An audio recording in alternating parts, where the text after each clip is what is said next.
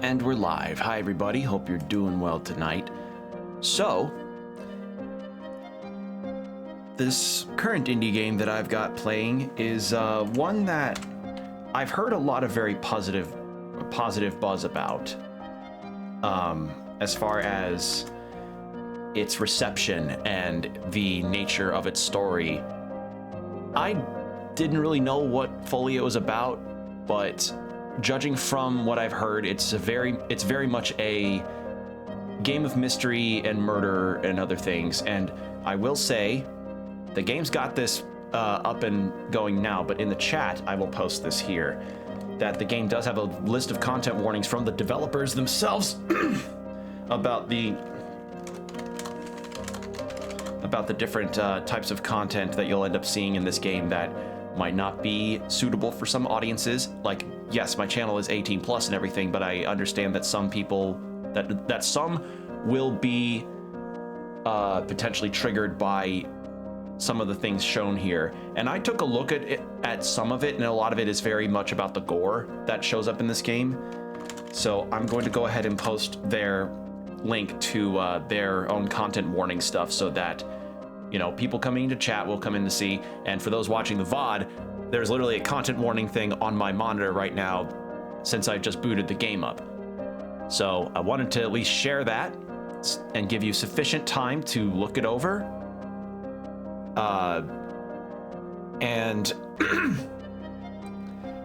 And if it is not something that you would be comfortable with, to, you know, not watch, not stream, or what have you.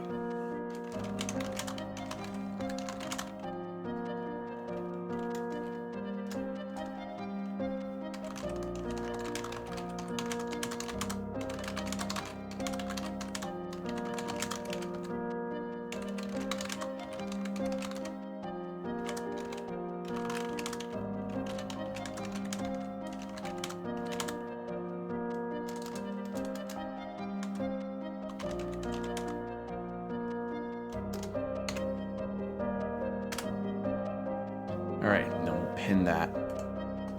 There we go. Manually unpin or end of stream. That will work. Excuse me, I just ate, so my voice may be a bit not there yet, which is fine because also this game is fully voiced from what I hear, so that'll be nice. But yeah, I am playing a little indie darling that came up last year. I think it was last year. No. Was it 2023? I think it...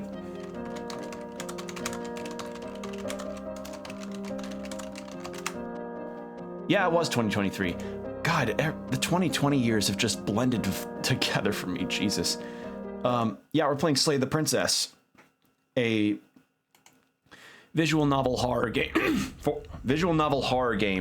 That came out in 2023 and really rocked the gaming world for a while. I was seeing so many people play this. I have not played it myself. I understand that there are some twists to the very nature of the game's title and what you're tasked with, but I don't know anything else about it. I have kept myself very clear from any stuff related to this game. I planned on playing it at some point. Visual novels typically aren't the kind of game that I gravitate towards immediately. God damn. Unless they have some kind of thing about them that's a really interesting hook. But I heard the hooks for this are really good, and I just decided it's time. So here we are. Another cool little indie game.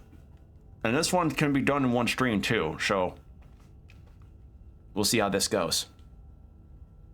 Whatever horrors you may find in these dark spaces, have heart and see them through.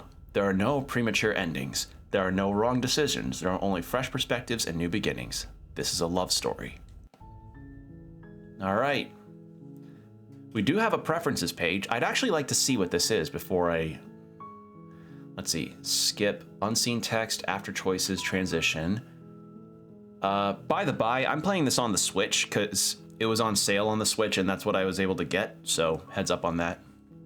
Boil effect, parallax effect, flickering images. I'm gonna turn that off because those tend to hurt my eyes.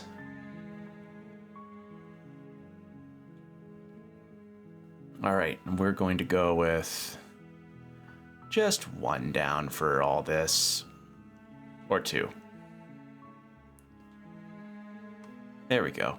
I could do voice volume off completely and do all the dialogue myself, but nah, I think if I did that, I'd be downing so much water and peeing a whole lot. Okay, so how's about we get started, shall we? I'm ready to see what this game's got. I don't remember when the Pristine cut came out, but I think it was probably last year, so yeah, let's see how this goes. The hero and the princess. You're on a path in the woods, and at the end of that path is a cabin. And in the basement of that cabin is a princess. You're here to slay her. If you don't, it will be the end of the world.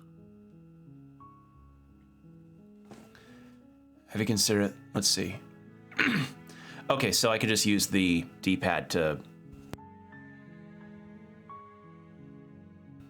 So I can just use the D-pad to explore these options. Okay, because I imagine the preferred way to do this is keyboard and mouse if you're on PC and everything, but as I said, I just got the Switch version of it because it was on sale. The end of the world? What are you talking about? Have you considered that maybe the only reason she's going to end the world is because she's locked up? Killing a princess seems kind of bad though, doesn't it? Can't someone else do this? Forget her not doing this. Have you considered that maybe I'm okay with the world ending? Do I get some kind of reward for doing this? Oh, okay, thanks for telling me what to do.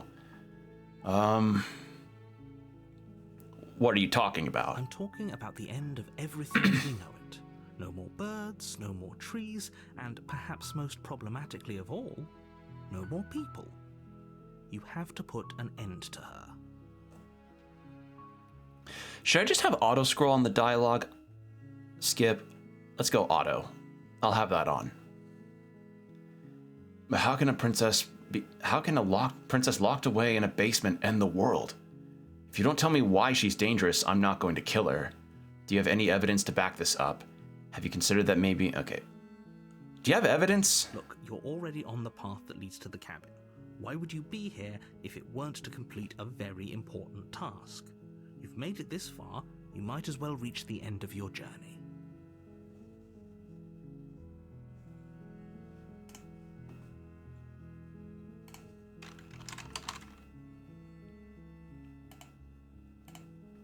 There we go. But how can a princess locked away in a basement end the world?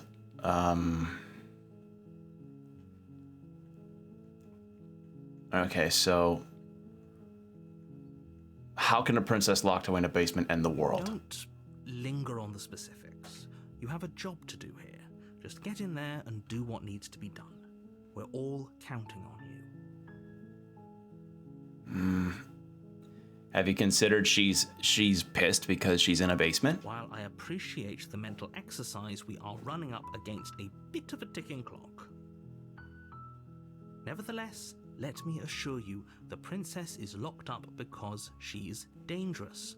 She is not dangerous because she's locked up. And before you decide to waste even more of our time by asking how I know that, let me suggest a more pragmatic lens through which to view this situation. Causality doesn't matter here, because the end result is the same no matter what led us up to this point. If the princess leaves the cabin, the world will end, and there is no changing that. It's no use arguing semantics over a metaphorical chicken or egg, because the egg is hatched and it's about to ruin everything. Unless, of course, you do your job and slay her. I'm gonna save. Okay, we're given... Oh my god, that is a lot of... Hold on. What's A and Q? Okay, so 8 pages of 6... Wow. That's a lot of save slots.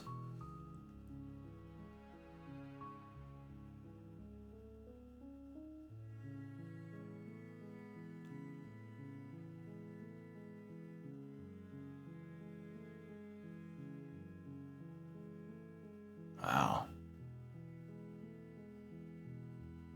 So 48 total save slots. I was trying to remember the mathing. I haven't had to do times table stuff in so long. Yeah, 48 save slots. Holy sh! What is A and Q though? All right, well, I'm gonna save in this slot. Killing a princess seems kind of bad though, doesn't it?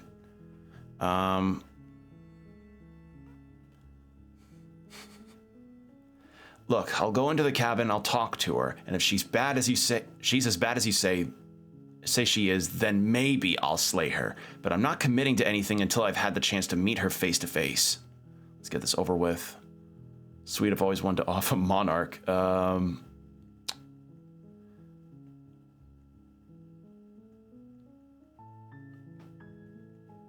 Have you thought maybe I'm cool with the world ending? Of course I haven't. Why would I even consider that? Nobody wants the world to end. I mean, maybe some people do, like nihilists or very, very evil people, but surely you're not one of those, right? Let's see. Killing a princess seems kind of bad though, doesn't it? Does it? Are you a monarchist? Is slaying a princess that much worse than slaying a fisherman or a miller or a seamstress? If anything, slaying a princess is much better than slaying a seamstress. Seamstresses contribute something of value to society.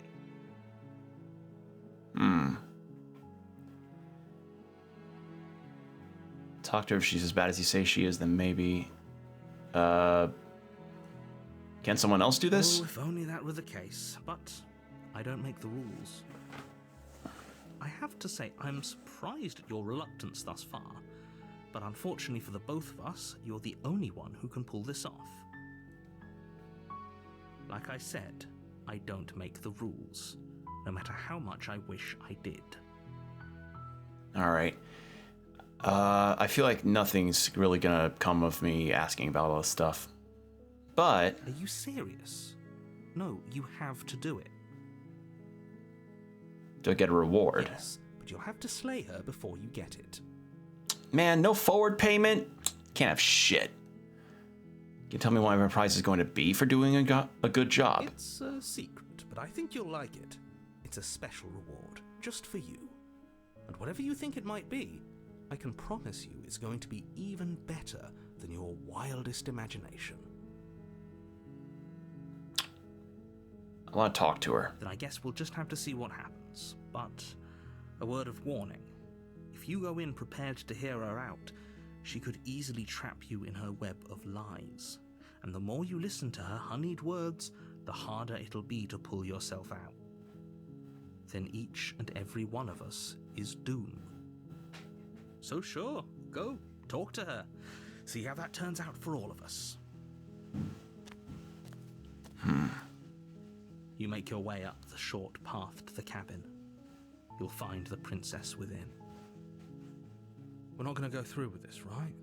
She's a princess. We're supposed to save princesses, not slay them.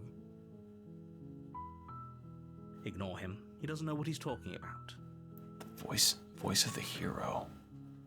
Wait, so the hero's voicing his own concerns, but I'm still controlling him. Okay. Proceed into the cabin.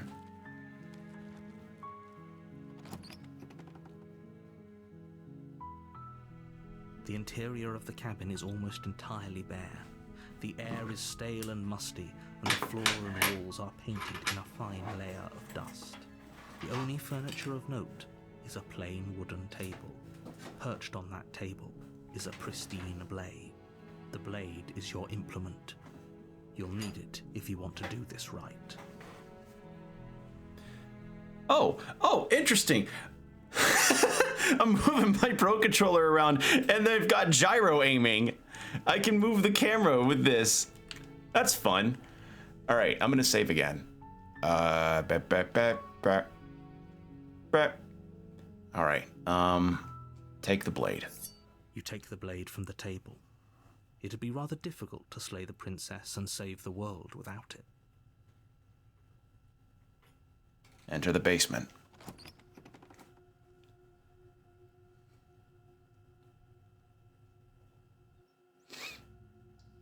door to the basement creaks open, revealing a staircase faintly illuminated by an unseen light in the room below. This is an oppressive place.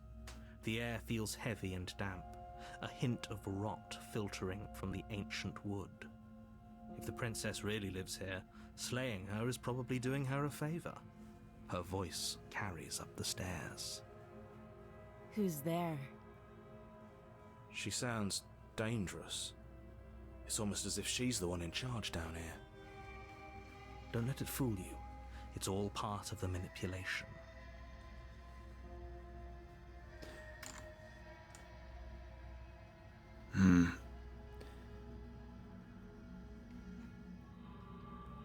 Just walk in and be like, hey, I forgot what the Wi-Fi password was. Let's not say anything and just continue down. You're still listening to reason.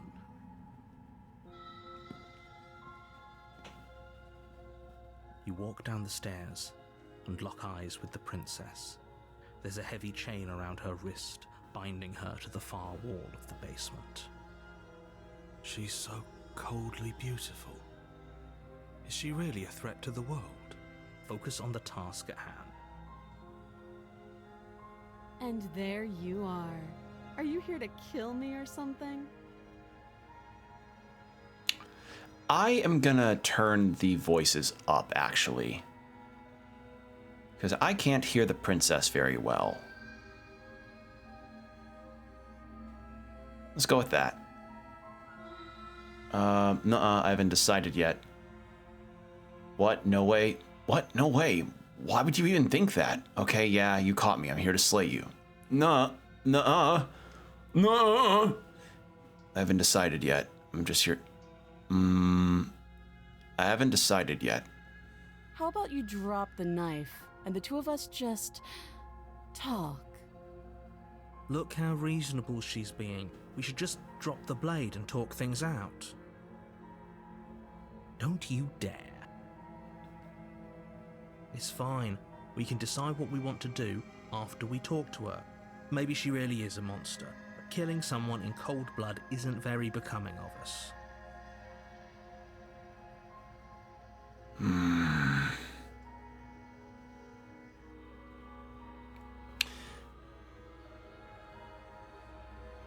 Oh, it's a good thing I saved before all this. Drop it. The blade tumbles out of your trembling hands and drops to the floor with an unceremonious clang. Thank you.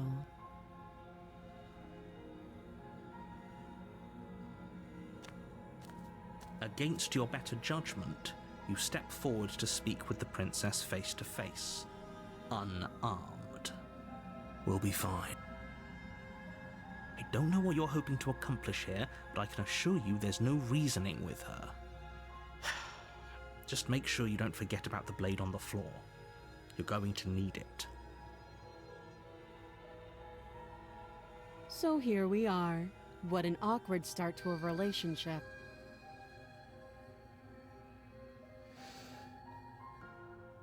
Are you coming on to me? No.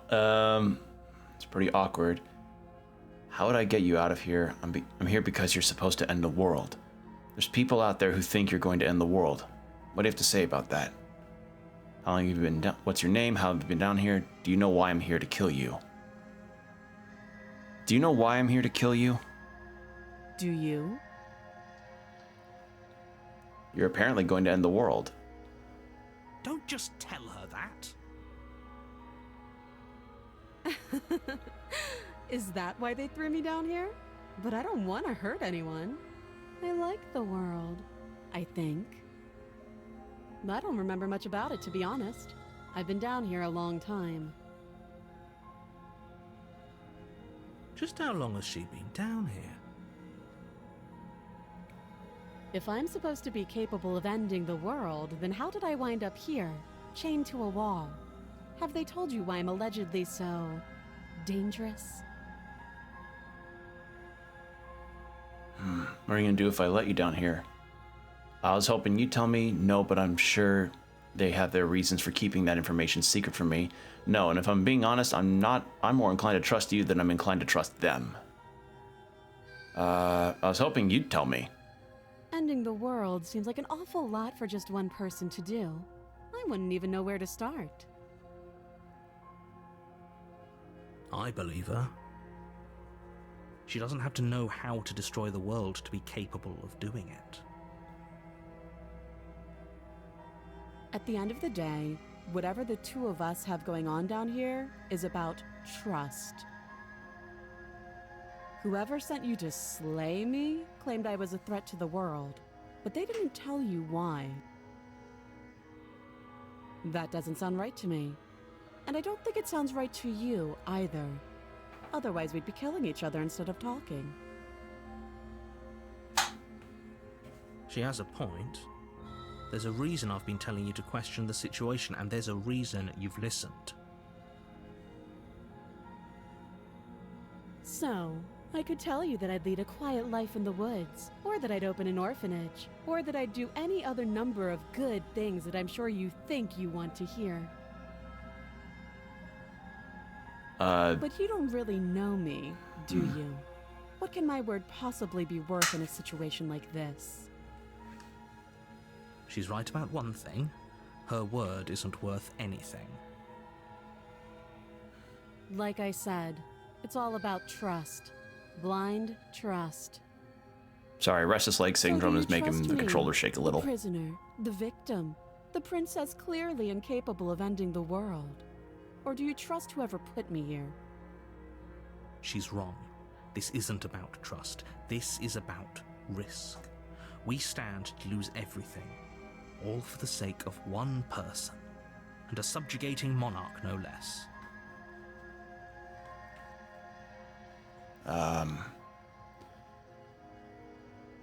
How long have you been down here? Too long. Again, she offers no specifics. No matter how hard you try, you'll never get a straight answer out of her.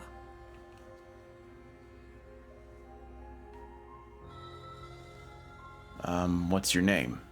She hesitates before answering. You can address me as Your Royal Highness, or Her Majesty. Any honorific should do, really.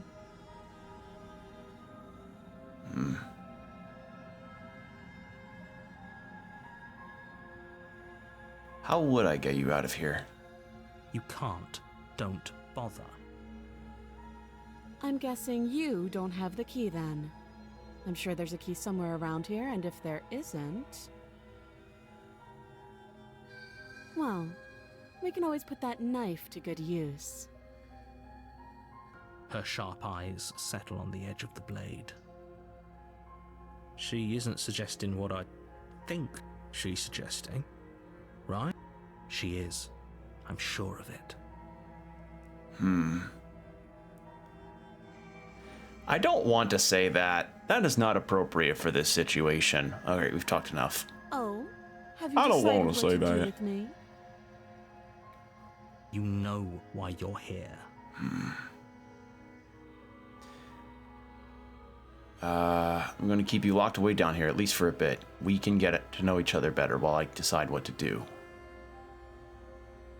I'm getting you out of here and slay the princess. We have an ad break coming up in 5 minutes, by the by.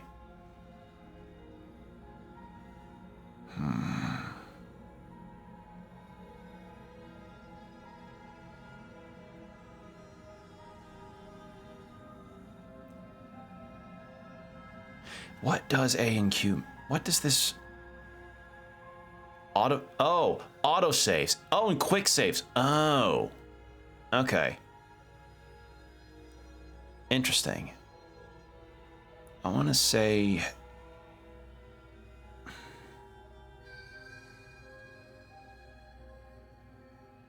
I want to get to know each other. That seems like a pretty good compromise. Leaving her alive is too risky. If you don't deal with her soon, she will find a way out.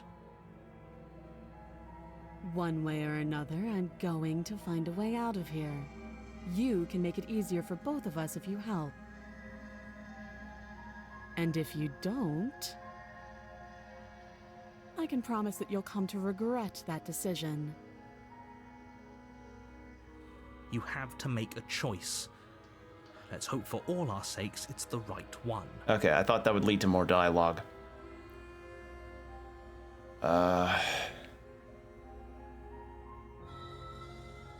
Narrator's been kind of cold and decisive. She's not been giving answers. Yeah, I thought that would lead to more options opening up for dialogue, but I guess I was wrong. It's a good thing I saved. All right. Let's try getting her out of here. Oh, for the love of... Good. I'm glad you've come to your senses. You're making a huge mistake. No, you're doing the right thing. I just want to see. You walk up to the chains binding the princess to the wall and give them a tug. They're large and heavy, far too solid for you to even imagine trying to break them apart. If you don't have the key, maybe you should go looking for it. I'm sure it's somewhere upstairs. Doubtful. Whoever locked the princess away down here intended for her to never see the light of day. They wouldn't have just left the key to her chains somewhere in the cabin.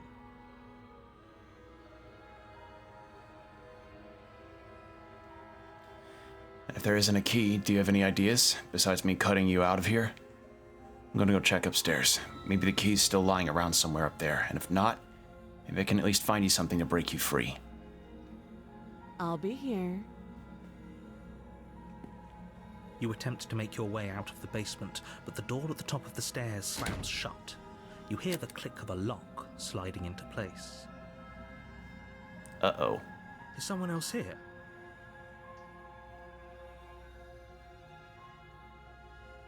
Try the door. You try the door, but it's locked from the outside.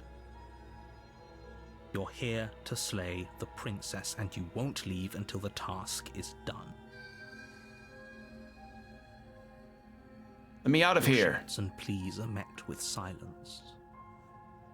I'll repeat myself once again. You're here to slay the princess, and you won't leave until the task is done. All right, return to the bottom of the stairs.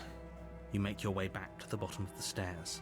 This would have been so much easier if you'd simply slain her like you were supposed to.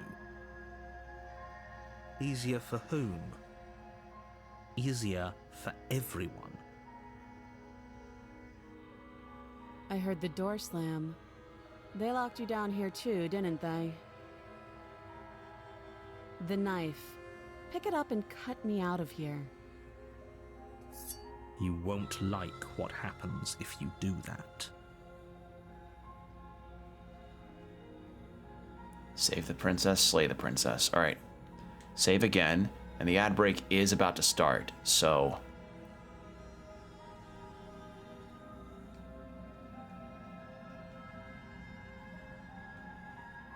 I'm going to go ahead and turn on the BRB. So take these next 3 minutes to get yourself some water, stretch, whatever you need to do, and we'll be right back.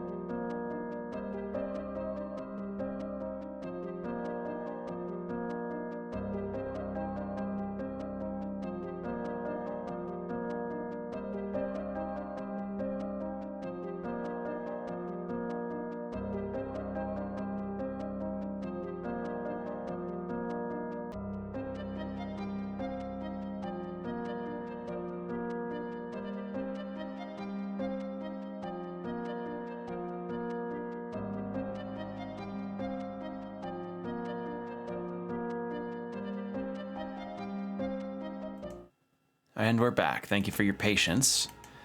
And it's a good thing that I saved this, right? I saved this prompt? I did. What happened to the other saves I had? Oh, how did I end up on page... I guess I clicked page 3 and didn't even realize it. Okay, well.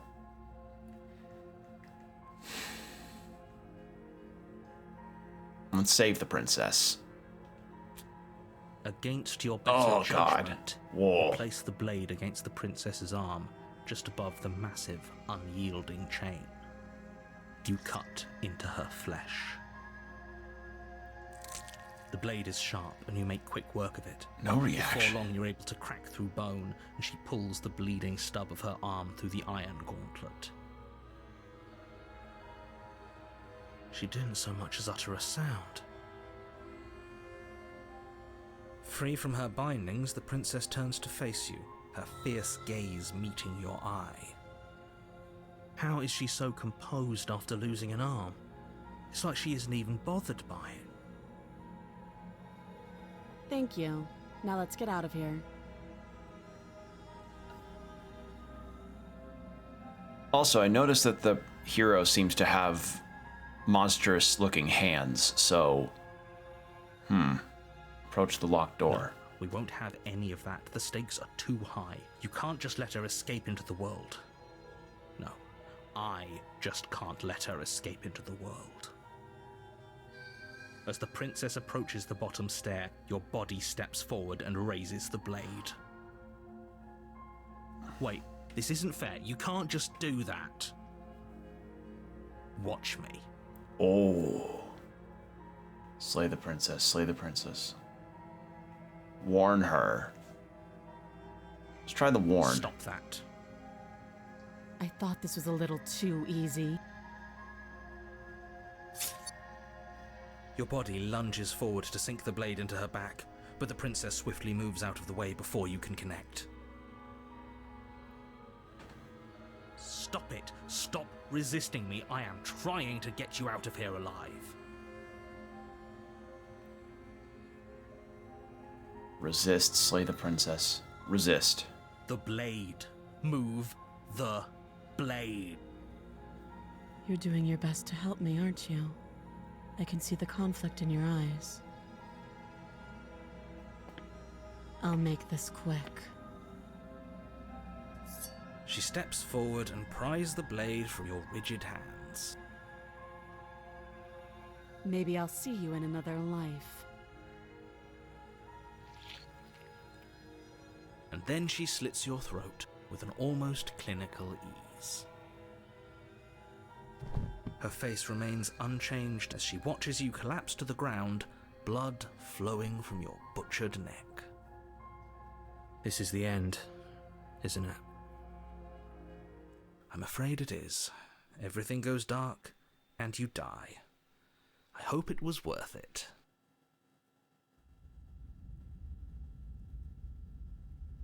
The prison. Whoa. Wait, that's not game over? You're on a path in the woods, and at the end of that path is a cabin. And in the basement of that cabin is a princess. You're here to slay her. If you don't, it will be the end of the world. Wait, hasn't this happened already? But I'm getting a terrible sense of deja vu. A terrible sense of deja vu? No, you don't have that. This is the first time either of us have been here. Don't forget what he did to us the last time around. I wouldn't trust a word out of his mouth. There's got to be a way out of here, for us and for the princess. We just have to keep trying. I'm inclined to agree. If he doesn't remember what happened last time, maybe it's best to keep it that way. What? You know I can hear you two, right? It's going to be a lot harder than you think to keep secrets from me. And as far as trying to help her goes, need I remind you how catastrophically dangerous she is to the world at large? I told you about the stakes of this situation less than a minute ago. This is more than deja vu, though. I'm pretty sure this whole thing really just happened. we could go back and forth on this forever, and it won't get you any closer to doing your job and saving the world. So let's just agree to disagree. Let's assume I'm telling the truth, and all this really did already happen. Why should I listen to you? Why should I bother doing anything? Those are two very different questions, but fine, I'll indulge you if that's what it takes to get you moving. Let's say for a moment that this really is the second time you've met me, or at least a version of me. If you're back here, I'm assuming you died, which probably only happened because you didn't listen to me. The absolute irony. Well, that's one way to put it, I guess. You really don't remember what happened last time, do you? You practically forced the princess to kill us. That doesn't sound like the sort of thing I'd do, which is honestly all the more reason for you to not buy into whatever self-delusions the three of you are crafting.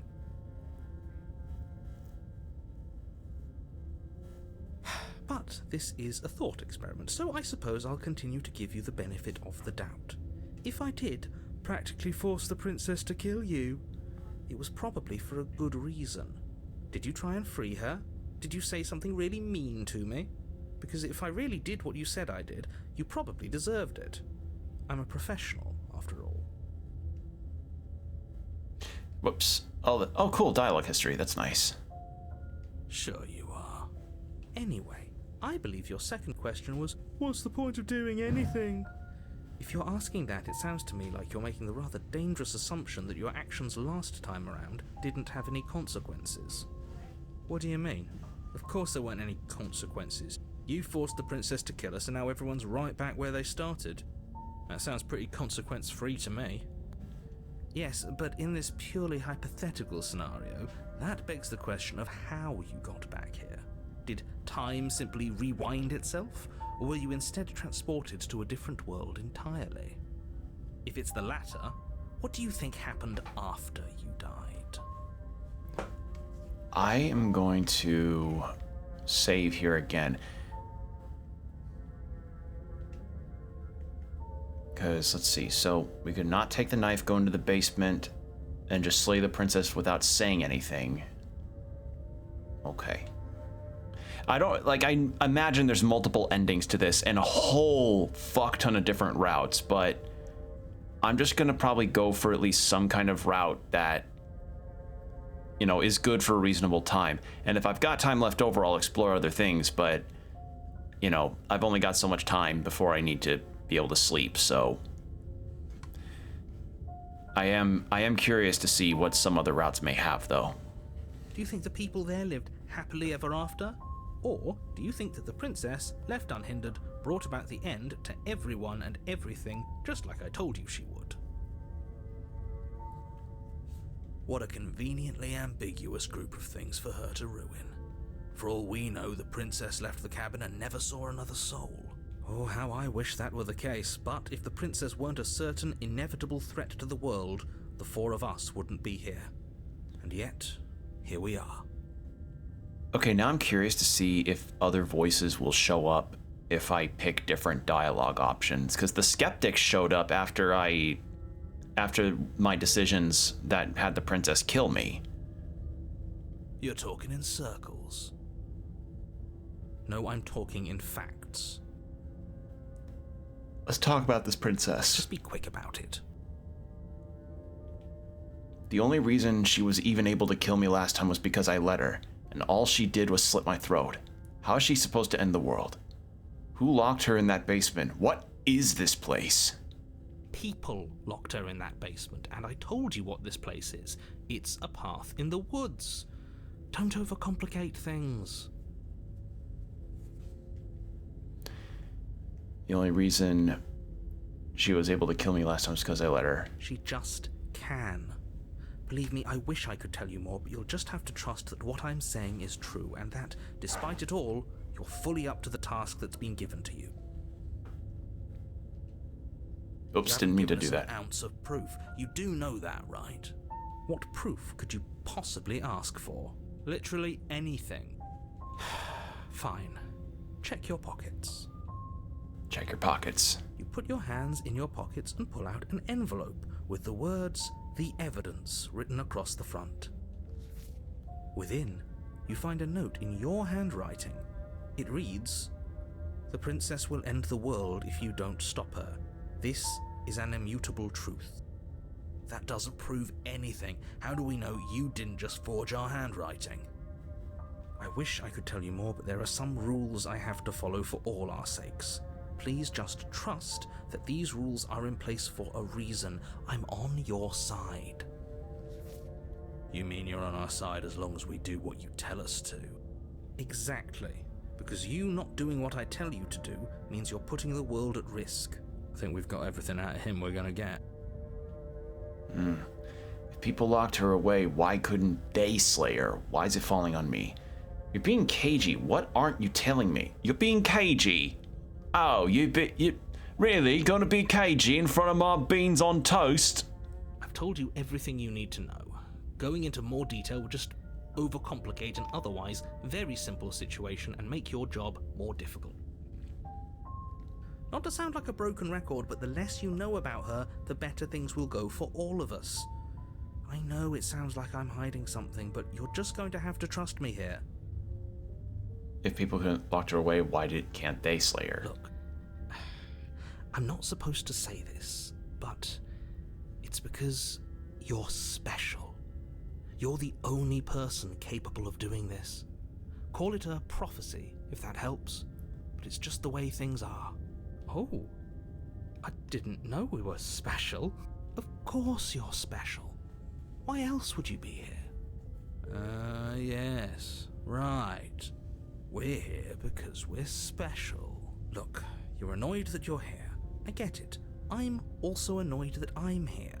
But we're all in this together, and we're dealing with a bit of a ticking clock right now, so please just get to the cabin. That's all. Right. Now, if you don't mind, the whole world is waiting with bated breath for you to save it from ruin. Proceed to the cab. Ah, fuck! I should have sent her. A warning. All right. Before you go any further. Shit! I should have saved and could have said turn around and leave. Oh well. She will lie, she will cheat, and she will do everything in her power to stop you from slaying her. Don't believe a word she says. Yes, don't believe a word she says. Just go in, take the knife, and do what you're supposed to. Wink. Did you just say wink out loud? No, I didn't. Wink. Just ignore this clown and focus on the princess. I really like the art style of this game. It's really nice. The interior of the cabin is less a cozy woodland retreat and more like a dungeon. A few pathetic wisps of starlight attempt to illuminate the cold, uninviting stone walls, and thick, wrought iron bars barricade the windows, reminding anyone who enters that this is a prison. The only furniture of note is an iron table, bolted to the floor, a pristine blade perched on its edge. This is a very different room. The blade is your implement. You'll need it if you want to do this right. You didn't say anything about the mirror on the wall. He definitely did not. Does a mirror not count as furniture of note to you? Because it should. There isn't a mirror. There's a table, the blade sitting on the table, and the door to the basement. There's nothing else in here. There's definitely a mirror. There isn't.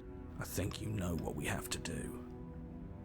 Why would you lie about that? What's the point?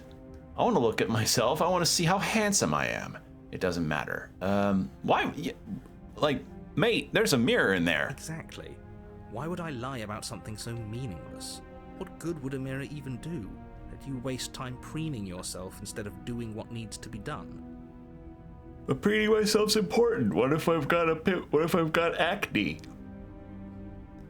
This whole cabin is different from the last time. Very different. Yes, but why? Did he change it? Or did it change all on its own? Maybe it's a different cabin entirely. Now isn't that a novel thought? Maybe you haven't actually been here before. I hope this means you'll finally drop your ridiculous past life nonsense. You haven't died, and you certainly haven't been killed by the princess. so focus up. Don't get distracted by minor details. Let's approach the mirror. You walk up to the wall next to the basement door. It's a wall. There isn't much to see here. This really isn't funny. Wipe the mirror clean, and then it just shows the expression from Disco Elysium.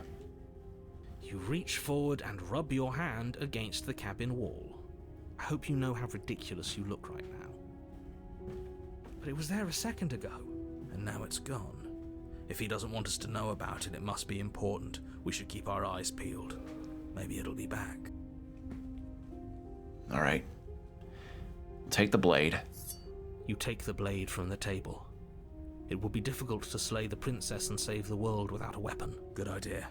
Much better to be armed than to go in with blind hope alone. Enter the basement. The door to the basement creaks open, revealing an old stone staircase. A few sputtering torches attempt to vaguely illuminate your path, dancing across glimmering patches of slimy moss on the stone steps. Ew, not slimy lives here, moss. Slaying her would probably be doing her a favor. Her voice, harsh but controlled, carries up the stairs. Is that a visitor I hear? Please, come downstairs. It's been a while since I've had company. Does she remember us? You walk down the stairs and lock eyes with the princess. She looks up at you, the heavy collar around her neck clanking loudly as she moves.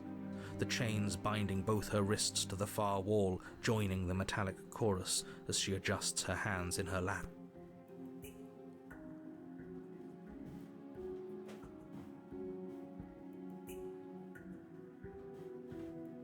So much for cutting her out of here.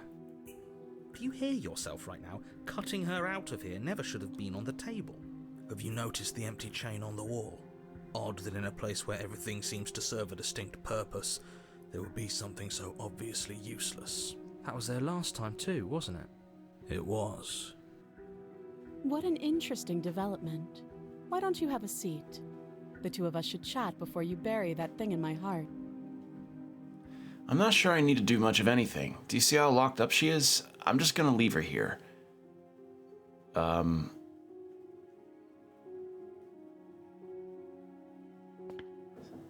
You step towards the princess, but she stops you before you get too close, holding up one shackled hand. There's fine. I'd prefer we keep some distance until we've sorted this out. Social distancing, 6 feet apart now. That's reasonable. We do have a weapon. Might as well put her at ease. Sit where you were told to sit. You do as she asks and sit on the floor, still a good distance away from her. Thank you. Now, what are your intentions for me? My intentions? What do you mean? I've been here before. Am I the only one who remembers that? What happened after I died last time? That other chain on the wall, who's it for? What would you have me do?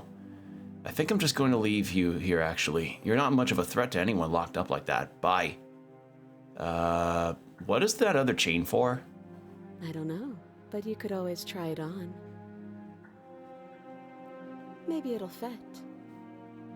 I hope I don't actually have to say this, but please don't lock yourself in chains. We need you ambulatory if you're going to save the world.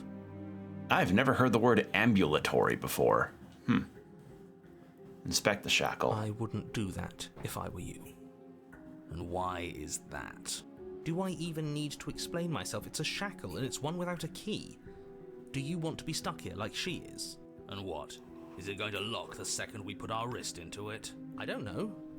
Maybe it will. He doesn't want us to look at it. That's all the reason we need to investigate. But what if he's telling the truth? He isn't. I am.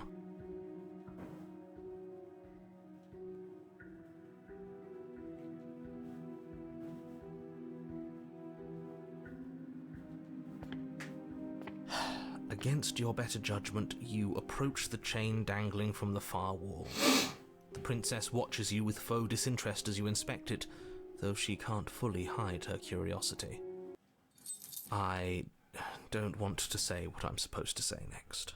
What is that supposed to mean? It sounds bad. Is it bad? Yes. It's bad. Come out and say it then. You're just wasting time. Fine. As you hoist the shackle, its heft shifts within your grasp, as if pulled by some odd magnetism. Before you can so much as blink, it practically leaps from your hands, snapping around your neck. And, as if your situation weren't bad enough, the same magnetism repels your blade, which is flung from your hand and sent skittering across the floor of the basement. Excuse me? Yes? Are we stuck here now? Yes. Huh, so it does fit.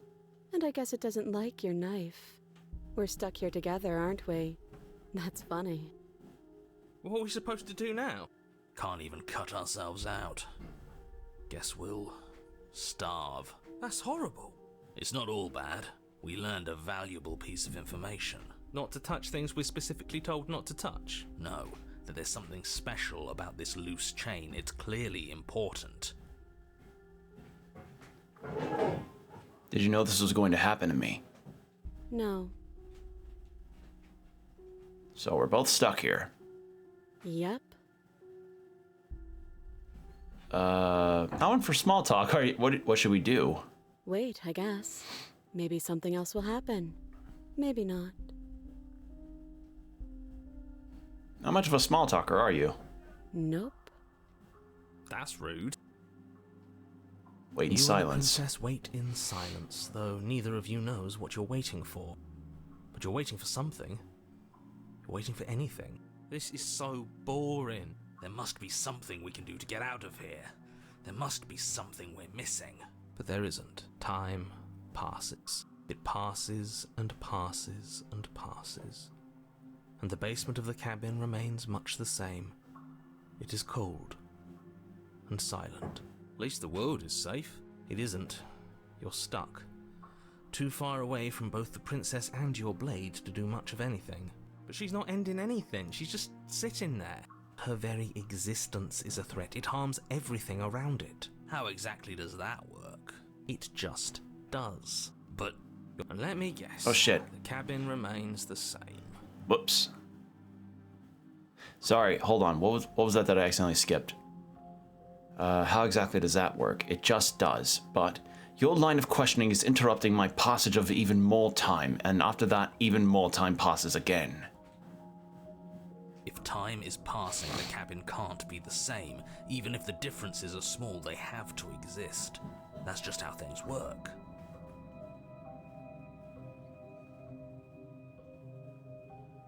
I suppose you're correct. Things are changing. The differences are small at first, a bit of weathering here, a bit of erosion there, but then they get larger and larger. Hey, have you noticed something? Noticed the basement changing? I don't like small talk, remember? Still rude. Continue to wait in silence.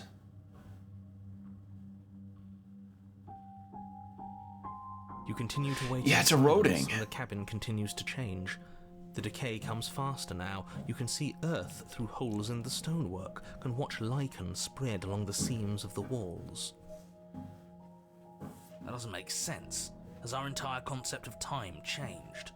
What happened to starving? We should have died by now if the rocks around us are starting to erode. She hasn't starved. I guess she hasn't.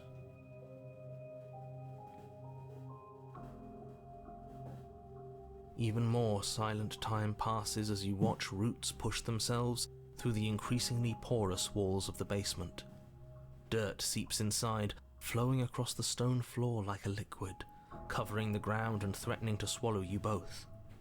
Time continues to pass, and pass, and pass, until suddenly there are no walls. And then... And... I think he's gone. Would you look at that? We made it out of the cabin, and nothing bad had to happen to either of us. How the hell did it erode so quickly? So this is the outside world. It's cold.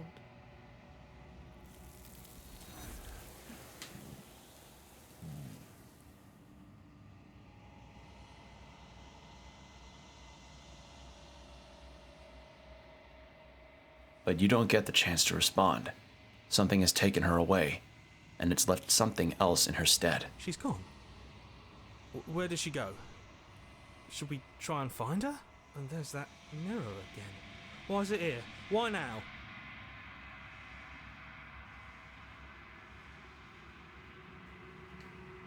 I don't know where she went, and I don't know how we'd even go about looking for her.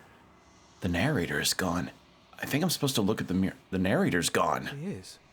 Does that mean the world ended? It must have. Do any of us know what the world ending is supposed to look like? I don't know what... If there's even a her to find anymore. You're right. She's gone. It's just us and that awful thing. I think we're supposed to look at the mirror. Something dreadful about it. I don't think you should. You're right. Part of me wants the truth, but something stronger is holding me back. Fear. Approach the I'm mirror. begging you, don't do this. The mirror never scared you before. It's different now. It feels... I don't know. Final. And not in the fantasy kind of way. There's no fat tits for Clive to save us now. You approach the mirror. Gaze into your reflection. Silence as you reach forward. They are gone, but the mirror remains. It's time for you to see what's in it. It's you. What are we? Are we the fucking Jersey Devil? What are we? You are alone in a place that is empty. It's quiet here. It is quiet here. Proceed to the cabin. You are at the cabin. Approach her. Something finds me in the long quiet and brings me the gift of a fragile vessel. What are you? The gift of a fragile vessel? Is this the end of the world? Let her out of there. Do you know the narrator? Are you what sent me to slay the princess? Are you what trapped me here? Do you know about the worlds beyond this place? Are you the princess? Do we know each other? What happens now? Attack the entity, destroy your body. What are you? I am solitary lights in an empty city. What are you? Solitary lights, what do you mean? Thoughts without connections. A dim and nascent network. I wish to be more. What do you think I am? I think that you are like me.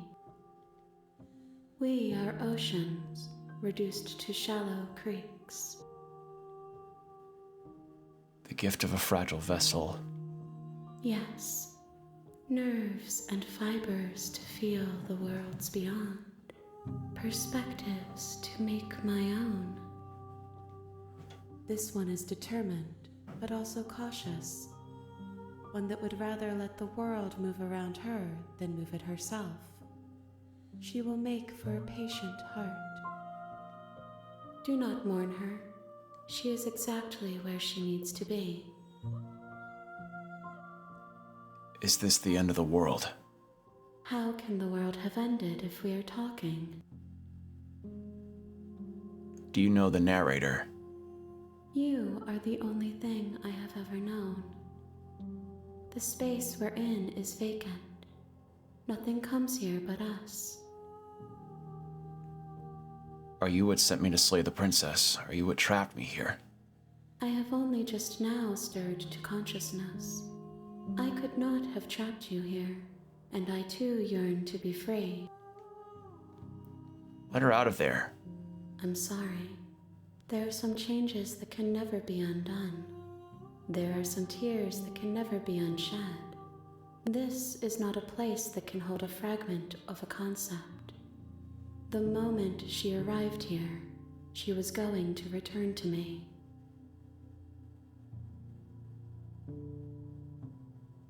A fragment of a concept.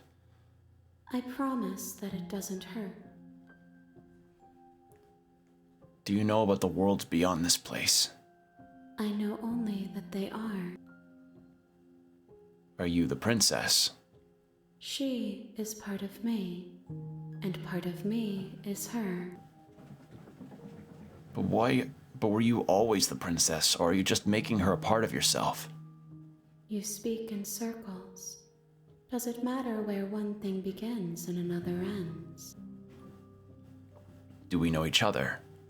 You are familiar, but you are not me. I feel sadness, longing, hope as I witness you. Oh shit. Nothing as we are, but I know that there are worlds beyond us, and that we are meant to reach them. What did I click on accident? Do we know? You are familiar with your... What happens now? There is no exit, but this vessel is a creature of perception. She can make you forget, if only you believe her to be able to. Bring me more perspectives, so that I may be whole, and perhaps then we will know our freedom. Aren't you scared that I'll find a way to kill you? How much will I forget? How many more pieces of you do I have to find? And what if I don't let you do this to me? I was sent to slay the princess to stop her from destroying the world. If I help you, is that what you're going to do? You ask of things that cannot be done. To destroy is merely to reshape, to remold. You're being semantic. What are you going to do if I help you? How can I know? I am flickers in something sprawling and unilluminated. Aren't you scared that I'll find a way to kill you? I have not lived. I am not afraid to die. How much will I forget? Everything, until we meet again. How many more pieces of you do I have to find? More than you have found, but less than there are to find. I am infinite. The rest will find their own way home. And what if I don't let you do this to me? Then we will be here forever, as we are now. Unfinished, dry, hollow.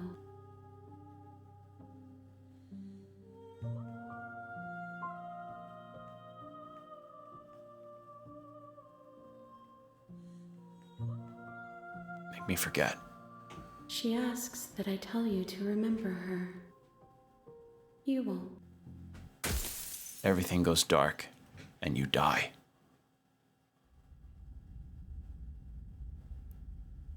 Whoa. Okay, that was trippy. You're on a path in the woods, and Note, you can skip previously seen dialogue by hitting the R button on your controller. Oh!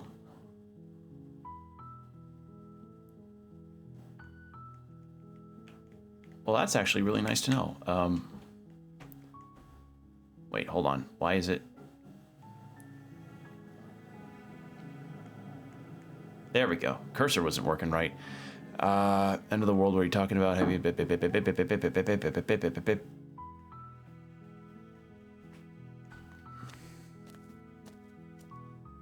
you make your way up. That's the short interesting. path to the cabin.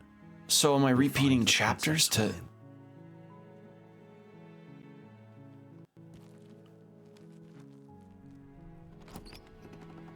Enter the basement. I don't want to take the knife. Enter the basement. The door to the basement creaks open, revealing a staircase faintly illuminated by an unseen light in the room below. This is an oppressive place.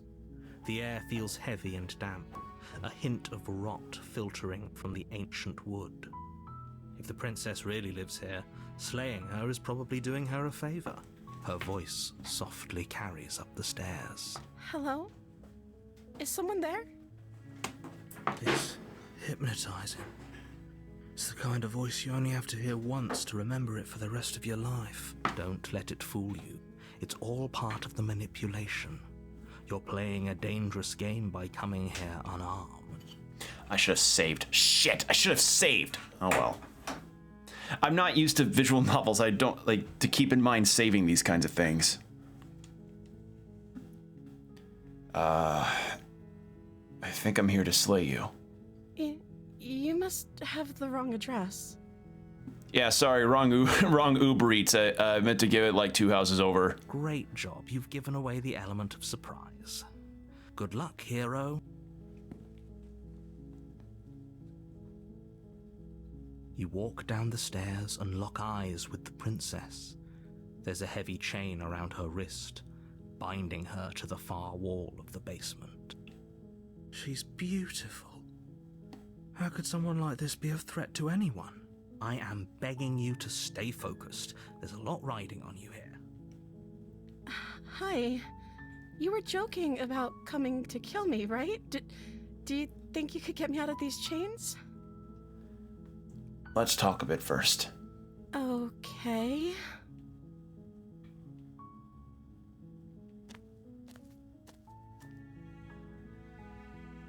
What's your name? Oh. She pauses, carefully formulating her words before she responds. You can address me as Your Royal Highness. Or you can just call me Princess if Your Royal Highness is too formal. Is Princess her name or her title? What if it's both? Could you imagine being named Princess? So, is Princess your name? Like I said, you can call me Princess if you'd like. I'm sorry, I've been down here so long, I guess I've just forgotten. I must have a name, though. Everyone has a name. Okay, that's weird. She hadn't even thought to pick a name for herself. Hopefully you're starting to see that she can't be trusted. Go back upstairs, get the blade, and slay her before it's too late. I don't know anything about you. For all I know, you're locked up down here for a reason. I wasn't kidding when I said I was sent here to kill you. You're apparently going to end the world. If I'm the first person you've seen in a while, what have you been eating or drinking? What are you going to do if I let you out of here? I won't kill you, but I can't set you free. It's too risky. What if I stayed for a while and just kept you company? Maybe then everyone could be happy. I'm going to keep you locked up here at least for a little while. We can get to know each other. But I already had that dialogue. I'm sorry, but I just can't trust you. This doesn't add up, and it isn't worth the risk taking your word over the potential fate of the world. I don't know anything about you. For all I know, there's a reason. Of course I'm locked up down here for a reason. I don't actually know what that reason is, but you don't just stuff a princess in a basement and throw away the key without there being some sort of an explanation, right? You have all the explanation you need, and you should know better than to trust whatever she comes up with. You're apparently going to end the world. Is that why they threw me down here? But I don't want to hurt anyone. I like the world, I think. I don't remember much about it, to be honest. I've been down here for so long. She goes like, I like the world. I think there's cool things about it. Choco tacos are pretty cool. They're still in style, right? And then the protagonist's heart sinks as he has to break the news. How long has she been locked away? Did they tell you how I'm supposed to end the world?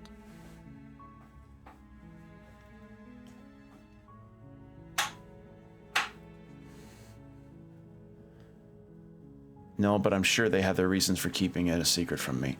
What are you going to do if I let you out of here? The princess hesitates before responding. She doesn't know. She's been down here too long to have any idea of what she'd do in another life. She knows what she'd do. She's just searching for whatever answer she thinks you want to hear. What I do doesn't really matter, right? At the end of the day, whatever the two of us have going on down here is about trust. Whoever sent you to slay me claimed I was a threat to the world, but they didn't tell you why. And this is a very different, like the cabin's the same, but she's got a very different personality. I don't know if it's because I said I was sent here to kill her or to slay her or what have you, but this is not the same kind of dialogue that came up. And it wasn't even the same dialogue when I heard her voice. I don't trust that. And I don't think you do either, or you wouldn't have come down here to talk. She has a point. We're talking like this for a reason. So this shouldn't be about what I'd do if I got out of here, or me saying the right thing to convince you to save me. This is about how messed up this whole situation is. This is my life we're talking about. Do you really think I can even end the world? Why would I even want to? We both know that if there's people we can't trust in this situation, it's whoever locked me down here, and it's whoever sent you here. And those two groups are probably one and the same. Don't let her turn the tables here. This isn't about trust. This is about risk. We stand to lose everything, all for the sake of one person, and a subjugating monarch, no less. If I'm the first person you've seen in a while, what have you been eating or drinking? I don't see what that has to do with anything. Yeah, how she survived, because clearly nobody's brought food. Yeah. This is the only time this is ever going to happen, but I agree with the princess. That's hardly relevant. Okay, but actually, what has she been eating? She has to eat, right?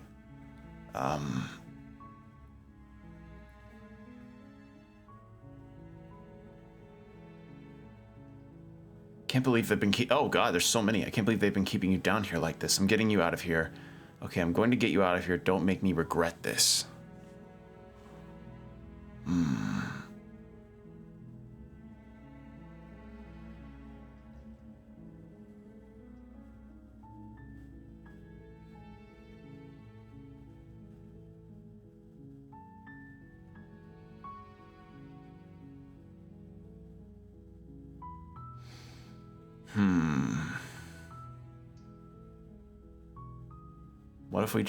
What if I just kept you company?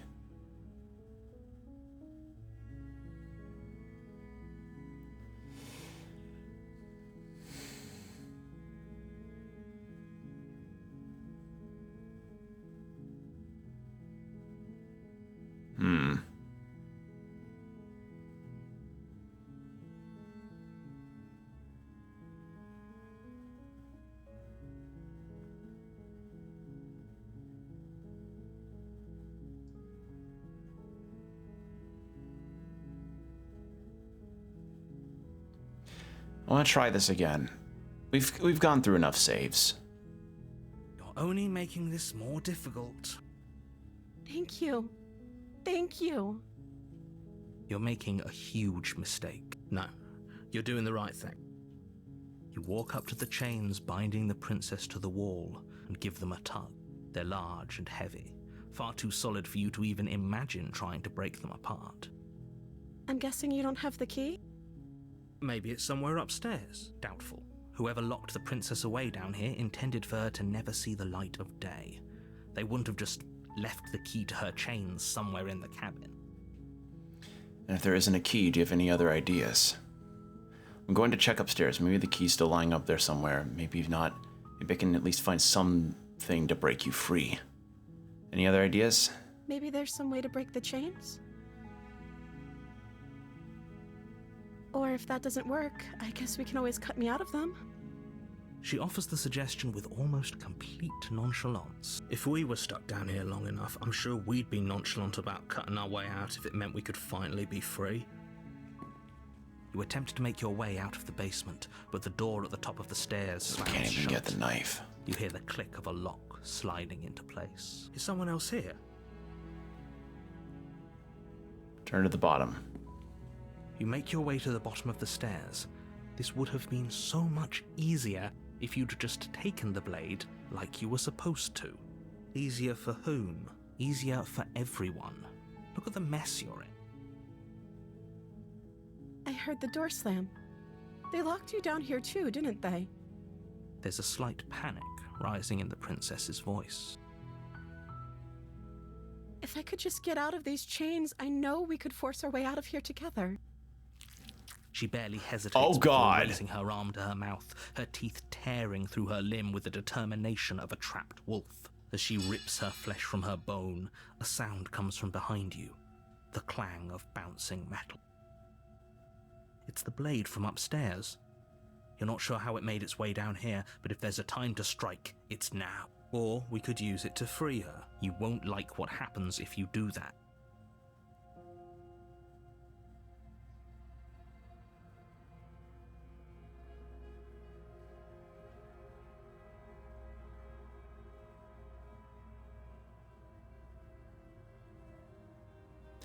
Will it be the same results if I save the princess now? Because, as I said, she seems very different from the first encounter.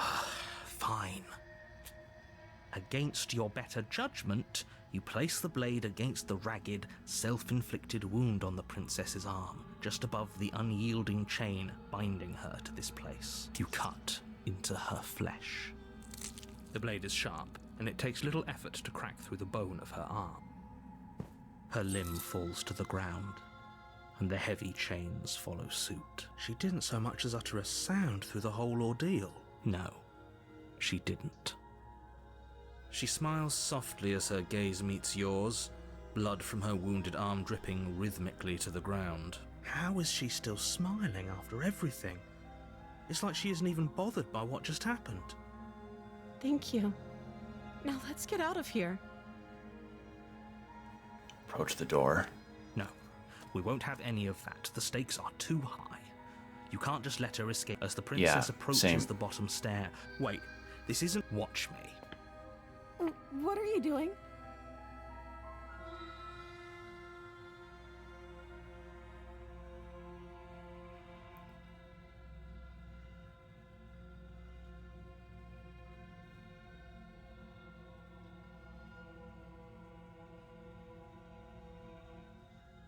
Let's try slaying this time. Okay, there's no going back now. I'm with you to the end. And the skeptic's gone. The skeptic's completely gone, so... Yeah, we full on... Okay, maybe it's just after Chapter 2 You stuff. bring the blade down to strike at the princess's heart. But she's fast. She ducks to the floor, your blade narrowly grazing her backside.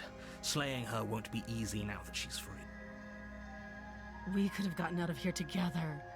Were you just lying to me this whole time? I don't know what's come over you, but if I have to kill you, then I'll kill you. Do you think I need both of my arms to do that? She pounces on you with the same animal ferocity she used to tear through her arm. But you have a weapon. You raise the blade, digging it under her ribs, aiming directly for the heart. It's not enough to stop her. You feel her claws in your throat, then her teeth, somehow sharp enough to pull apart your flesh and sinew with ease. You collapse to the floor, your body unresponsive as your blood pools on the ground beneath you. She stares down at your ravaged form, eyes shining in the darkness, dress stained in red as her blood and yours both seep into the fabric. If we're lucky, the wound you managed to inflict will be enough to at least delay her escape from this place. If we're very lucky, it will kill her before she can reach the outside world. It can't just end like this, right? As much as I'd prefer for things to have gone differently, I can't deny the reality of what's happened. I'm sorry, but it's over. Everything goes dark, and you die. Oh, not the prisoner. You're on a path in the woods, and at the end of that path is a cabin. And in the basement of that cabin is a princess. You're here to slay her. If you don't, it will be the end of the world. Hasn't this happened? But I died. What am I doing here? I can assure you that you're not dead. And to answer your second question, you're here to slay the princess. I literally told you that a second ago. If he doesn't remember what happened, then maybe it's best to keep it that way. Brilliant. We need to keep our cards close to our chest, and I'm not sure we can trust him. The opportunist? You know I can hear you, right?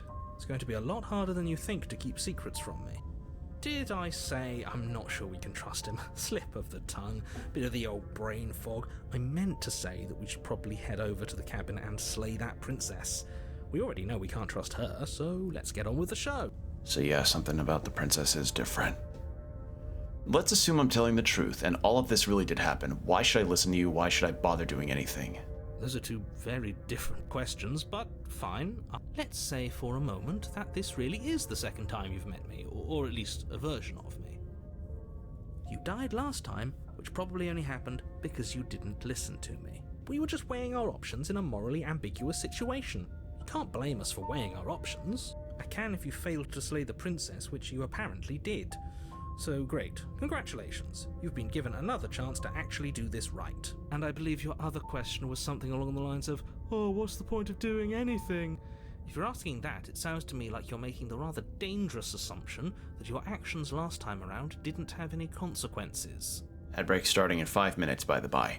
What do you mean? Of course there weren't any consequences. We were killed by the princess and now everyone's right back where they started. That sounds pretty consequence-free to me. Like the Dragon Balls. Yes, but in this purely hypothetical scenario, that begs the question of how you got back here.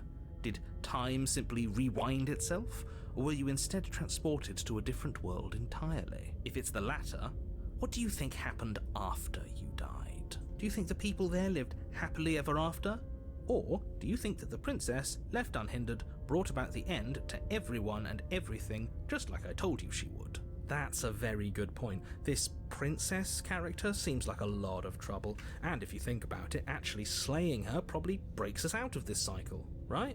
We don't want to be stuck here forever, do we? Opportunist is not very, not very steadfast in his own ideas, huh? You're laying it on a little thick, aren't you? Laying it on a little thick? What are you talking about? I'm sharing my honest opinions. It kind of sounds like Patches, hearing him talk like this. It's me, trusty Patches. Of course you can slay the princess. There's treasure down there. What matters is that almost everyone seems to be on the same page. So whenever you're ready, you can stop dawdling, get to the cabin, and save the world. Let's talk about this princess. Just be quick about it. She killed me last time around. How can I make sure that doesn't happen again? She killed me by ripping me to pieces. Don't get me wrong, I hated it. But how can someone like that end the world? To quote you from last time around, she's just a princess. Why was she able to rip me apart with her bare hands? Who locked her up in the basement and what is this place? Why? Yeah, what is... She is just a princess. Whatever you think happened to you last time, just get it out of your head before you get to the cabin, and you'll be fine. She killed me last time. How can I make sure it doesn't happen? You locked her in the basement. What is this place? Locked her in that basement, and I told you what this place is. It's a path in the woods. Don't overcomplicate things.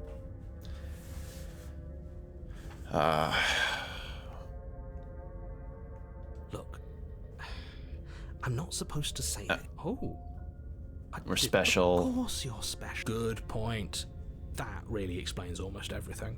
I'm not so sure about that. You know, you're right. But it explains almost everything.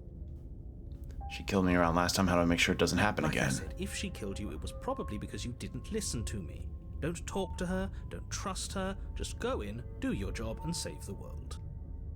Being cagey. I told you everything you need to know. Going into more detail would just overcomplicate an otherwise very simple situation and make your job more difficult. If you want us to stand a chance against her, we need to be armed with information. What is she really capable of? How are we supposed to stop her? Not to sound like a broken record, but the less you know about her, the better things will go for all of us. I know it sounds like I'm hiding something, but you're just going to have to take me at my word. I don't think either of you really need to press the man on this. He wants us to slay the princess, so why would he have anything to hide? He seems like a nice guy to me. I saw his manga collection. He's actually quite based. He's got Rent-A-Girlfriend on his he's got Rent-A-Girlfriend and what's that other one? God, there was another trashy romance. No, can't remember the name. He's got Rent-A-Girlfriend on his shelf. He's surely got at least some good taste. I appreciate the vote of confidence, but you should really stop wasting time chatting amongst yourselves in the woods. So if we could move this along? That's all. Now, if you don't mind, the whole world is waiting with bated breath So for you now- to save it from ruin. Yeah, the skip thing is grayed out now because we've got the opportunist this time, so it's not repeated dialogue. No skeptic. And the skeptic just kind of bounced away after the mirror thing, so... Yeah, this is different. Proceed to the cabin. A warning before you go any further. She will lie, she will cheat, and she will do everything. believe a word she Don't says. worry, I think we've taken that lesson to heart at this point. You can trust us to get the job done. Proceed to the cabin.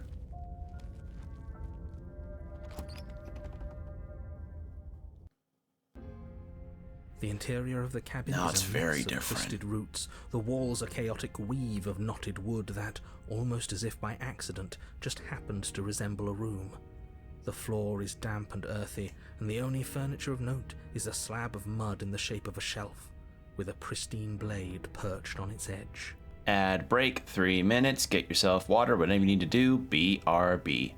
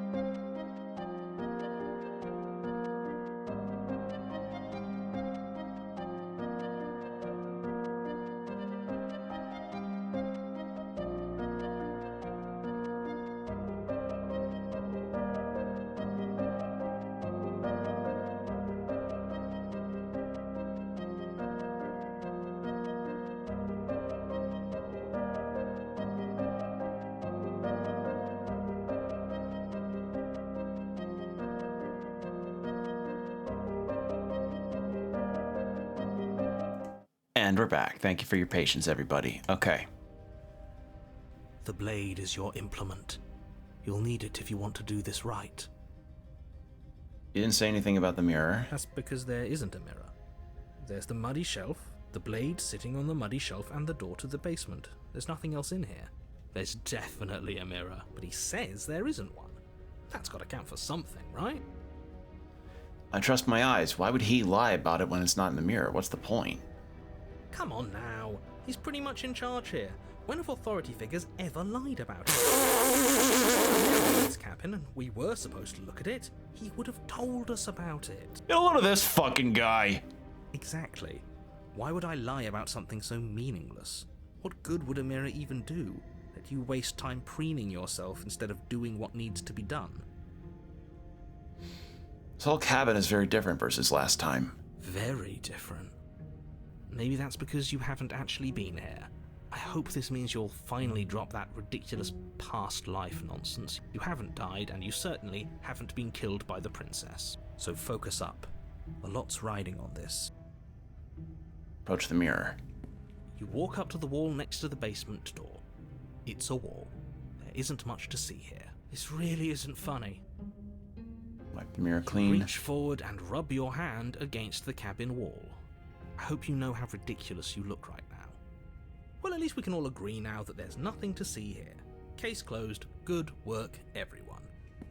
Is this the same voice actor doing all of these different voices of like the hero, the opportunist, and the narrator? I think it is. It probably is, yeah. Take the blade. You take the blade from the shelf. It would be difficult to slay the princess and save the world without a weapon. Well, if we're grabbing a weapon, we should probably keep it hidden behind our backs. She doesn't have to know we have it. That's not actually a bad idea.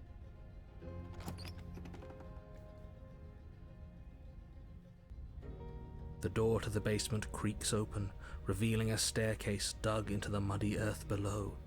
The ceiling is thick with roots that hang like locks of tangled hair. The weak starlight from the cabin windows behind you can barely penetrate the gloom here, only illuminating the edges of an opening below.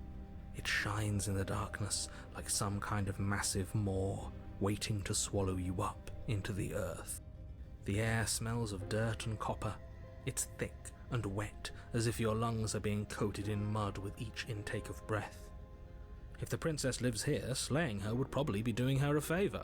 Her voice skitters up from below. Something nasty finds itself on my stairs. Come on down.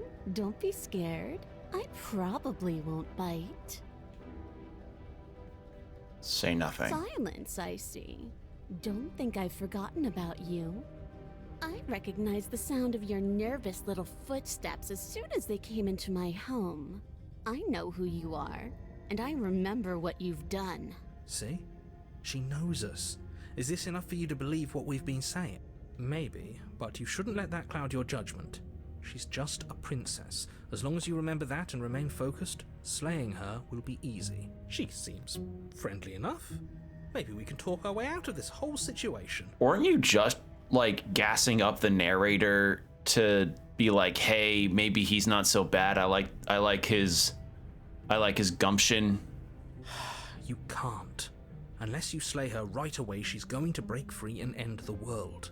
There's no reasoning with what she is. Look, I'm just throwing ideas out there. I like to think out loud. I'm the kind of guy who likes a discussion. Don't we want to hear what everyone has to say before making any big decisions? Do you want to hear what everyone has to say? Or do you just want to hear yourself talk? You need to stop lingering. Your task is to slay the princess, not endlessly debate about what to do with the princess. Fine. You're the boss. Thanks. Oh. You descend the basement steps, entering the dark room below.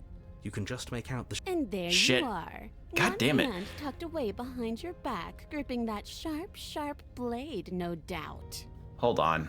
Fucking because I hold A just slightly long enough, it keeps skipping the dialogue on me. You can't make out the shape of the princess in the gloom. She's huddled against the far wall, her eyes bright and glaring from amid the thick roots. All right, that's it. That's no fair. How would she know that? So, we've dropped the pretenses. Good. She's acting like she already knows you. I guess what you said back in the woods really was true. That's pretty sharp. How'd you figure that one out? Call it deductive reasoning. Well, you seem to be great at it. So, you really don't remember us, do you? No, I don't. But you and the princess clearly have a shared reality, even if I'm not a part of it. I won't waste time fighting you on something that's clearly true. You fought us on it back in the woods. That was when the only perspectives we had were yours and mine. I'm just glad we could put all this behind us.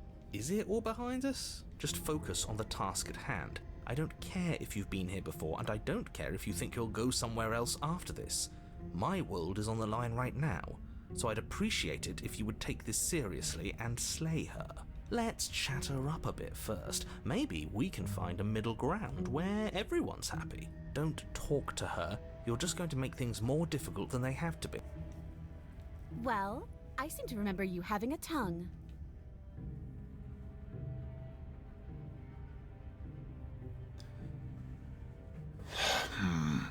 I get the sense that you're not happy. I died last time. You didn't. If anyone shouldn't be here, shouldn't be trusted, it's you. Look, I know. Things got messy last time, but I think there's something bigger than the both of us at work. We should team up. Can you get out of those on your own? Those chains didn't stop you last time. Why do I have a nagging feeling you're going to stab me in the back if I help you out of here? I don't want to hurt you, but clearly there's some broken trust. Take this as a gesture of goodwill. I don't trust you, not enough to free you, definitely not enough to get close to you. I'm leaving, bye. I'd like to be straightforward with my intentions. I didn't care for how you treated me last time, and I think you might be a danger to the world. I'm going to attack you now and slay the princess.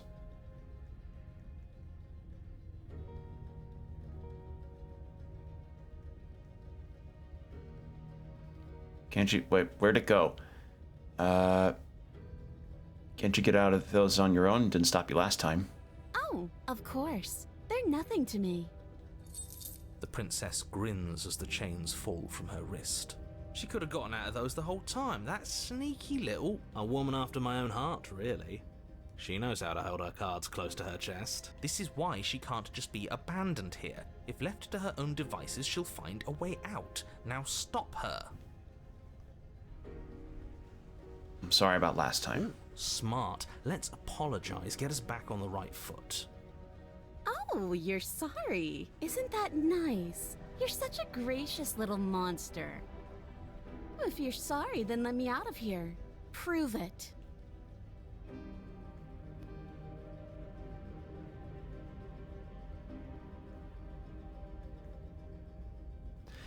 So we're at an impasse. Neither of us are going to get anywhere if we can't trust each other, unless you want to fight, but I don't want to fight. Just because I'll never trust you doesn't mean I won't use you to get what I want. The cabin lets prying little beasts like you come as you please, but it insists I stay where I am. If I'm to leave, I'm to leave with you, and you alone.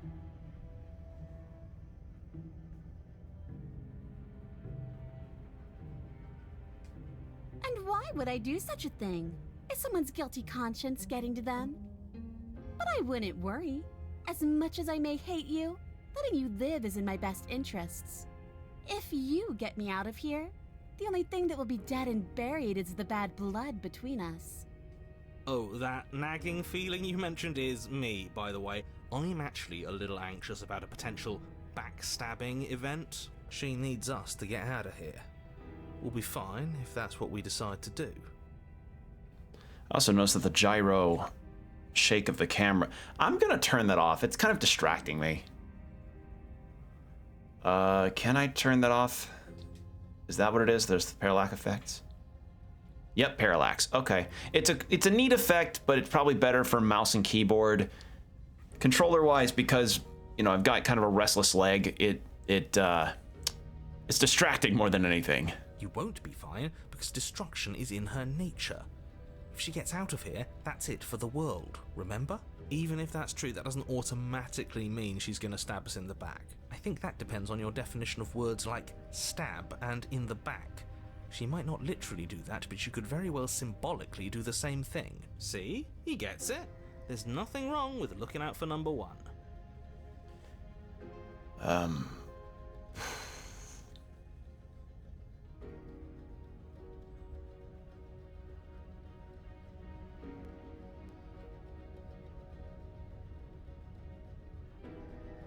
I died last time. You didn't. If anyone shouldn't be trusted, it's you.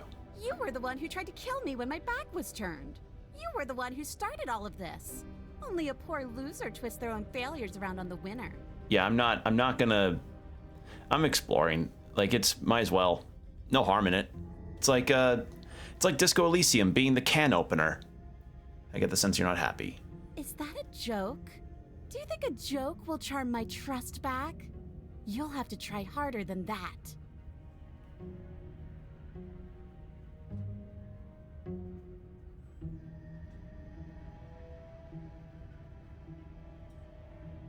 Let's leave. Yes, let's. She creeps forward, taking one cautious step at a time until you and she are face to face.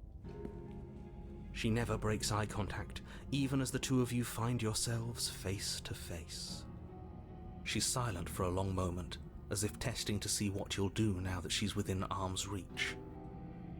After you, darling. You're the one it lets come and go. It's best if I follow. Oh no, we can't have that. If anyone is going to turn their back on anyone else, she's going to turn her back on us. It shouldn't matter who leads and who follows. We're working together here. Well, if it doesn't matter, then she can go first. We may be in this together, but that doesn't mean we have to trust her. We're armed and she's not. What's she gonna do? Bite us when we're not looking? You're talking a lot about trusting someone who, by her very definition, cannot be trusted. I don't know how many more warnings I have to dole out, but if you help her out of here, you're going to regret it. Clear there's some broken trust here. What if I gave you this? You can't be serious. Now, hold on. We should put this to a vote. The blade is one of our most valuable assets. We can't just give it to her.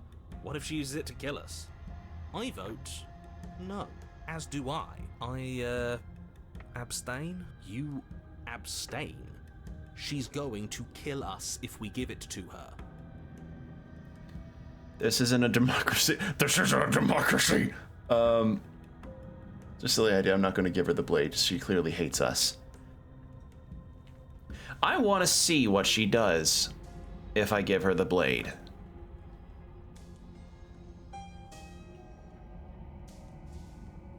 You're going to get everyone killed. You know that, right? But of course you do. You hand the blade to the princess, who quickly snatches it from you, her eyes darting between you and the weapon with a nervous curiosity. I wouldn't have done that. Why did you? What do you think happens now? That's up to you. It's why I gave you the blade. I chose last time, and I regret it. So now it's your time to choose. We're both scared, and we're both hurting. If one of us doesn't make a change, we'll probably kill each other forever. Do you want that? I don't. We can be better than this.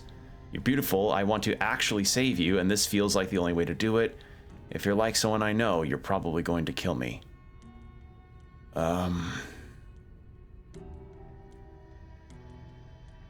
That's up to you.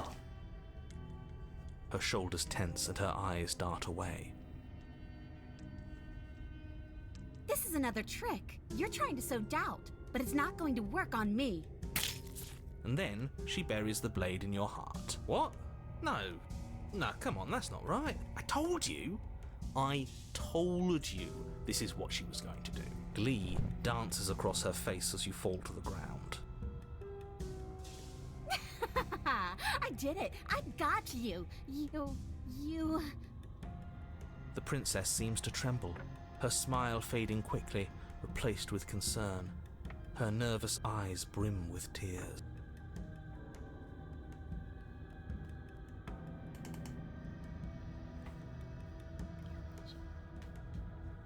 Why? Why did you let me do this? But you don't have the strength to respond, nor do you have the time. Everything goes dark, and you die. Oh, chapter 3. You're on a path in the woods. She stabbed us. She actually stabbed us. Voice of the cheated. Wait, are we gonna have the opportunist, the cheated, and the hero and the narrator?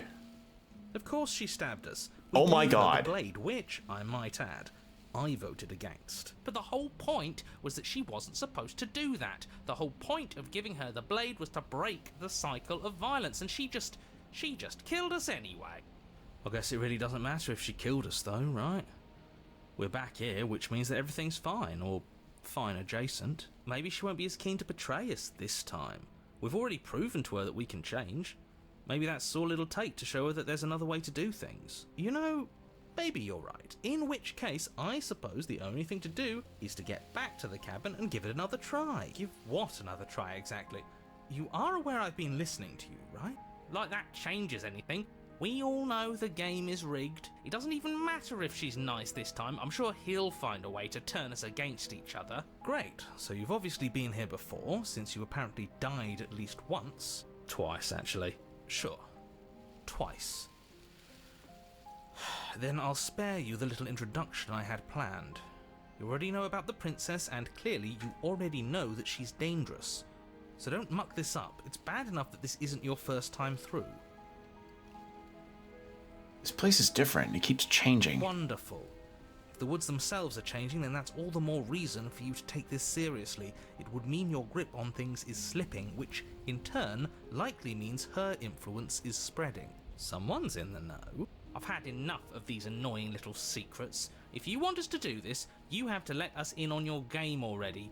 All of your game. You have to give us not the GameCube controller with the broken C-stick. Yes, I know about the broken C-stick.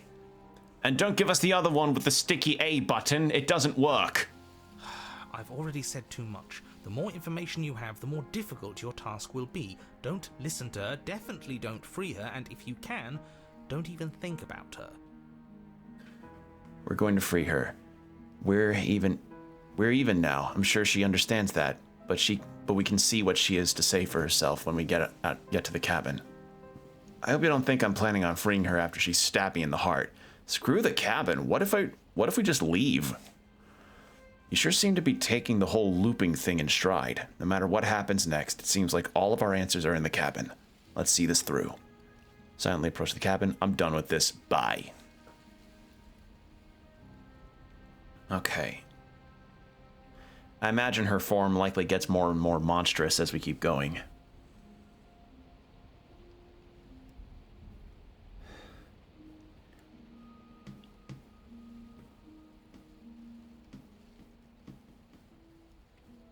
Sorry, my mom's asking me a question. Okay. What if we just leave? She gets out is what happens. Maybe not right away, but eventually. What if we just go home and the world that's doomed boot tomorrow up is Fields just of as bad Mystery? as the world that's doomed today. I'm not sure I buy that. Everything has to end eventually. If it takes years to get out of there and supposedly end the world, then we've bought everyone that time. And all without having to murder anybody in the process. Not that she's innocent, but murder is unpleasant and risky. It could be a better solution for everyone. You're here to permanently end the threat she poses. You're not here to temporarily postpone it. We're going to free her. Please don't. I'm with him. If our previous encounters have taught us anything, it's that freeing her is a bad idea. Let's just see how the wind blows. I'm not opposed to saving her, but let's not rule anything out just yet. Let's see what she has to say. Stop sitting on the fence and pick a side already. We don't need you waffling when things get hairy. I've already picked a side. Our side. I'm here to make sure that whatever happens, we wind up on top. Because that's worked out great so far. Well, we're not out of the game yet, are we? And again, I'll have you know, I wouldn't have gotten us killed last time. I wanted to stab her in the back, not hand over our precious backstabbing implement. You sure seem to be taking this whole looping thing in stride. What do you want me to say? It's bad that you've been here before. It's bad for you, it's bad for me, and it's especially bad for the world. The more times you run through this, the more likely it is that you'll fail. You've already failed twice. So you knew this could happen. Theoretically, sure, I knew this could happen, but I was supposed to be the first. I'd really rather not get into it. Great! Not even he really seems to get what's going on. If the guy who goes around acting like he knows all the rules doesn't even know how this works, what's the point in listening? If the moderator for this Discord server isn't even aware fully of the rules that he's enforcing, then what's the point? Then we can all move on and forget what I said about failure. It's important that you believe in yourself, and the fact you're here probably means that you still have a chance to pull this off and save the world. My world, at least. It sounds like you've probably doomed a couple of others already. I need to stop talking. Think happy thoughts. All of our answers are in the cabin. It isn't long before you find yourself at the base of the cabin. It is I think it's barren. clear where everyone stands at this point. I don't know if I'd say everyone. You talking about me? I have a position. It's a good one too. Ignore him, he's just talking for talking's sake. My position is the only one that matters. You know what you have to do. Proceed to the cabin. The interior of the cabin is hardly an interior at all anymore. The burned-out ruins merely suggest the shape of the structure that once stood here, charred wood still reeking of ash. But beneath it lies the fresh smell of spring growth after rain, the promise of new life in the wreckage of the old. The only furniture of note is the crisp shell of what was once a table, a pristine... Wait, this isn't right. There's supposed to be a pristine blade. Why isn't there a pristine blade? Did somebody from the prop department fall asleep? Get it over here! We gave it to her last time. She can't still have it, can she?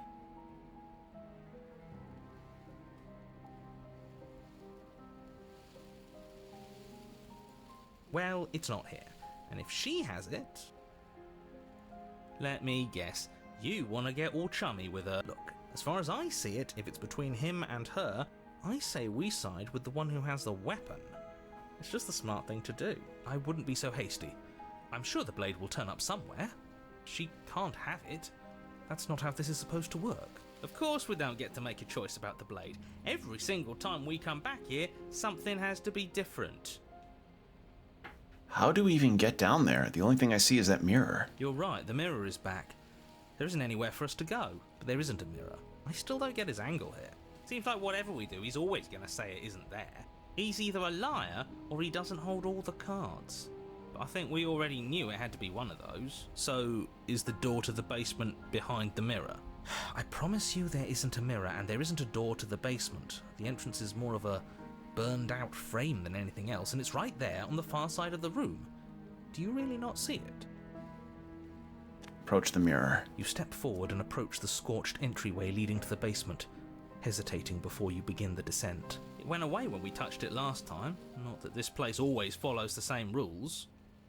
You reach forward and wave your hand through the hollow entrance leading to the basement. You really thought there was a mirror there, didn't you? That can't be good. As if things weren't unpredictable enough. Figures. Well, seems like the only way to go is forward, isn't it? Yes, that's where everything tends to be. Let's just put on a good face and have our wits about us. Enter the basement. You step through the frame of scorched wood and make your way into the darkness below. The stairs to the basement are covered in a fine layer of gritty ash. The air still feels warm, as if the fires that ruined this place had only recently been extinguished. Yet fresh shoots of thorny branches are already weaving themselves through the soot-covered earth of the walls around you. Their spines point courteously down towards the basement, so you're able to brush past their jagged points with ease, at least on the way down. But you don't need to think about the way back up just yet. That's a matter for after the world's been saved. I'd say this feels like a trap, but you practically said as much. Yet you still want us to keep going. They're only thorns. I'd say getting a few scratches in exchange for the lives of everyone in existence is a fair trade. I'm sure you'll manage. I can't get away from you, can I? Shit. You betray me, I kill you, and you come back. You let me kill you, and you come back. Hold on. Her voice, worn down by pain and suspicion, hobbles up the stairs. I don't know why you let me do that. I don't know what you want from me. I want to figure out a way out of here. For good. I don't know what I want. I never really choose to come here. I want to free you. I mean it. I just want to talk. Really talk. Get your way out of here for good. I think you know how this goes. I'm down here and I can't leave. So, come down and talk. It's not like I can stop you. You continue down the basement stairs, brushing past the smooth edges of thorns that grow more and more plentiful as you make your way forward. You step out into what was once a vast open cavern, now overrun by briars and prickles and thistles, the space thick with hostile vegetation. At the heart of it all, Encased in a tight weave of vines is the princess, her bloody, trembling hands clutching a pristine blade. Did you know this was going to happen to me? Are you here to watch me suffer? Are you here to laugh? Yeah, I'm here to laugh. What did you think would happen after you killed me? Did you think I wouldn't hold it against you? I'm not here to laugh, I'm here to free you, if you'll let me. I can cut you free, but you'll have to give me the blade. I'm here to free you. I want to trust you. Her grip tightens on the blade. But you're hiding something, aren't you? Why would you help me if you weren't helping yourself? You're not the only one who yearns for freedom. I'm as trapped here as you are. I think we need to leave together. So nothing I can do to change your mind. Reach for the blade. You're in a prison of your own making. I broke our cycle of violence. If you want to wallow in it, be my guest. I guess I don't have to say anything. I don't have anything left to say to you. Fine. If you're going to be like that, I'm going to leave. Have a nice life. You're not the only one who yearns for freedom. The princess clutches the blade closer to her chest. That sounds nice. I'm so tired of the bad blood between us. But it's hard to let it go. You've hurt me. Her eyes dart away from yours for a brief moment. And I've also hurt you. Something I can say to change your mind. I don't know. What can either of us really say at this point? How can we trust something as hollow as words? She's right, there's nothing left to say. So let's get a move on and do something before she comes up with a scheme to get out of here on her own. Careful with that one. He's not the smooth negotiator he thinks he is. It does feel like we're stuck until we do something. If there's even anything to do besides make things worse. I'm really curious. Like, I imagine if I went with warn her, the narrator would force me to do it again. Or it could be a repeat. I want to go back to that prior one and see what happens if I say warn her. Because I hit slay the princess. I clicked slay the princess because I really wanted to see what branched out from this, and I really like the storyline going on here, but I want to see the other side of it now. Maybe we get a different voice than the cheated. We're not making things worse. I think she wants to trust us. That is the nature of the visual novel system here, I suppose. Then maybe it's past time for either of us to say anything at all. Can I take the blade now? Her eyes briefly meet yours, then dart back to the floor. She hangs her head in resignation. Okay.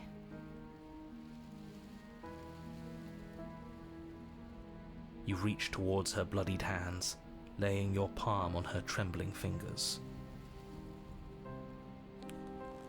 For a moment, she clutches it even tighter, her knuckles going white with the effort. But then the tension fades. Her grip finally loosens and she allows you to take the weapon. You carefully pull it free from the thorns, though they scrape at your skin, leaving red trickles of fresh blood all along your arms. I'll be damned.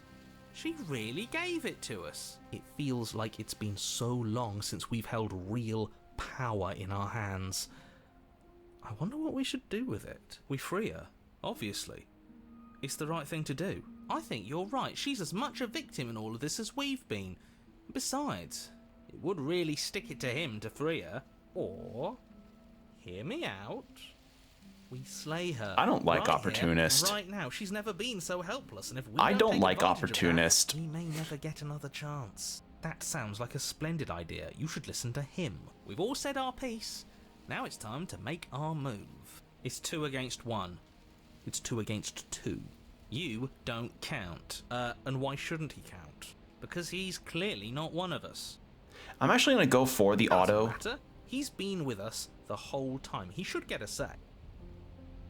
Because if I accidentally hit A and So, skip a dialogue. Did you mean it? Or was I a fool to hand my life to you?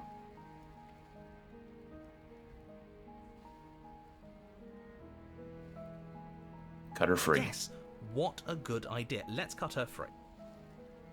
Oh, so you're suddenly team free here? Mm-hmm. You can't just switch sides as soon as we make a decision. I can do whatever I want, and I believe with my whole heart that this is the right course of action. Let's free this princess. I want to kick Opportunist in the shin. Even if he'll stick a knife in our back as soon as he has the opportunity, it's still better to have him nominally on our side. At least that gets him to shut up for a while. See? We're all friends here, united in our actions and intentions. Like, I get he came up mostly because of my choices, but it's like, But the other holy one has shit, a he's point. not. If it keeps you quiet, Yikes. sure, we're all friends. You take the blade to the thorny vines imprisoning the princess, and she flinches, relaxing only slightly as the blade slices into the thick vegetation rather than her arm.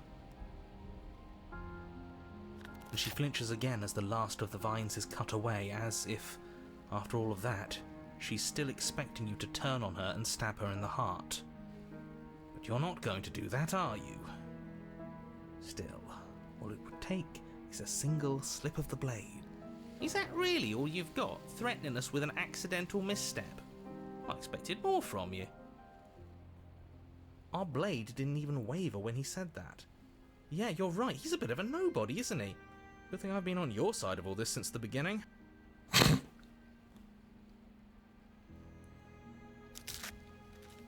The princess falls into your arms, tears streaking down her cheeks. I can't believe you're making me describe this. I hate you. Take that, chode. You actually meant it. You rescued me.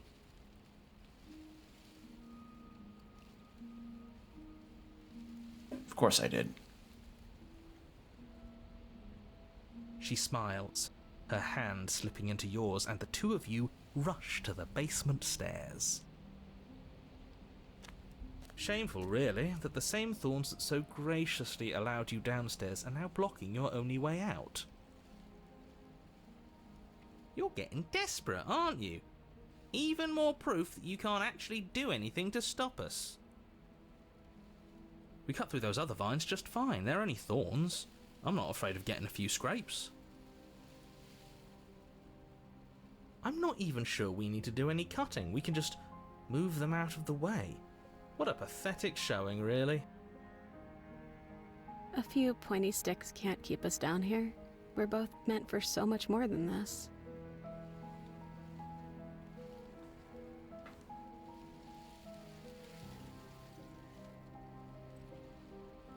Cut into the thorns.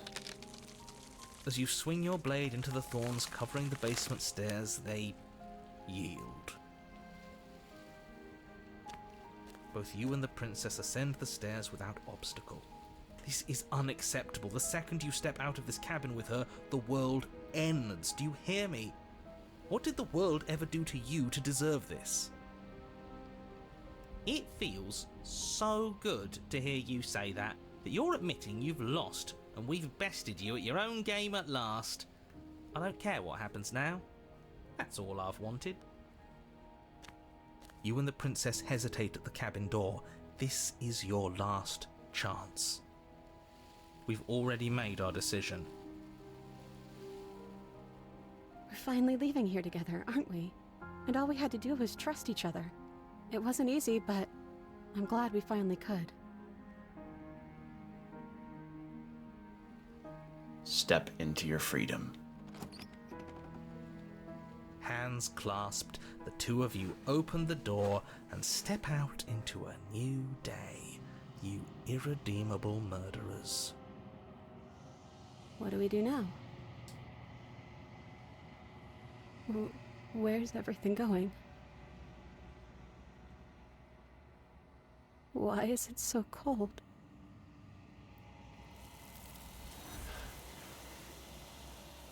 Oh. Is this what it was meaning?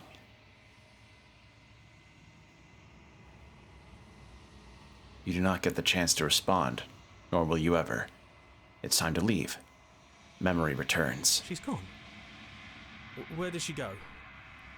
And there's that... Of course you're scared. This is the end for you.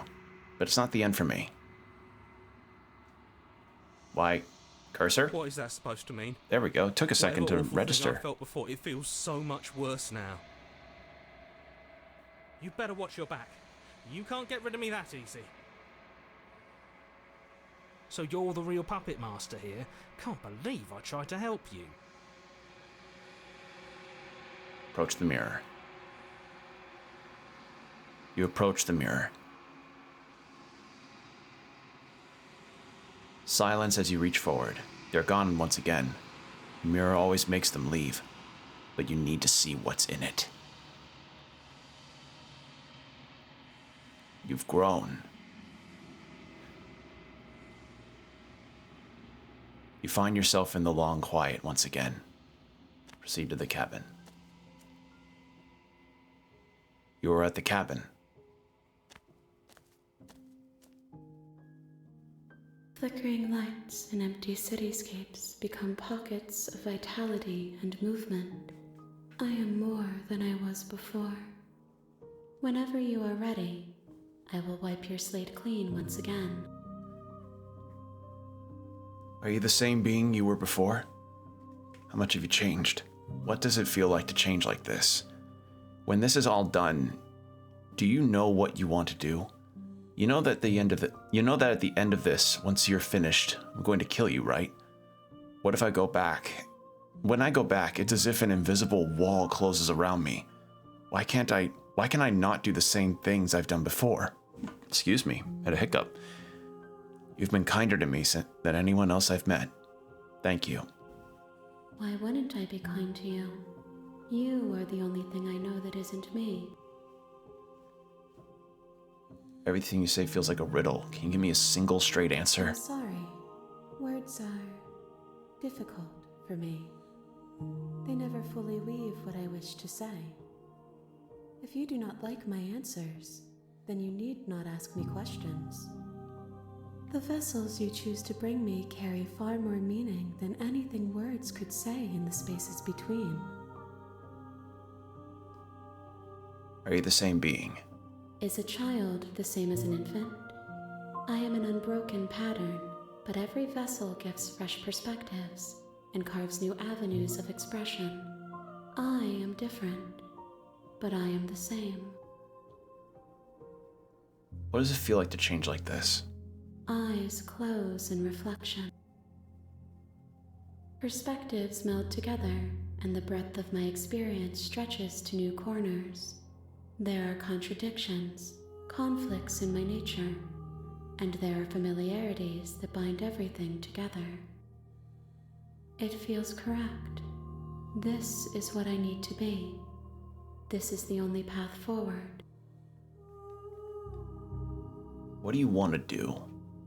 With every gift you bring me, I excavate the alleys of what I am meant to be, and every exploration yields new and complicated truths. What I will be is different than what I am, and what I am is different from what I was. I cannot tell you what desires I will hold when I have changed. But in this moment, all I want is to know myself and to know you. When I go back, it's a visible wall. Those paths lead to worlds you've already seen, and to perspectives I have already made my own. They are useless to us now, inaccessible. The only paths of value are those that are yet untread. So, block off the routes that have not been, or that have already been explored. What do you want me to bring you next time? Gifts aren't what someone tells you to bring them. My joy is in seeing what you choose. There are no wrong answers, and every perspective illuminates my shadows and shares new secrets. So you don't have any preferences on how you'd like to change or grow? My preference is for you to show me what you would like me to see. I cannot know the ways I wish to grow, for I have yet to feel them. It is you who guides me down the thin trail of perspective and memory. I'm not going to say I'm going to kill you. I don't want to say that. I'm not going to. Do you have any thoughts on this vessel? This one yearns for connection she feels she doesn't deserve. Even when shown compassion, she hid herself away. She will make for a cautious heart. Do not mourn her. She isn't alone anymore.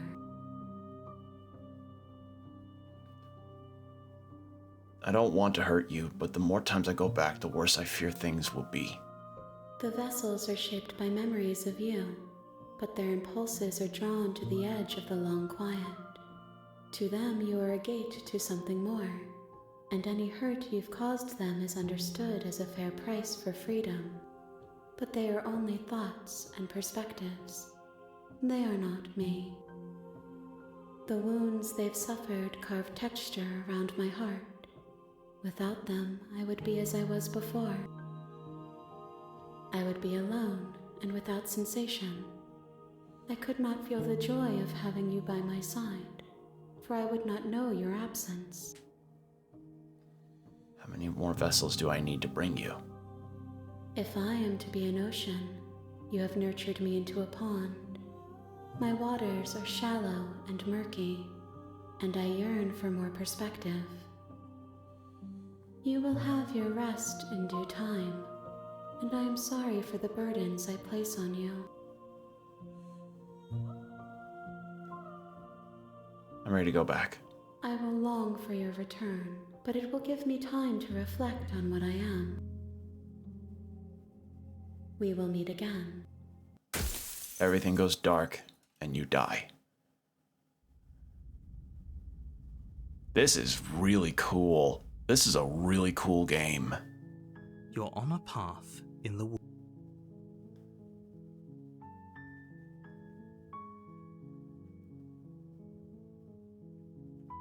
All right, silently continue.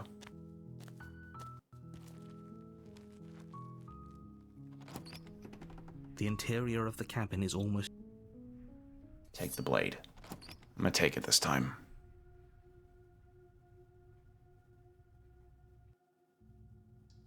The door to the base...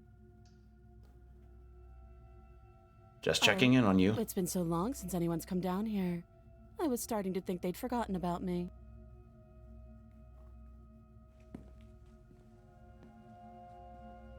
You walk down the stairs Oh, this and lock eyes with the princess. is okay. There's a Yeah, heavy different. chain around her wrist, binding her to the far wall of the basement. Okay, yeah, you caught me. I'm here to slay you.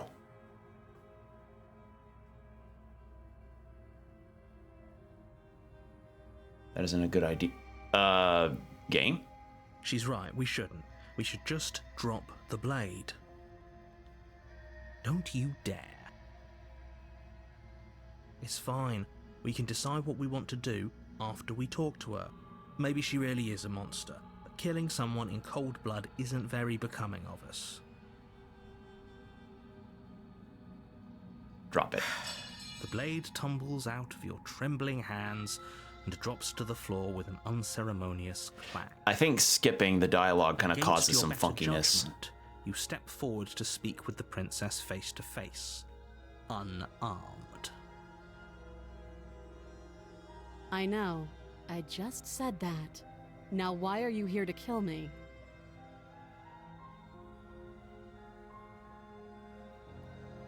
You're supposed to end the world. Don't just tell her that.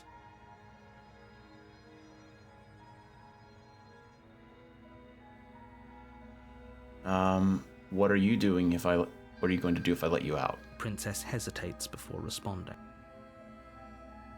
She doesn't know. She's been down here too long to have any idea of what she'd do in another life. She knows what she'd do. She's just searching for whatever answer she thinks you want to hear. I don't think I can answer that question in a way you'd find meaningful. At the end of the day, whatever the two of us have going on down here is about trust. Yeah. How would I get you out of here? Can't. She offers no specifics. No matter how hard you try, you never get a straight answer out of her. Too long. Oh, have you decided what to do with me? You know why you're here.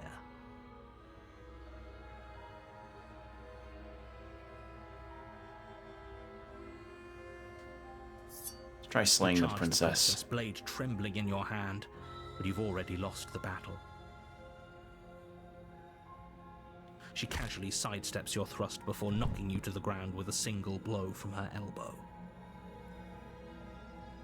We shouldn't have hesitated.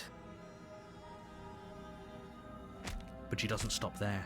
She kicks you a few times for good measure, the pointed tip of her shoes feeling like a pickaxe against your fracturing bones, making sure you stay down. As you lie, crushed and broken on the basement floor, the princess kneels on your throat with the kind of weight you didn't think her slight frame could possibly possess. As you gasp for air, she eyes you with an intense curiosity. You shouldn't have let that fear creep into your heart.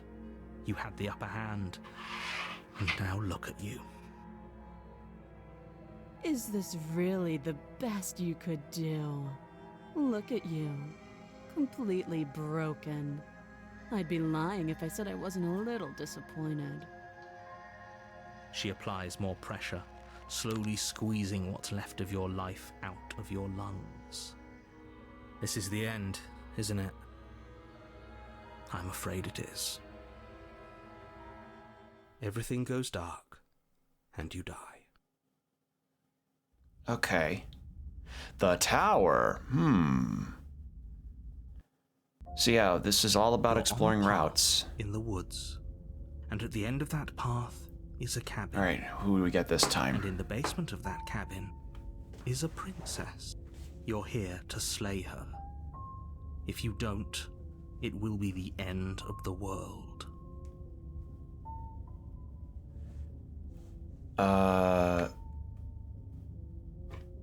Okay, no. Oh, don't you start grandstanding about morals. That's a new one. The fate of the world is at risk right now, and the life of a mere princess shouldn't stop you from saving us all. If he doesn't remember what happened, then maybe it's best to keep it that way. You know I can hear you, right? It's going to be a lot harder than you think to keep secrets from me. What does it matter what he knows? There's nothing we can do to stop her. She's just going to kill us again. Broken. She is not going to kill you unless you let her. But slaying the princess and saving the world is going to be much more difficult than it has to be if you spend the whole time second-guessing yourself.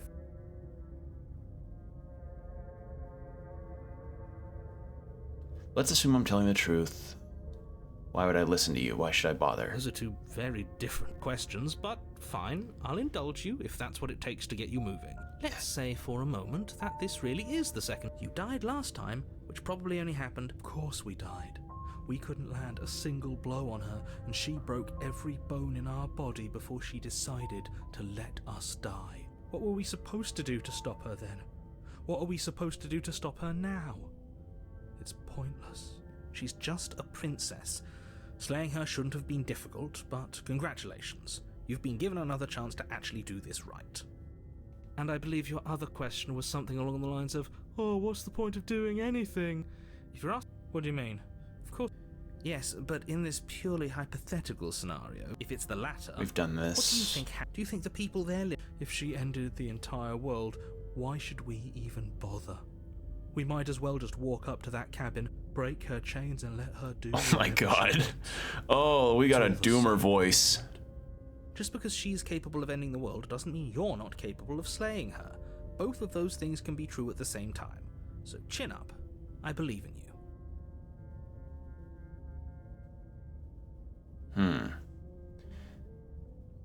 Just be quick about it. She killed me last time. How can that happen? All she did was last time was beat me to death. How can someone like that end the world? She just can.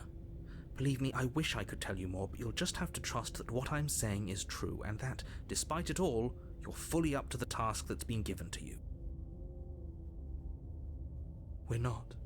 We might as well just pledge ourselves to her and stop pretending that we're capable of doing anything in this situation. She probably doesn't even need to try to overpower us. Can we tone down the pessimism just a smidge? I'm not being a pessimist. I'm just being realistic. You're being annoying. Just ignore their bickering, and whatever you do, don't pledge yourself to her. I cannot stress enough how absolutely catastrophic that would be for everyone, yourself included. Alright, we've done these before. People locked But her in that bed. Like I said, if she killed... Look. Oh. Of course you... Who cares if you think we're special?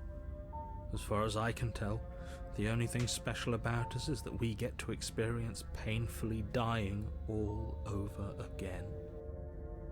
You're being cagey. I've told What are you telling me? everything, the less you know about her. Great. That's all. Now, if you don't mind, Proceed to the cabin. a warning. She will lie, she will cheat. Lying? Cheating? Why would she even bother? She didn't need to do anything like that last time. She caught us off guard last time. We'll be fine. Let's Also, just keep our ad wits starting in about 5 us. minutes. Heads up. At least one of you still has a shred of sense. Just make sure you listen to him and not that whiner. If that's what you want, I guess I don't have a say here.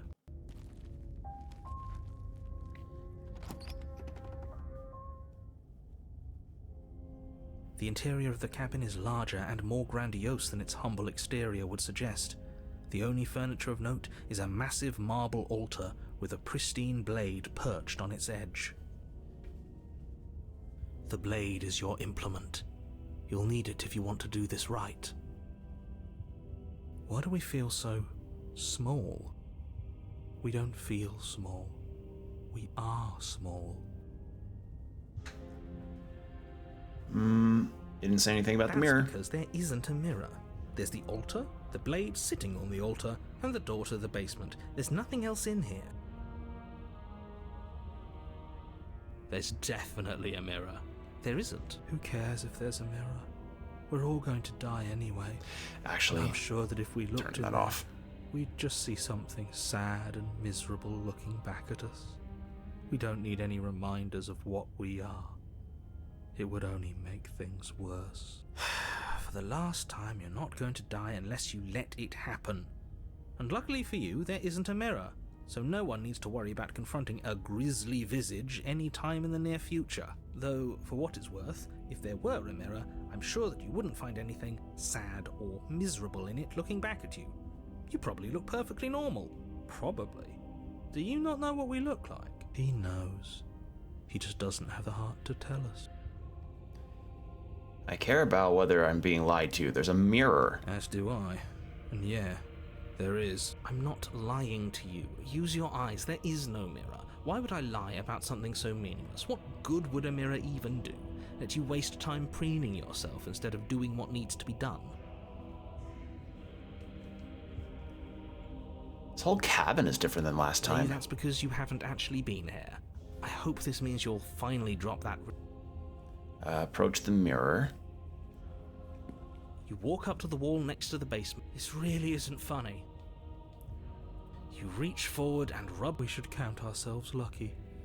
Some things are better left unseen. The voice of the broken sounds like what people think Dark Souls characters talk.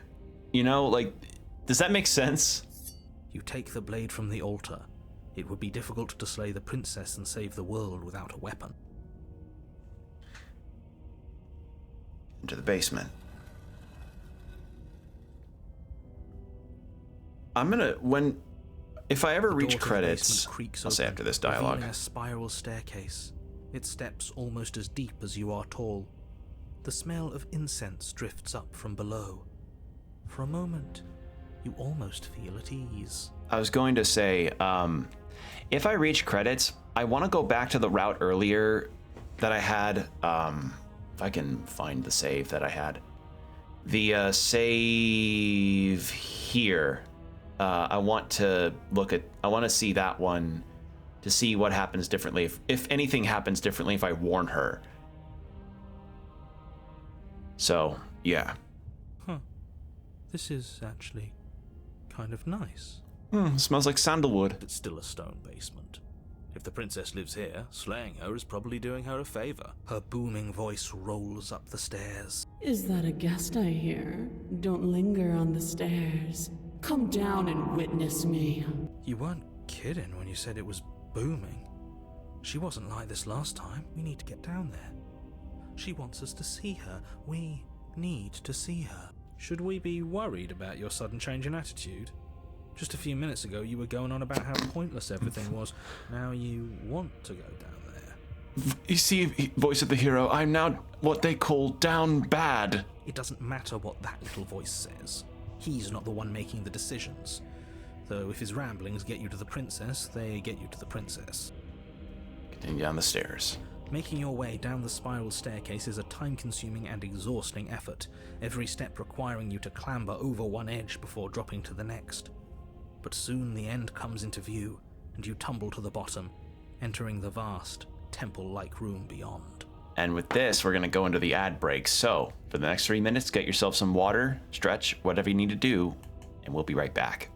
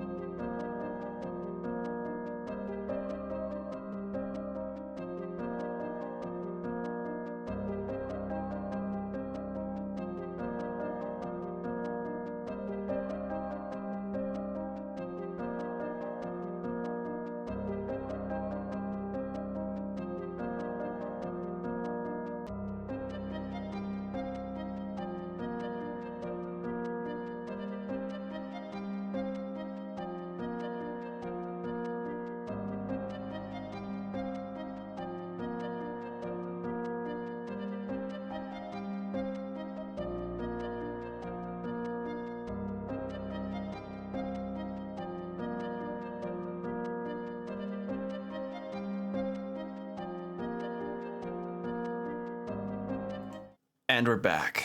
All right.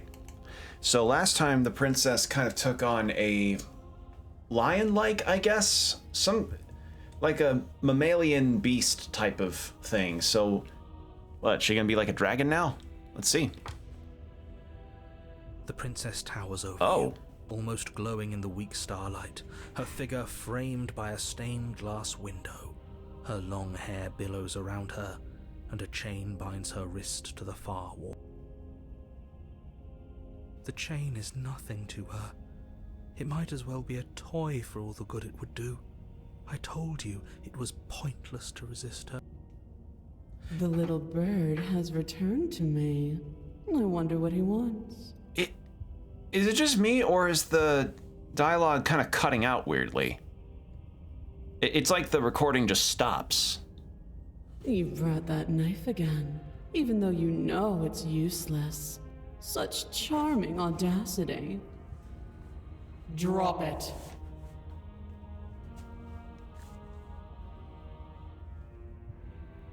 Tighten As my if grip. on command, the blade slips from your grasp. It clatters uselessly to the floor. But we didn't drop it. We decided to grip it tighter, remember? Are you really just going to let that happen to us? I have a duty to report facts as facts, and the fact is that you dropped the blade. Of course we dropped it. She's so much more than us. You wouldn't understand what it feels like to be in her presence.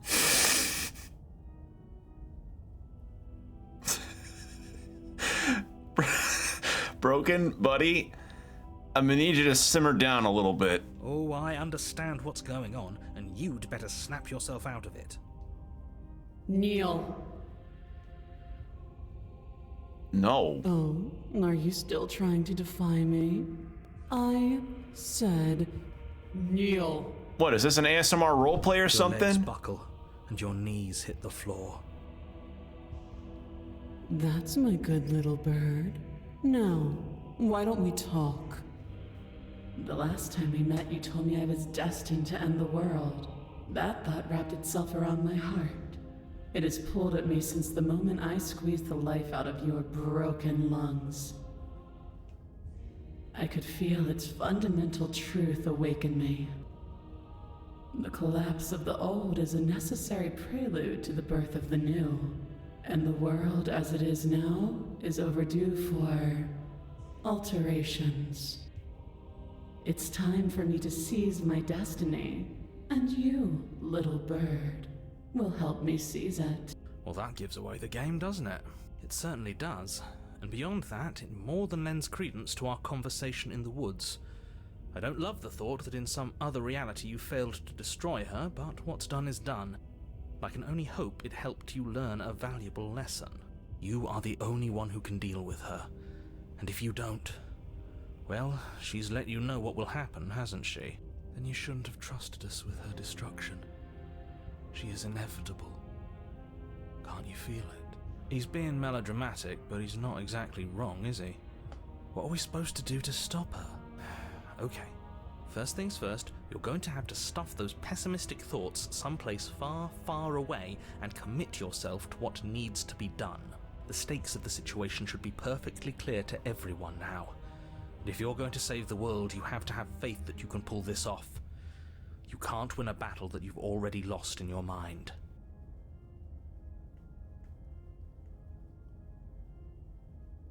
Let's see, what would you have me do? What do you have planned? Just because you're supposed to end the world doesn't mean you actually have to do it. You can be whatever you want to be. I have questions before I decide to do anything. What happened to you after I died? Actually, that is a good question. What happened to you after I died? I'm not going to help you end the world. I don't care if something new comes after. I just can't let you do this. I'm at your command. What happened? Know the limits of your privilege, little bird. There's an empty place at my side for you to fill, if you'll have it. But it is not a place for an equal. It is a place for something worthy to be kept. A priest, perhaps. Or a pet. Oh my god, this is like an ASMR roleplay. What the fuck? Okay. You can be whatever you want to be. This isn't about desire. This is about what I am. And I have little interest in discussing destiny with one that cannot see the divine truth that shines in my heart. What would you have me do? All you have to do is break these chains and set me free. If you're so powerful, can't you just break the chains yourself? Don't be rude. Of course she can. It's not rude to question someone who's apparently trying to end the world. That's exactly why it's rude. We should know our place. I can, easily. But that isn't what I want to do. The story of a terrible and bountiful god unbounded of her own will is no story at all. It's not worthy of everything I am, or everything I'm bound to become. It isn't even worthy of what I was.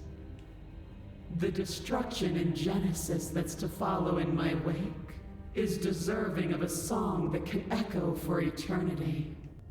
The song of you, being so struck by my glory, so overwhelmed by what I am, that you feel you must deliver me into the world.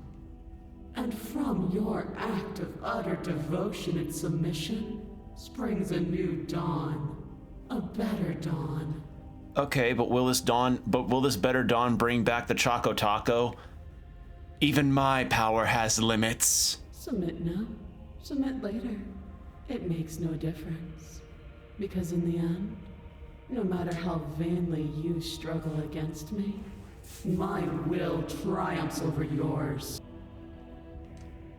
I want to save here. I don't think it does make any difference.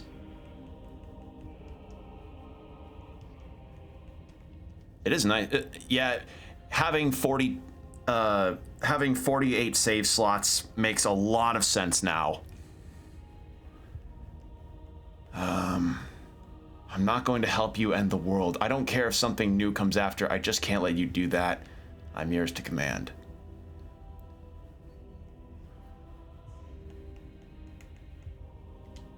I say, perhaps you need another lesson in submitting to your betters. Pick up that needle. Do it. It's what she wants. No objections here. I don't know what she's planning, and I don't like that we don't know what she's planning, but we might as well pick up the blade. As your eye falls on the blade, you feel a weight. Some divine hand that sits unperceived by your senses, but that manages to push you towards its desires like an unseen puppeteer. Whoa, hello. I can't do anything else. Reach forward and grasp the blade. Stand. This one's easy. See? This isn't so bad. Okay, yeah. We can do that. We were probably going to stand anyway. You can feel Stand. a creaking tension between body and will as you slowly rise to your feet, like two foes forced into an unhappy truce. The princess eyes you with soft contemplation. The moment seems to last a lifetime, the silent anticipation of what's to come dragging out the long, painful seconds. But all silences are broken eventually. To defy me is to claim we stand on level ground. We do not. You are quiet shadow, while I am brilliant radiance. Take that knife in your hand and slit your throat. What? You don't have to listen to her. You're armed. Just steel your nerves, step forward, and end this. End this. We'll end this all right. Your hand lifts the blade and brings it towards your throat. Okay, I apologize for the unclear language. End her.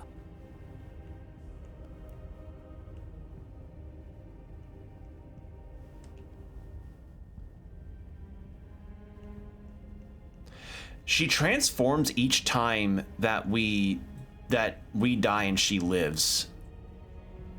I want to see what happens after this. No, you can't just slay yourself. You're perfectly healthy and capable, and all you have to do is ignore her and do what has to be done. The blade and the hand that wields it remain firmly locked in place until you change your mind and decide to do literally anything else. Look at you quaking against my will. An ant defying a god. It's pointless to resist. In the end, everything submits to oblivion. But you're not the one resisting me, are you? There's something else in there. Is that a person? No, it used to be a person. It's something different now. An echo. Is she talking about you? That's impossible. She's not supposed to be able to interact with me. You're a small one, aren't you? A shriveling little worm stretched beyond its limits, trying to control things that it can't understand. No. What are you talking about? I don't care what you are. You're mine.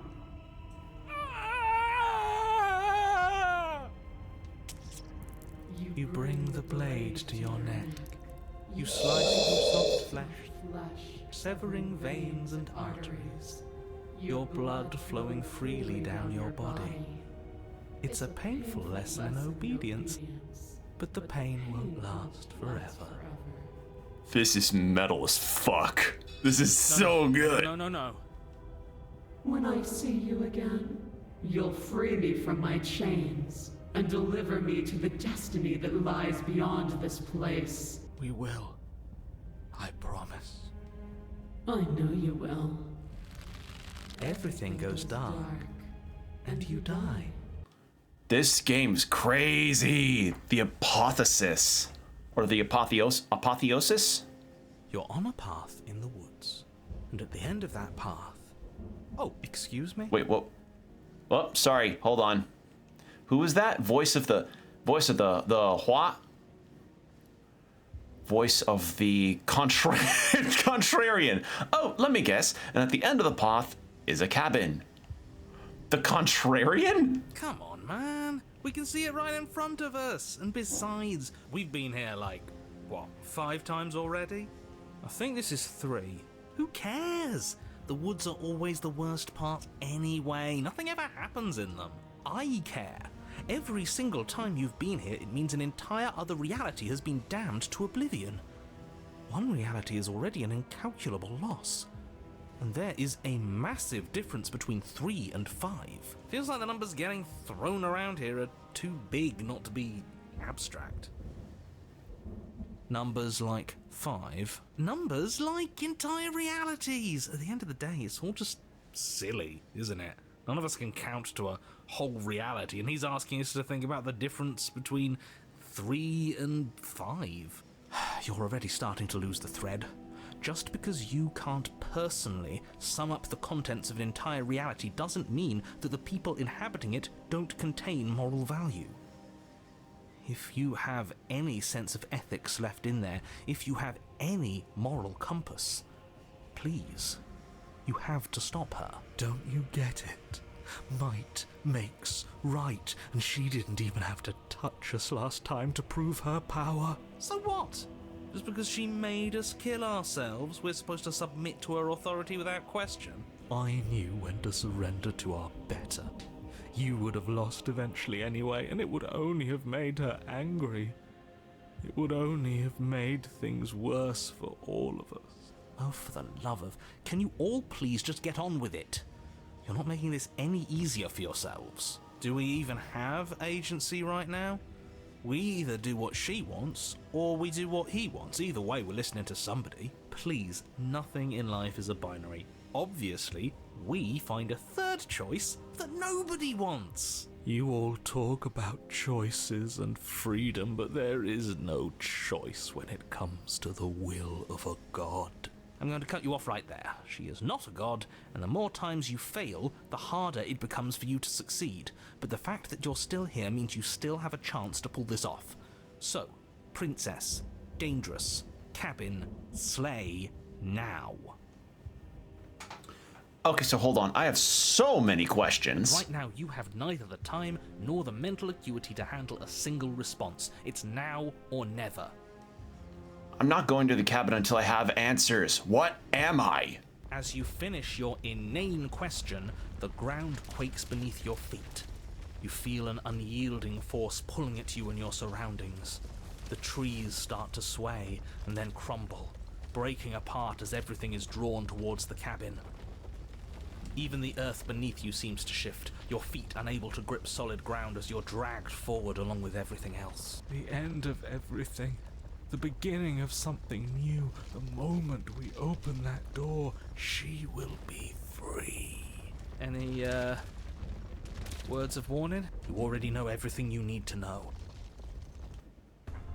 As you step forward, the cabin explodes.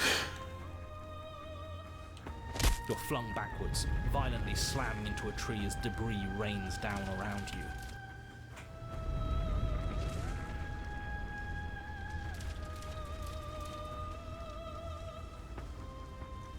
Okay.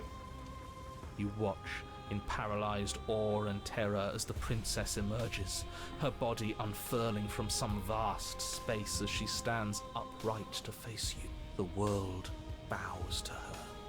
The ruined landscape shifts, trees and stone and the ground itself succumbing to her gravity, orbiting her like a great black hole. Finally, the little bird has set me free. This is always how it was going to end. And this is always how it was going to begin. There's a loud thunk from the tree behind you as something embeds in its shattered bark. Your pristine blade. It's now or never. Hey, funny one. Didn't you say something about a third option earlier? One that would make everyone unhappy? Well, we could always run away, right? To where? I don't know. Anywhere. You're all ruining the moment of her ascension. Have you no respect for the divine? With a grim determination, you yank the blade from the trunk. Yeah, this feels right. She doesn't get to just smugly stand over us like we don't matter. Let's take her down a peg. You're not going to win. You know that, right? What are you going to do with that tiny blade? Give her a scratch? Even if that's all we manage, I'd rather go down swinging. See how everything's floating around her? I bet we could make it if we just jumped really hard. You gather yourself, closing your eyes and shutting out the towering vision of the princess. There is only her and you. That's all there ever was. It's time to face her. Charge into oblivion. You launch yourself towards the princess. The pull of her gravity catches you, carrying you across the ground into the violent swirl of her orbit. Such defiance even now. Do it then. Show me what you think it takes to end that which is destined to end everything. Don't you see how hopeless this is? She fears nothing. That's right, she doesn't. So she has no idea what she's in for. With a heavy thump, you land on her chest. It's now or never. We've come this far. Let's take it home. Carve into her divine heart. You strike, but her skin is like steel. Though you stab at her again and again, the wounds are superficial, mere etchings in a sprawling surface. You see? It was always pointless. All This really is feels like a done is turn up bring of stakes here, huh? And how beautiful it is to be so close. It's not pointless, it can't be. We wouldn't be here if there wasn't some hope we could succeed. Is that all? The princess plucks you from her chest, pinching the scruff of your neck delicately between two fingers as she brings you to eye level. I forgive you your transgressions, but my destiny is inescapable. She thinks she's so much better than us. There has to be something else we can do. We're not going out like this. He offered us forgiveness. You would turn down such an incredible gift. You would turn away from her glory for something as petty as pride.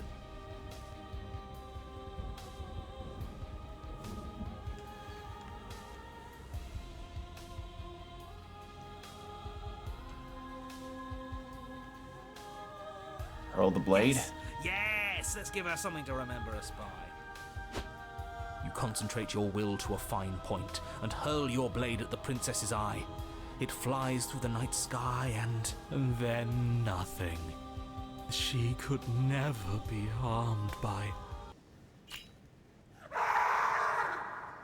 It pierces her cornea. She howls, recoiling in pain, and you fall from her distracted hand.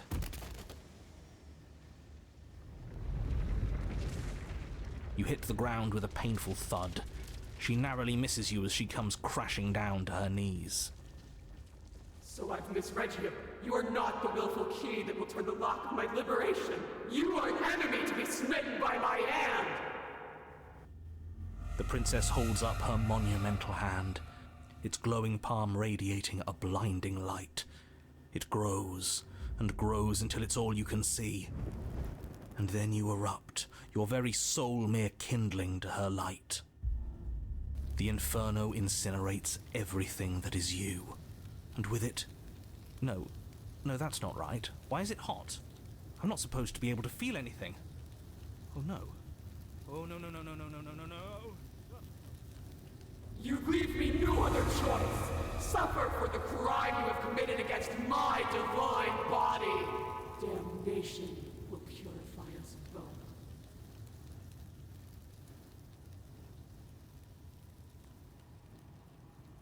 There is nothing left to burn, yet still you persist amid a world unraveled. It's cold now, and I feel small. I thought I was everything. But I'm no better than you, am I?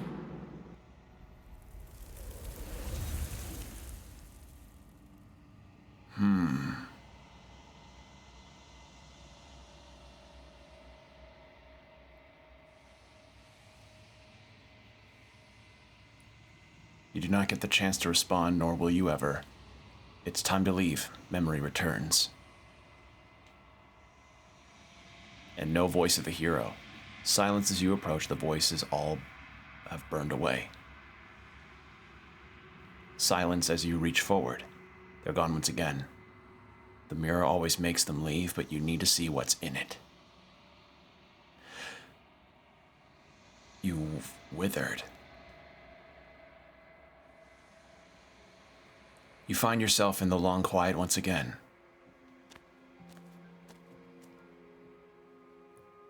You are at the cabin.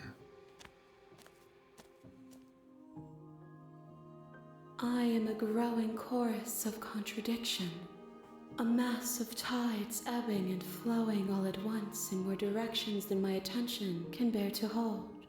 To look at any one is to shift them all into something new, and to look away is to reshape them yet again. All of me is changing, and yet the rest of me is still the same. You can't be a contradiction. Contradictions don't exist. And yet my waters flow and my streets bustle. There are no words that can describe me into non-existence.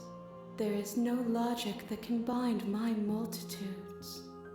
I am everything that you have known me to be, but I am also none of it. It doesn't matter how many times I go back, at least one of us always hurts the other. Doesn't that change you? Doesn't that make you worse? What do you think of this vessel? Do you know what happens in all the worlds? Have you figured out what you'll want when we've finished? Do you still not care what I bring you next? How many more vessels? I'm ready to go back. I want to hear this one. It changes me, but it doesn't make me worse, nor does it make me care for you any less. Does it make you worse? Do you resent me? If anything, it makes me like you more. I don't know what it says about me. No, not really. It all seems so distant as soon as I'm near you. I have no opinion one way or another on the matter. I just want it all to stop. Yes, you're torturing me, and I hate it, and I think I hate you.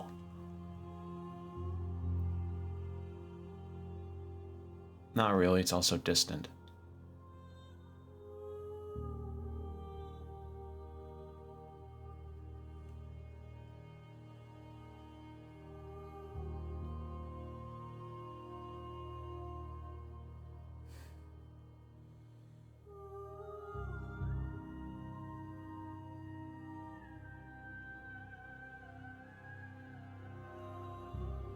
I'm either on one or two. Because it seems like a distant thing, but these do affect everybody.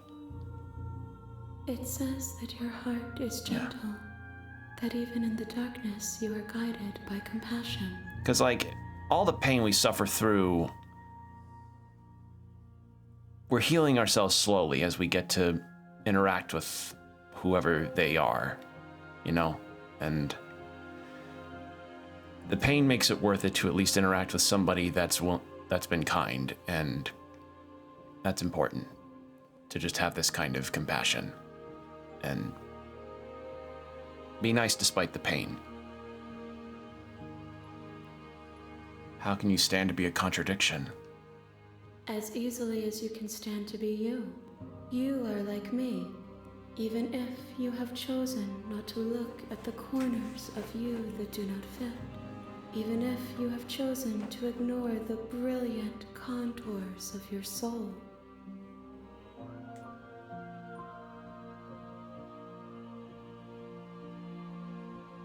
What do you think of this vessel? This one sits at the cusp of awakening. A new god waiting to be born.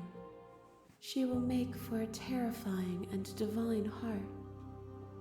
Do not mourn her, for she has finally found her light. Do you know what happens when the worlds we leave behind? My perspectives are shadowed. You have seen what I have seen, just as I have seen what you have seen. The angles of my vantage do not offer me hidden truths, and my attention is turned inward, except when you are here with me. Perhaps this will change when our work is done.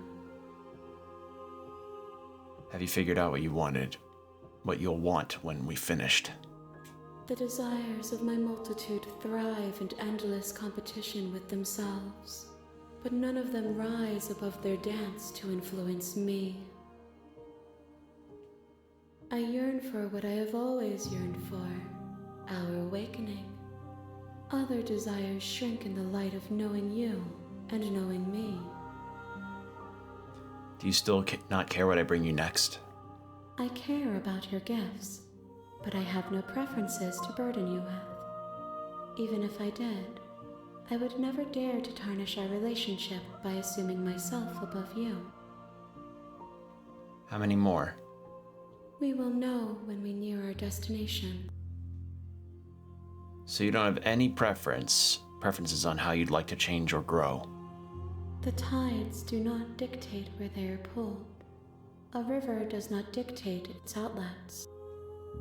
My gift to you is to let you choose your path, and my task is to treasure the gifts you bring me. I'm ready to go back. I will be here when it is time for us to meet again. Everything goes dark and you die. Yeah, I can see why this is highly praised. This is outstanding. You're on a path in the woods, and at the end of that path,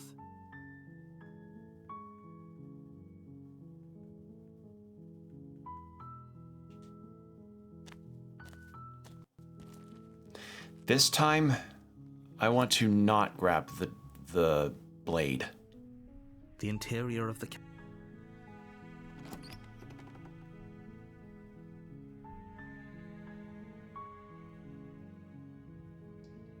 door to the basement creaks.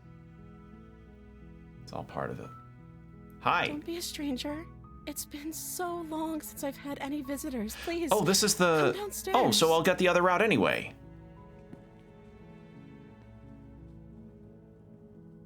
You walk down the stairs and lock up. She's beautiful. Yeah, it's the... Okay, no. How can someone like this be a threat to anyone? Let's talk first. Okay.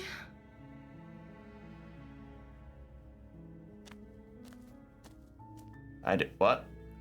Okay, I think trying to skip around and everything is causing the game to kind of not have a little bit of a pause.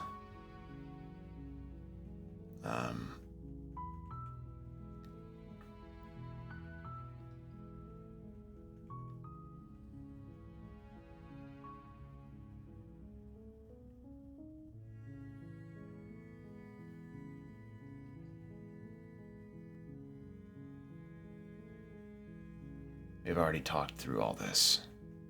So I'm just gonna go ahead and be like, I can't believe that someone had you down here. Only making this more difficult. Thank What you. happened?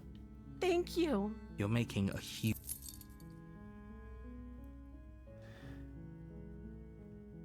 What will happen if...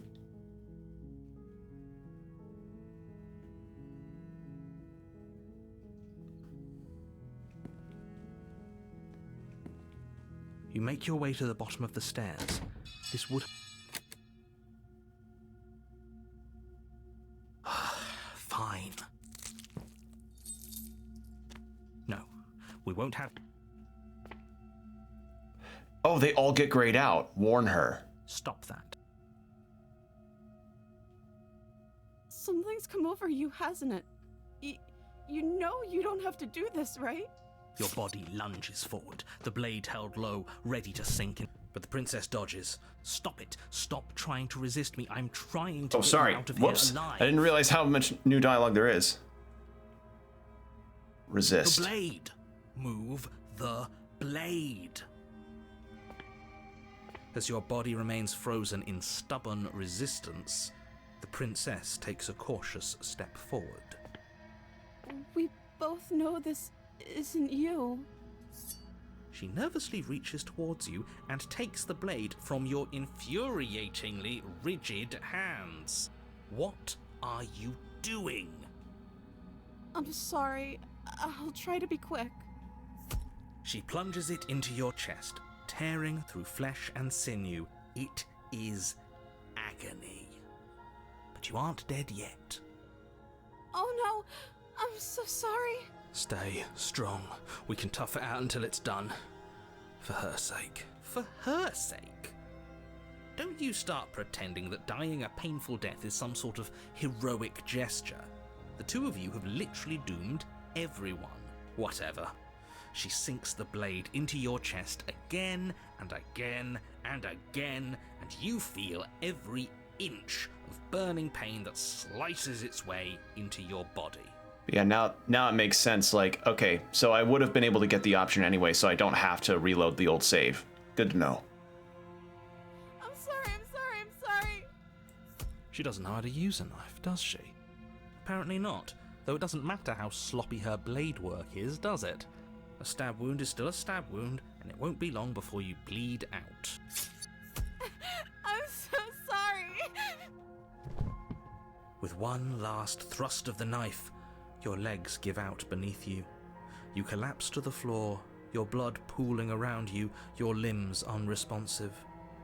The princess stares down at your ruined chest as tears carve rivulets of pink down her blood-spattered cheeks. It can't just end like this, right? Oh, that's rich coming from you.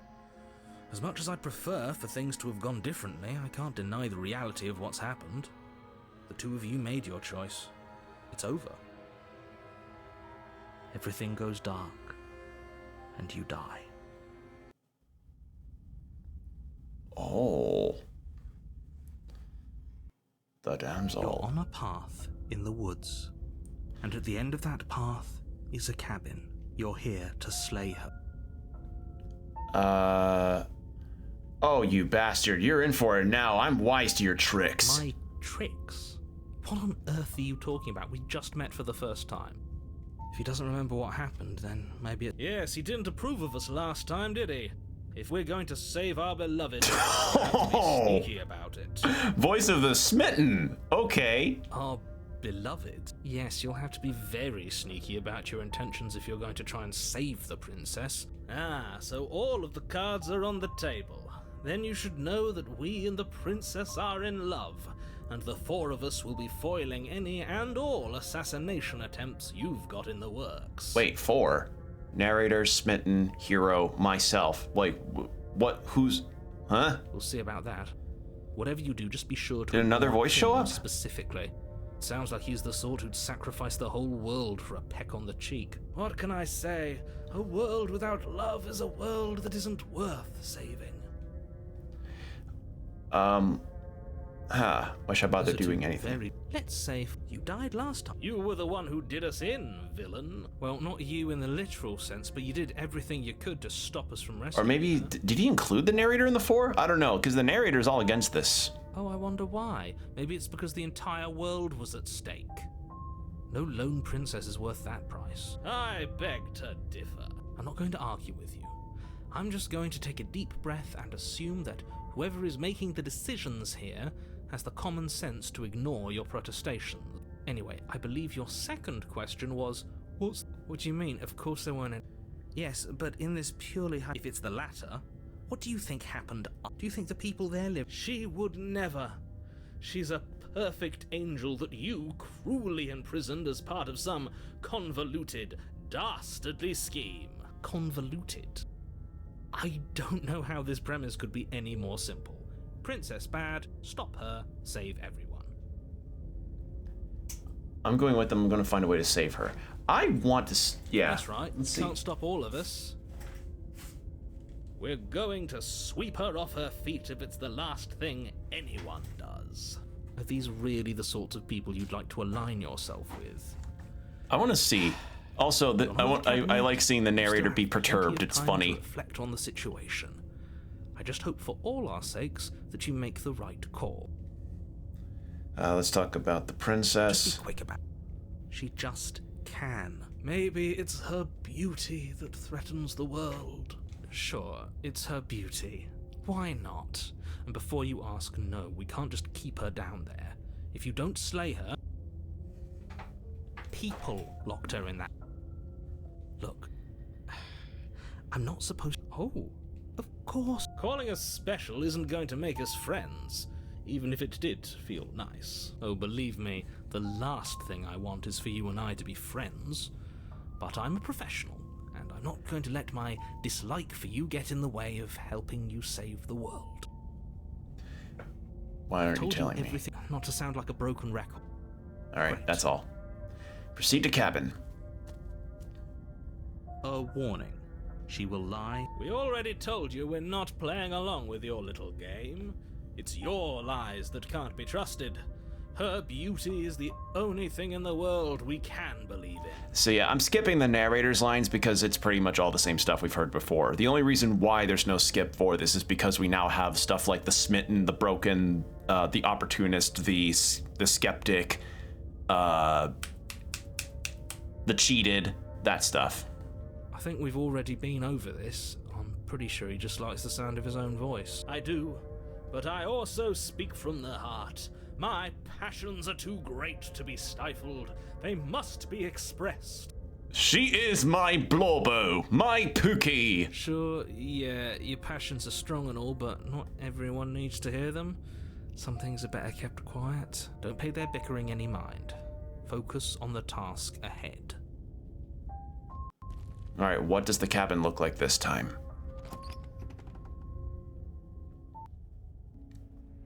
The interior of the cabin is clean and elegant, its stone walls draped in fine threaded tapestries, a prison befitting a royal prisoner. The only furniture of note is an ornate wooden table with a pristine blade perched on its edge. The blade is your implement. You'll need it if you want to do this right. Mirror. That's because there isn't. There's definitely a mirror. There isn't. I'm sure the princess would tell us there was a mirror if she were up here.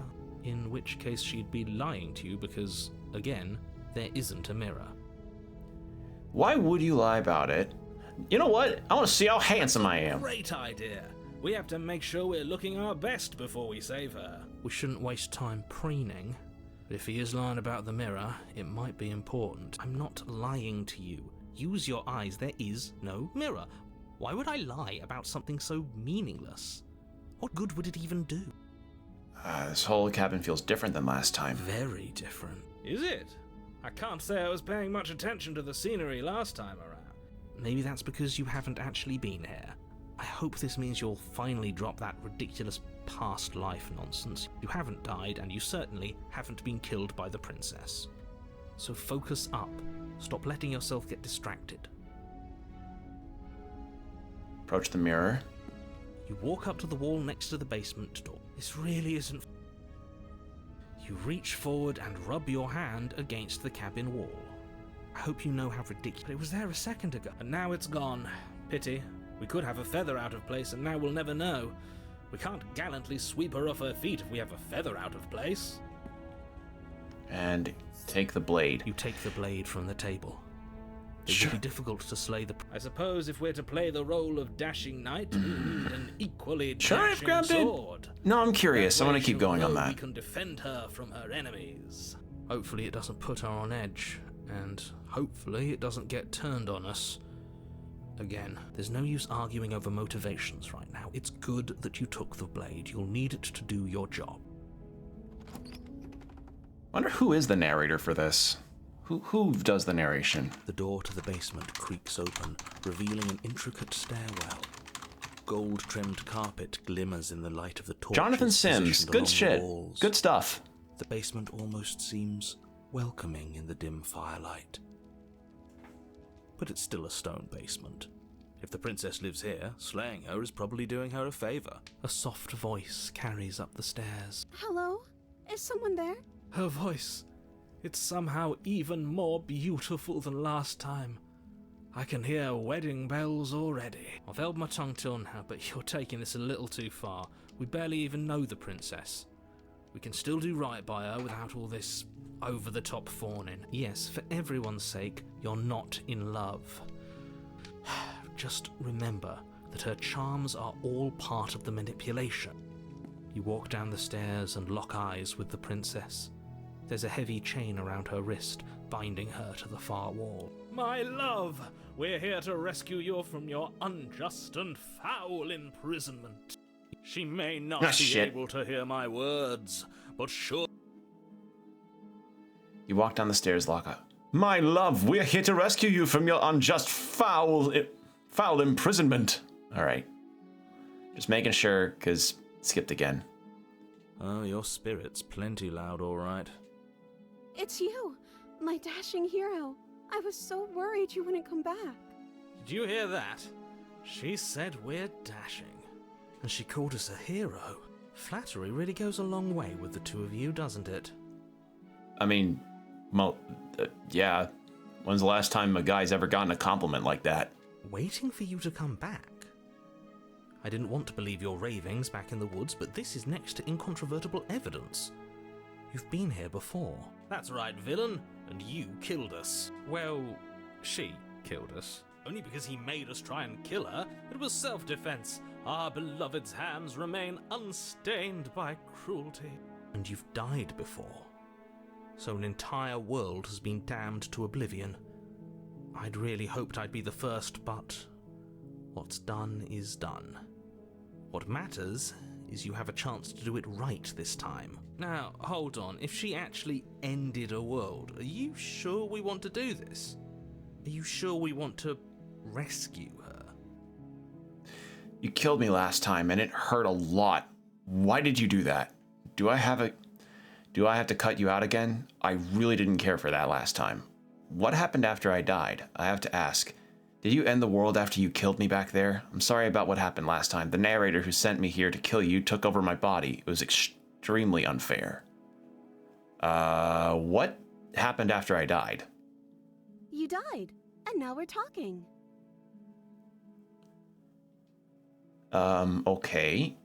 What about... Before we started talking, did you end the world? I don't know. Was I supposed to have ended the world? Would that have made you happy? Isn't that just like our darling princess? She wants to make us happy. My heart melts further with every word that passes through her beautiful This feels weird. Why is this? This feels really weird. Are you listening to her? That's a confession. Honestly, the world sucks. People are a plague, and I hope you brought a slow and painful ruin to them all. I don't want the world to end. Then I didn't end the world. See? She didn't confess anything. She is innocence itself. Not so sure. Do I have to cut you out again? I'm okay with whatever you come up with.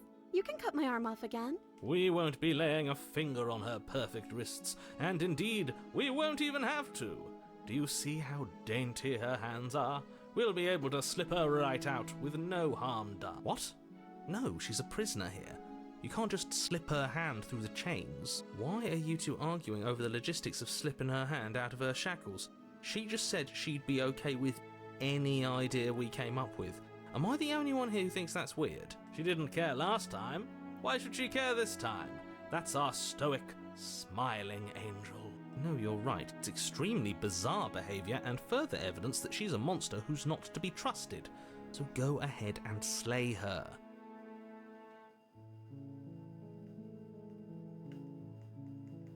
You killed me and it hurt. Why did you do that? I'm sorry. Didn't you want me to? Did we? We warned her of the cruel forces seizing our body. That's practically telling her to kill us. She is our beloved, and she made the choice to free us of our misery, to show us mercy and make the best decision for everyone. She made the best decision for her. Don't be so quick to assign kindness. You're just opening yourself up to manipulation. If another version of me was pushed to such drastic action, it was for good reason. That's okay. You were just doing your best, and that's all that matters. She took that in stride. To a surprising extent. An almost unsettling extent, actually. That's because she's perfect. Do you think she has someone like him telling her what to do? She doesn't.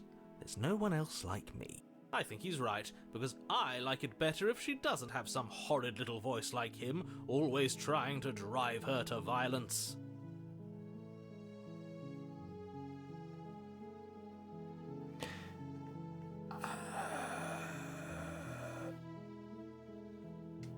No, right.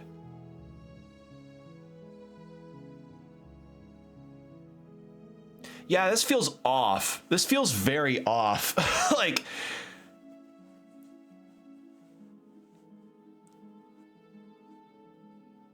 this feels very off.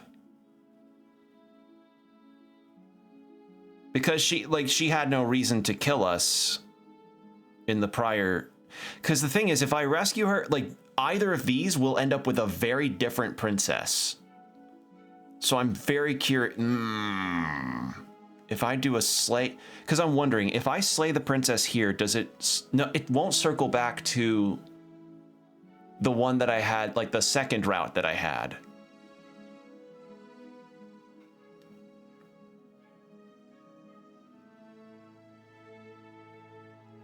And Smitten's really annoying. Like he, yeah, but I'm in agreement with Voice of the Hero that this is really weird, and she did not have to, well, the narrator was controlling us, yes, but we were resisting. She could have just taken the knife and ran. I don't know. This game's really cool. I want to see. Blade in hand, you run the princess down. Wait, no!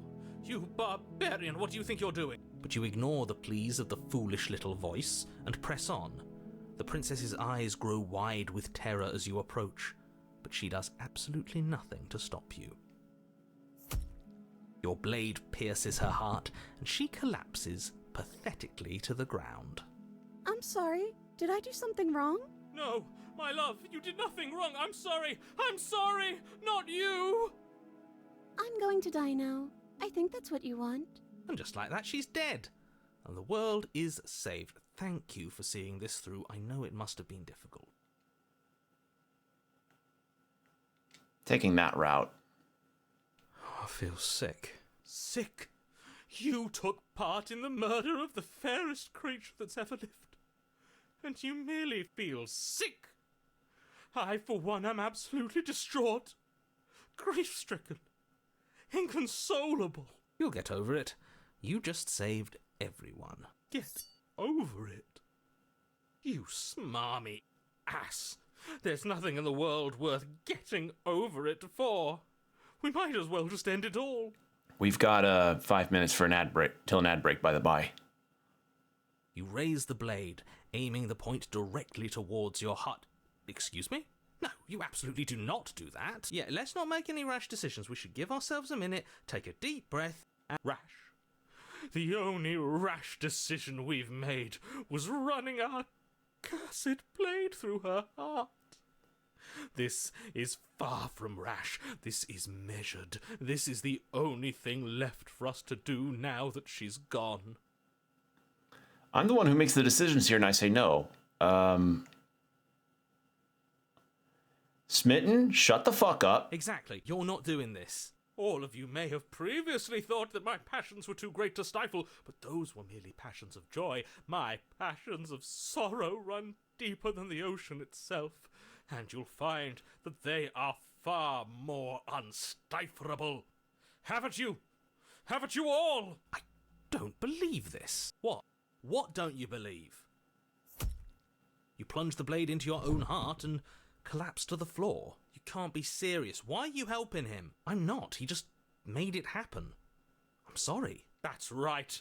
You're all sorry. Everything goes dark, and you die. The great... Oh. You're on a path in the... You horrid monster. Do you think just because we've returned to the woods you've These earned ain't my woods. forgiveness? Our beloved had best be alive and well when we return to the cabin, or you'll never know the end of my wrath. She won't be alive and well when we return to that cabin, because she's dead.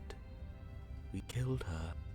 You killed her, and so I killed you. And you clearly didn't do a good enough job. I'm still here. Oh, and I'm still here too. Voice of the cold. And yeah, I'm totally hearing it, like it's just cut off randomly. If you lot get to be blessed with seemingly eternal life, that must mean she's still there, waiting for us to throw ourselves at her feet in remorse. I doubt it.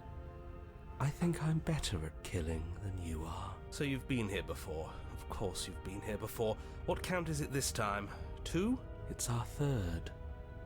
What gave it away? Your open discussions. I couldn't care less what he knows. Every second we stand around arguing in the woods is a second that I'm anxiously worrying about her. Take us to the cabin and take us there now. With each passing moment, our relationship may be damaged even further, though I fear the rift between us may already be permanent. See, I may look at the different routes after stream at some point, because I'm really curious about how the deviations change.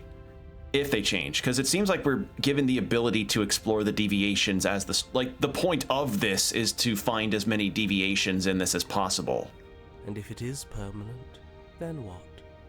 You'll kill us again? Oh, you just wait and see. My vengeance will echo the depths of my bereavement. I will make you post a twit longer to make you look like a true villain. I will cancel you on social media of all platforms: Twitter, Blue Sky, Tumblr, Mastodon, Hive. Don't provoke him. I prefer if we didn't. MySpace. I will revive MySpace to cancel you there too. Why not? You've already done it twice. It was unpleasant. It was only unpleasant because you think it's supposed to be unpleasant. I'll make you feel what I feel if it's the last thing I do. And mark my words, you won't like it when it happens. Oh, How exciting. I'd love to see you try. Can I? Well, I'm looking forward shit. to it. Shit. God damn it. Yeah, I can kind of see why PC may be the better thing for this. How exciting. Can I? Well, I'm not just going to try. I'm going to actually do it. All right. Good. I am too. Can I talk now? Yes, I can. Great. Now that you're listening, let me remind you that if you're here in the woods, it means that the princess is not dead, and that her very existence currently poses a direct threat to the entire world. Well, we'll figure out that threat in a moment. I've got to go ahead and turn on the BRB. So use this time to get yourself some water, get your stretch, whatever you need to do, and we will be right back.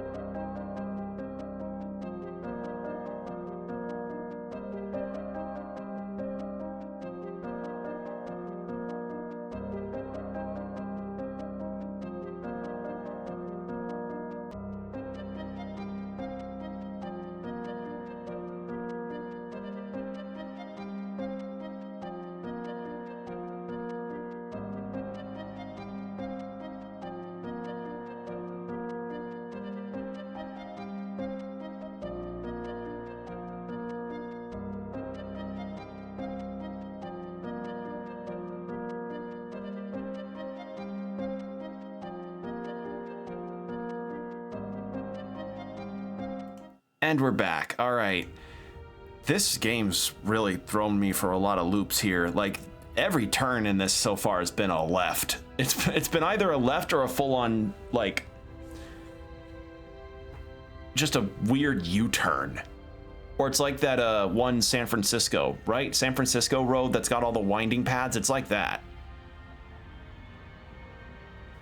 We haven't talked enough about how different this place is. It wasn't different last time. If this isn't the same path in the woods you're used to, that means that her influence is already spreading and you're running out of time.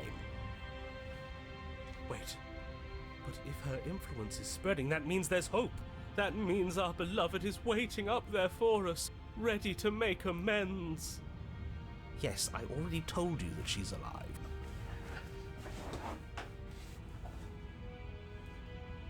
Don't mind him. I don't think he's doing too well. I'm doing better than any of you. I'm doing great. She's alive. Influence doesn't require life. But if things restarted, why wouldn't she be alive? Who said they restarted? All they've done is changed. I shan't listen to the vile mutterings of you serpents. Onward! Our living, breathing princess awaits us. What happens if we don't go to the cabin? She'll find a way out eventually and the world will still end. The only way this resolves is if you find her and slay her before that happens. Again, he makes her out to be a monster. I'm tired of all this slander. She's never hurt anyone in her life except for us, and that was our fault. We don't know that. She could have done all sorts of things we weren't around to see. Turn around and leave, go to the cabin. I'm fine with either. So long as we don't just do the same thing again. That would be boring. I'm the one in charge here, and if we slay her again, you are not going to make us kill ourselves. Is that clear? Oh, it's clear, you murderer. Though I should remind you that you're not as in charge as you seem to think you are. I'm sure his outburst last time was just a fluke. I wouldn't worry. The power of his tier 7 sub. Besides, if he kills us again, he kills us again. It doesn't matter. He'll tire out eventually. The flame of passion always burns out in the end. Spoken like a true cynic. Enough bickering. Just stay focused and get to the cabin. Whatever happens next, it seems like all our answers are in the cabin, yeah. I'm sure you've already heard my words of warning in one of your past lives. You've already... Oh, we'll muck it up all right. We'll get our happy ending, even if it damns each and every person who's ever lived. Whatever you do, don't let him influence a single decision. He's clearly lost it. I hate that I'm agreeing with him on anything, but I really don't like being at the whims of someone so unstable. It's stressful. Yes, having all those feelings isn't very productive, is it? But we're just passengers here. Why stress over something you can't control? You're saying that like stress is just something you can turn off. I learned how to unplug my stress from the wall like a router. Really, it's that easy. You just turn it off and on again whenever you think it might be too much. It is. It's easy. Whatever happens, happens. Are you even alive? What's the point of doing anything if you're not going to feel a single emotion? It's like that episode of Fairly Odd Parents when Timmy was like, I wish I didn't have emotions. I don't know. I just exist.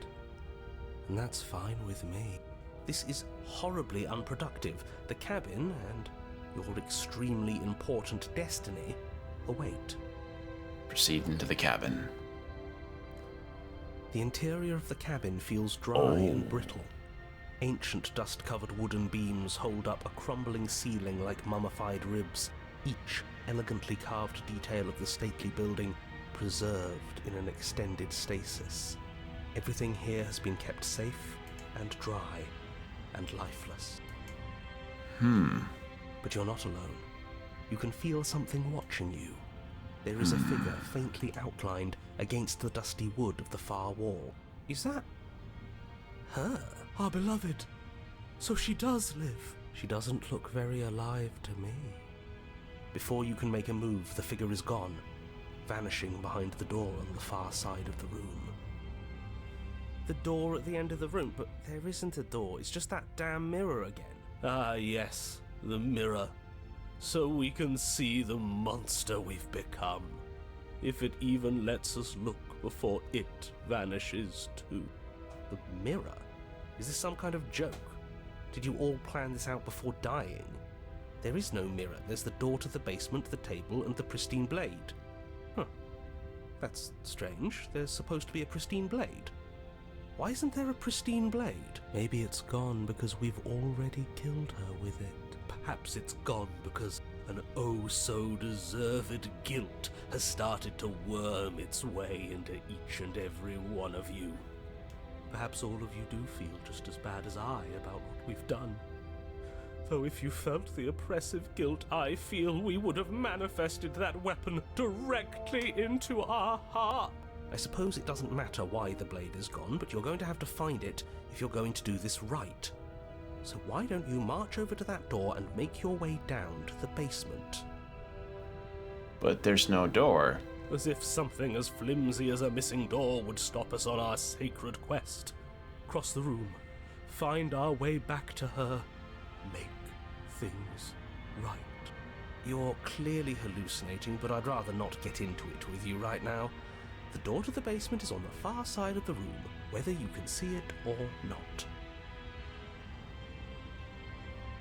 Approach the mirror. You make your way to the door at the end of the room, stopping just in front of it. You must think you're looking at that mirror you mentioned earlier, the one that doesn't exist. Just reach forward and open the door. It's still so hazy. We should try and clean it off. Yes.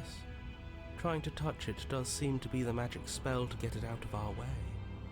It's time for all of you to see what we've become. You reach forward and place your hand on the door to the basement.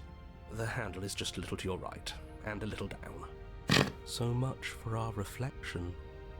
We didn't need to see ourselves anyway. I'm much more interested in seeing other things. I see. We are too hideous for even a mirror to behold. We can only hope she might still see some good in us. No way left to go but down. Voice of the hero really has just kind of been the mainstay, huh? Creaks open, revealing an antique staircase lit by weak torchlight. The air here is so stale it practically stands still, as if the very molecules of this place have been fossilized, trapped for eons until your arrival. Even the blaze of the torches can't penetrate the odorless air, as if they'd run out of fuel to burn ages ago, their light still flickering more out of habit than from adhering to a physical reality. A wispy figure watches you from the bottom of the stairs, face veiled in shadow. There she is again. My love. She's just an old memory. Your eyes lock for a brief moment, then she vanishes around the corner. Are we good? I think we have a lot to talk about. You receive no response. Do you think she's upset with us? Don't like being here unarmed after what happened last time. I feel so exposed. Of course she's livid, and with good reason. You aren't helping. Are you scared of a little ghost? What's she going to do? Look at us until we feel bad? Hey, don't underestimate ghosts. That's if there's one thing that the Witcher 3 taught me is do not underestimate a ghost. Those fuckers can get scary. Proceed down the stairs. As you descend the final step, the form of the princess comes into view. A skeletal body lying in a heap on the floor, her wrist still bound to the wall by a heavy chain. This cell is a dark and isolated place, with not so much as a window to allow starlight to penetrate the gloom. See? She's dead. No! What foul trickery is this? How can this this is be? Weird. We just saw her alive and well a moment ago, floating away transparently. Whatever we saw was a ghost. I thought we were all on the same page. Do try to keep up. Your thoughts are interrupted by the sound of a slamming door and a clicking lock. What? You turn to see the shade of the princess staring down at you from the top of the stairs, clutching a brightly burning torch. So that's where the blade is. It's already in her heart. And yet she isn't dead. She is dead. Have you never heard of a ghost before? Oh, for the love of... Can we not waste time arguing over the semantics of what is and isn't dead? She is clearly conscious. She clearly just slammed the door on you, and she clearly has a weapon. Your pristine blade sticking out of her chest. This is extremely bad. Catastrophic, even. Yet, dead or not, what are we supposed to do about her?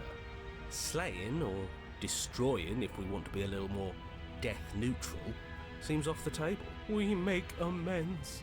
She obviously still holds us in her heart. She's bearing a torch for us and everything. But she hasn't said anything. Are you sure she can talk like this? You came back. I missed you. That angelic voice. I missed you too, my beloved. You sure snapped back to your old self quick. Yes. Seeing her dazzling countenance again has reignited the warmth in my heart. I have found it in me to forgive the sins this body has committed. We can have our perfect romance after all. This is a bad place. We're supposed to be together, but it keeps making us hurt each other. The torch Oh, falls from I the figured this would be hand it. and bounces down the stairs. It'll be so much better when it's gone. The skeletal wood of the basement, perfectly dry after uncountable years of desiccation, immediately catches fire. She's trying to kill us. A misplaced escalation of her passions. Clearly she still cares for us. I say we burn with her. Sometimes a bit of arson really spices things up. Why did you close the door? Because I want to be with you. I don't want you to leave. See? Everything's fine. She wants to be with us. Yeah, in a bad way. She just has a unique way of expressing things. All Fire right. grows quickly, devouring the basement, dancing up the walls and painting every surface with strokes of flame. You're choked by smoke, and the air around you grows uncomfortably warm. We've never burned to death before. I wonder how it's going to feel. Bad! I bet it'll feel really, really bad. Yes, it will be terrible, so you'd better come up with something to do. This seems really fast. well Your written. personal safety is far from the only thing she's threatening right now. I think a bit of fiery passion is good for the world. You're just trying to spoil her fun. I'm not spoiling anything. I'm trying to prevent oblivion.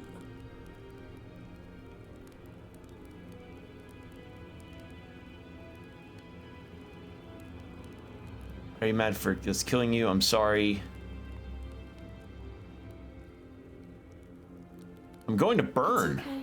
I'm going to burn too. And then we won't hurt anymore. She's right about the last part. Burning doesn't hurt forever. The heat grows in intensity as the flames draw ever nearer. You can practically feel your skin sizzling already. If you're going to try and stop her from killing you and destroying the whole world, you'd better do something, and you'd better do it now. I wonder if we look good right now. Fire makes a lot of things look good. I can only imagine how dazzling our eyes are in the dancing flames. Do you think she's noticed? I don't want to burn to death. We don't have to, right? Are you trying to kill me? Dying apart kept us apart. Dying together will keep us together. All right. Flames lick at your form, stripping layers of you away, causing your skin Fucking- to blister and pop. I back doubt I would have loose. been able to get out As you anyway. burn, the princess glides to your side, her ghostly form blackening as she too succumbs. This is terrible. We're going to die. I'd savor this feeling if I were you. Soon enough, we won't have nerves. And we'll get to die with her. After what you made us do last time, this is as sweet an end as we could hope for. She clutches you close to her chest, her eyes bright and her smile wide with manic affection, watching as the flames take you away. The pain is unbearable at first. Every inch of you screams as your flesh is stripped away, your muscles stiffening as they're cooked, your blood boiling in your veins. But it isn't long before the flames take your nerves, and with them, your ability to feel much of anything. See? That wasn't so bad. It was so bad. But somehow, the nothing is so much worse. You'll get used to it. There are still the feelings of the heart. Those never go away. Oh, they always do in the end. You just haven't experienced enough. Eventually you'll want them to stop too. You'll make them stop.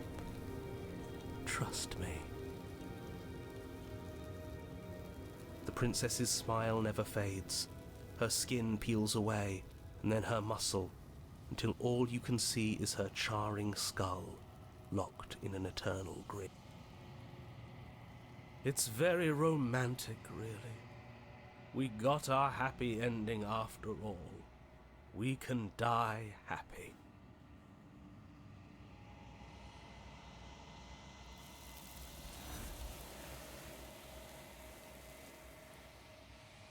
Now I wonder what this vessel will be about.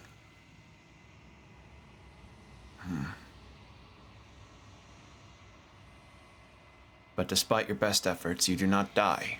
It is time for you to leave. Memory returns. She's gone. Where did she... And there's that mirror. Of course you're scared. This is the end for you, but it's not the end for me. I would have kept them in the dark if I were you. What is that supposed to mean? Whatever awful thing I felt before, it feels so much worse now. Do it, then. End us all before I die of a broken heart. All right. You approach the mirror. And what do we look like now? Silence as you reach forward. They're gone once again. The mirror always makes them leave. But you need to see what's in it. You're unraveled. You find yourself in the long quiet once again. You are at the cabin.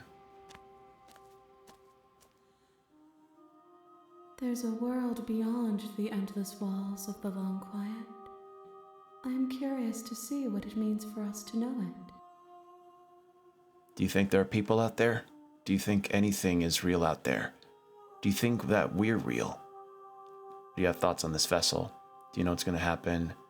When you send me back alone, there are voices that speak to me. Some of them are me, but one of them is something else.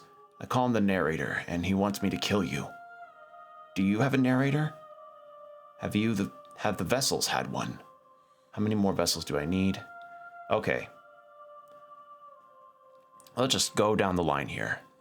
Do you think there are people out there? It doesn't matter if there are. People are too small for us. You and I are the only things that interest me. Yeah, it's weird audio cutouts. I don't know, it's very brief, but I can hear it.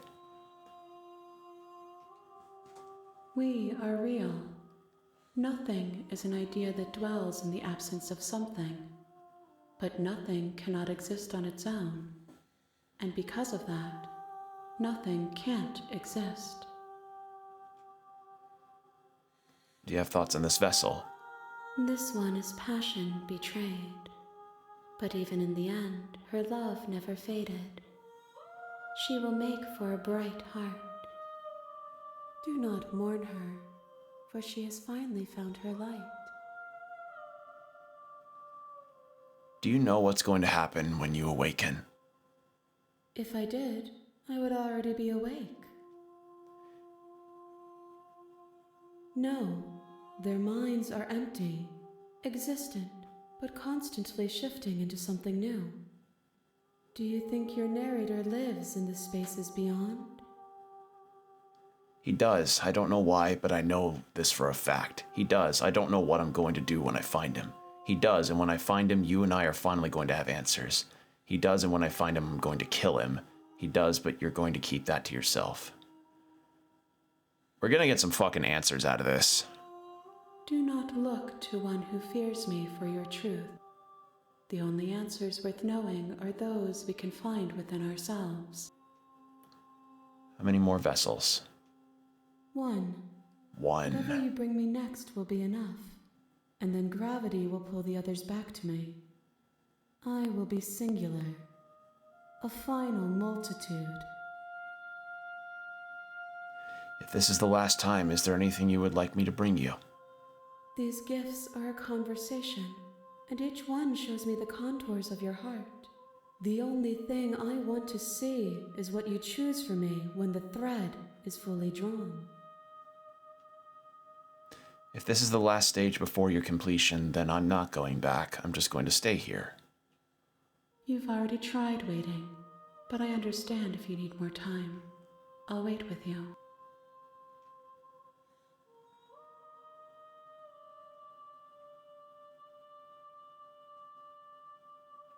There is no waiting forever. I'm ready to go back. The next time I see you, each of us will finally know what we are. I will be here, waiting for you. Everything goes dark, and you die. So we're in our last route. Okay. You're on a path in the woods.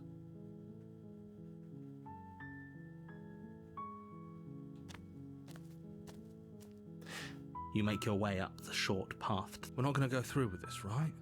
She's a princess. Ignore him. He doesn't know what he's talking about. What if I just turned and leave? Well, too late. I already didn't do that. The interior of the cabin.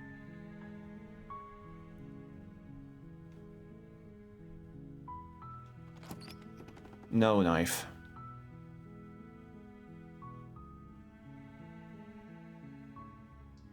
The door to the basement creaks open.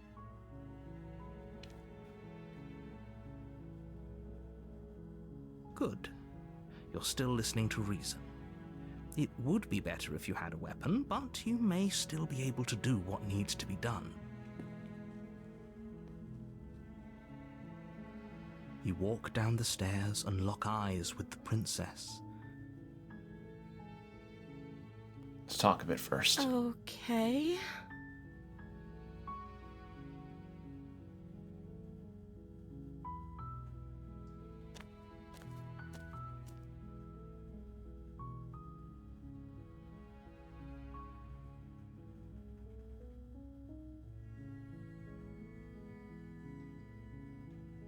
That seems like a pretty good compromise.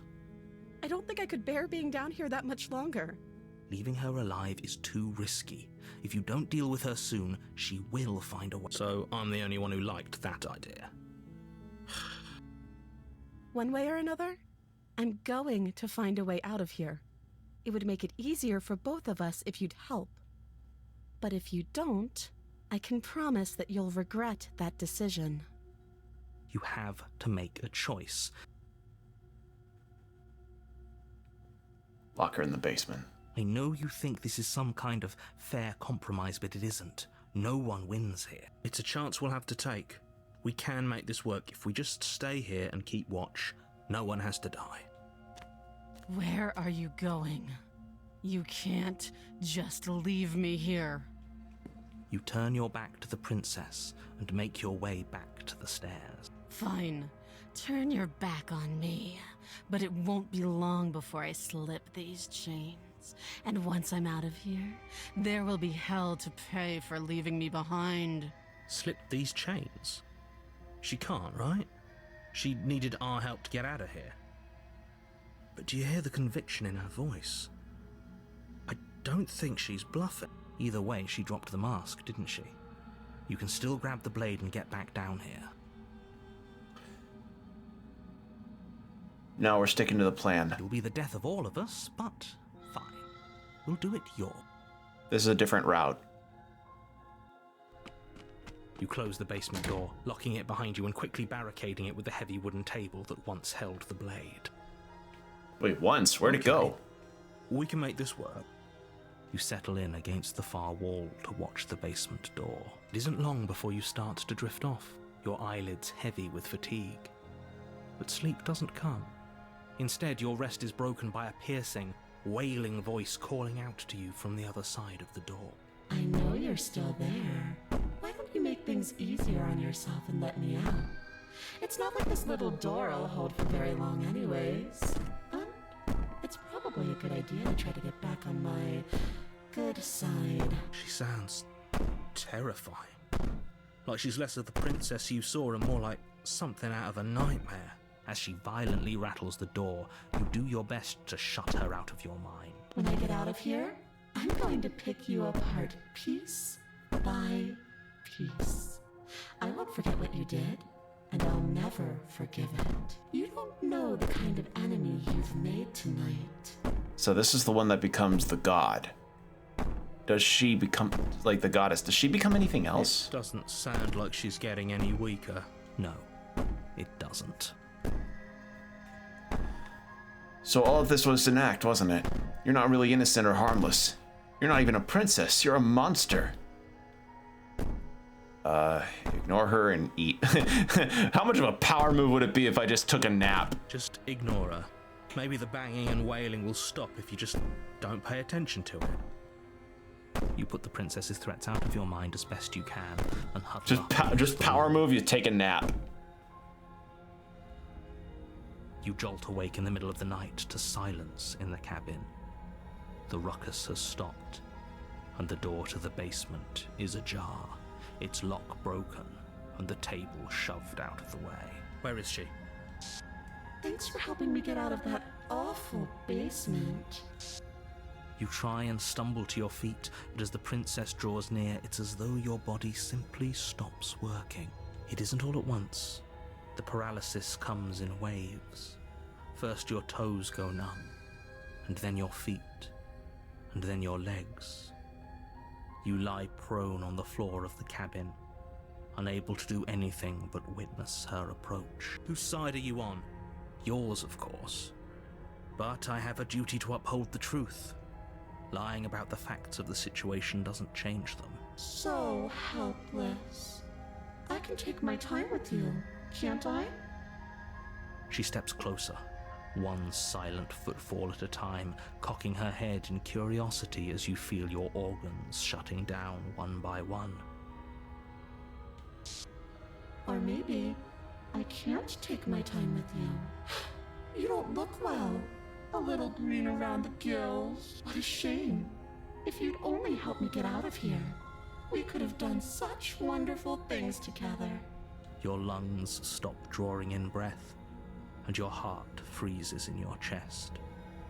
You have seconds left. I'd say better luck next time, but we both know this is the end, don't we?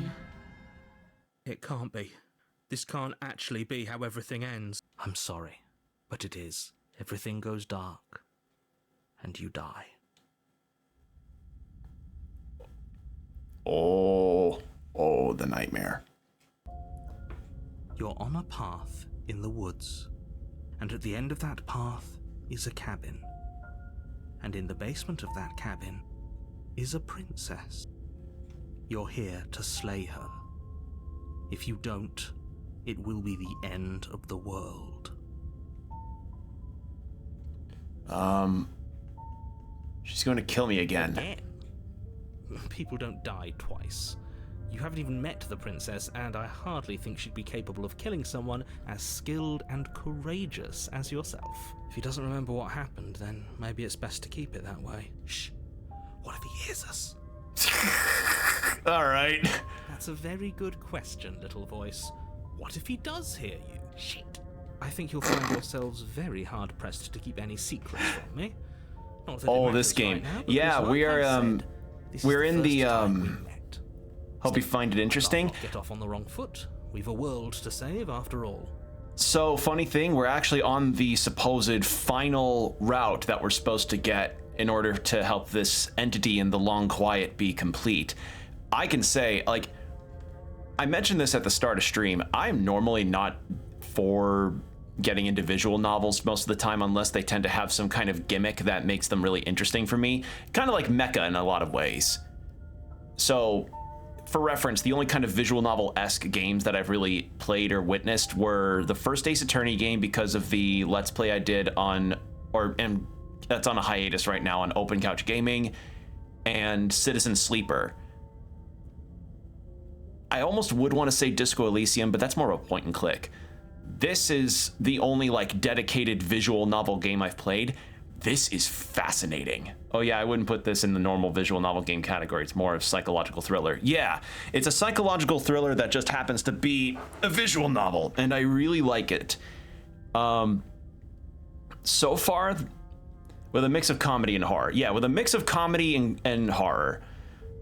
And the one thing that I will say regarding the routes I've taken so far, I'm not sure how I would describe the ones I had gotten, because they don't have a dedicated name.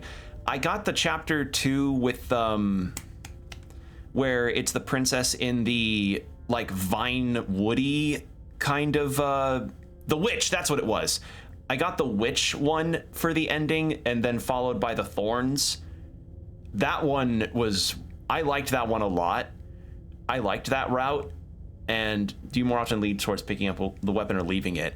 I've been picking up the weapon, and that's been leading to some very interesting conclusions.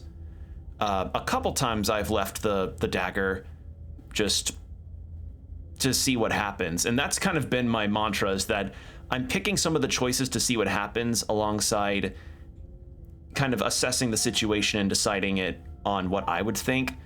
And because the game is all about like, explore all the avenues you can to help this entity, that's where I've decided to be like, okay, so I am at least allowed to pick choices that I otherwise didn't get to before. And the game encourages you to pick said new choices. When I went towards the princess situation that ended up with the witch, but instead I got the ghost bride one. So I like this game. It is very good.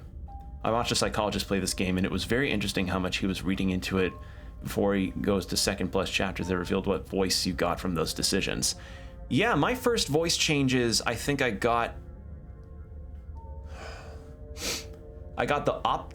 the first one was the skeptic, I think, and then I got the optimist and the skeptic and the hero and the narrator. So I had 4 voices in my head by the time I went through my second run through, which was quite funny. But yeah, that's interesting. Yeah, skeptic for me was the first. Yeah, because it's like you don't know anything going into this, because I've seen this game played, but I've never played it, and I've kept myself as in the dark as I could about it. So yeah, this has been a very fascinating game to play, and I can see why it's as loved as it is. But don't let me keep you if you're on your final run. Yeah, I'm on. Yeah, this is the last run I'm gonna be on, and I have gone through and done a ton of saves because we're given a lot of them to pick between. Like, holy shit, 48 save slots. That's a lot. But if I'm going to explore more of those routes, it's probably not going to be on stream because I'm interested to see what comes up anyway. But yeah, this is good. This is a very good game. I'm glad I'm finally getting the time to play this. Like, that's the thing that's been fun about streaming a lot of these smaller indie games, is that I'm finally getting to showcase and, play these really beloved ones that I just didn't have the time with because the years they came out were packed. Once you're satisfied with your own exploration, it's worth taking a look at the tree of named paths. We can take a look at that afterwards, actually. But yeah, when this game came out in 2023, I was caught between Octopath Traveler 2, Final Fantasy 16, my own personal Baldur's Gate 3 playthrough, Lies of P, and like 1 or 2 other games that I can't remember off the top of my head because, as I said, 2023 was genuinely filled to bursting. 2024, not as filled to bursting, but still had a lot of games that took up a lot of time for me to want to play and stream. So I'm glad at the start of this year I've just decided, fuck it, I want to play a lot of the beloved ones that people really like, your mouthwashing, your this, and Dredge. Or actually, no, I did Dredge on 20. Point is, I'm glad I finally have the time to play this one, especially since it, you know, I'm close to the end and it's only been about 4 hours. Why would I listen? Why should I bother? Very different questions, but fine. I'll indulge you if that's what it takes to get you moving. Let's say for a moment you died last time. We couldn't trust either of you, and as far as I'm concerned, we still can't. All we did was lock her away. Oh, it's cute emotes. Oh, are those global? Are those global emotes? Because it just says Pride Rise. And how'd that work out for? No comment. Well then, congratulations. You've been given another chance to actually do this right. And your solution is to send us back in there. Do you want us to slay the princess? Or do you want the princess to slay us? Yeah, they were from a Pride event a few years ago on Twitch. Oh, okay. Yeah, because I'm aware that some global emotes are out there. Actually, there's... And I know some are more controversial than others considering the content in which that Twitch has decided to do, like that fucking awful AI one that Twitch put out. Oh, those are all so cute. See, Twitch, just make all of those, just make like genuine art emotes with these instead of whatever the fuck they tried to do at Christmas. That still pisses me off. Obviously, I want you to slay her. One of you poses a threat to the world, and the other doesn't. Anyways, I believe your other question was something along the lines I think I missed like 3 of them. It is a What's lot. doing anything?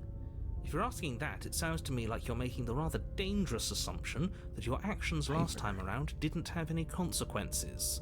Hyper Slam, Hyper Reveal? What were those for? Like some kind of, was that for some kind of gaming event?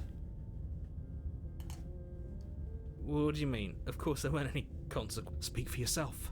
From my perspective, there were plenty of consequences. And a holiday pack and Never some going other to forget ones. the way she Gotcha. just made us stop working.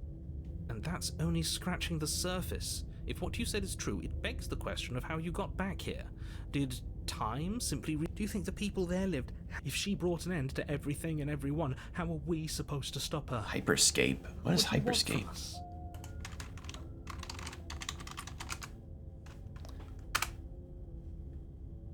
Oh, I see. So it's one of those large releases that Twitch just decides to do a whole push for emotes for. Got it. All right. Because I just looked up Hyperscape. Apparently a 2020 Battle Royale game. I had never heard of it, but considering Battle Royale stuff, while not completely fallen out of favor, isn't as popular back in the 2018 to 2020 era, that doesn't surprise me that it wouldn't surprise me that one Twitch even decided to do global emotes for that, but I've never that's my first time seeing those emotes. Because yeah, like if y'all don't remember, back in like 2018 to 2020 or so, it was like you could throw a rock and somehow land on something that was doing a battle royale, close the wall barrier sphere around an area until there's only 2-ish players left. Like I mean, obviously there's PUBG, that's the big one. And wasn't there that Totally Accurate Battlegrounds one where it was a bunch of, where the player characters were all like wobbly dudes? Wow, that's a lot of global emotes.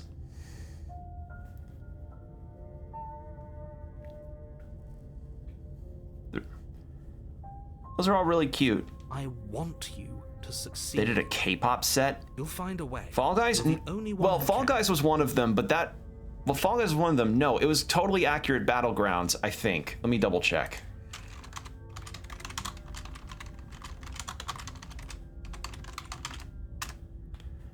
Yes, yeah, that was it. It was 60 players, and you were these guys that wobbled around on because your physics were really messed up, and you know, it was the same kind of objective. You run around an open field area, and you're trying to avoid a wall that's crushing you, and it just ended up kind of...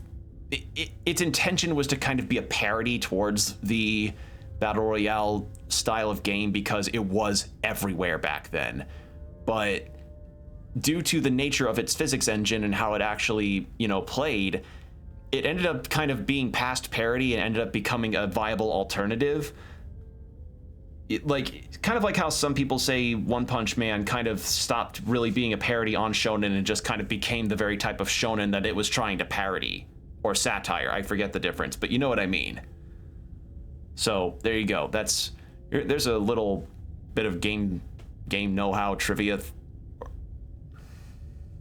All right, let's talk about this princess. Just be quick about it. Just being around her in the end shut down all of my organs. What the hell am I supposed to do about that? Like I said, if she killed you, it was probably because you... Okay, nothing against paralysis power. To quote you from last time around, she's just a princess. How can you possibly justify saying that? She's clearly something far, far worse. She is just a princess. Whatever you think happened to you last time, just get it out of your head before you get to the cabin, and you'll be fine. All right. People locked. Look, you can't just goad us into doing something by calling us special. It's manipulative. Why are you trying to manipulate us? I don't know, I kinda like being special. Okay, fine. Maybe you can goad him into doing something, but he's not even the one who makes the decisions here. I'm not goading you into doing anything. You already know the princess is dangerous. All I'm trying to say is that you have to be the one to deal with her. I know it doesn't seem fair, but that's just the way it is. And for what it's worth, I know you have it in you to finish the job. We don't. You saw what happened to us last time. We need to leave. You're being cagey. Why aren't you telling me? Everything you need to know. Going into more detail would just overcomplicate an otherwise very simple situation and make your job more difficult. If you want us to stand a chance against her, we need to be armed with information.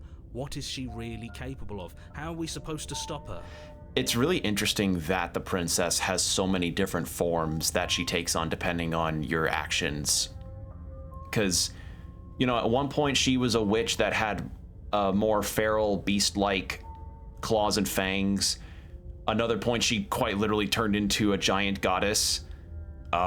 She was a ghost, and now she seems to be like a banshee, I guess? Not to sound like a broken record, but the less you know about, he isn't telling us everything he knows because he doesn't trust us, which means that we can't trust him. Stop talking yourself in neurotic circles and just get to the cabin already. Do you see the way he keeps pushing us? We have to get out of here.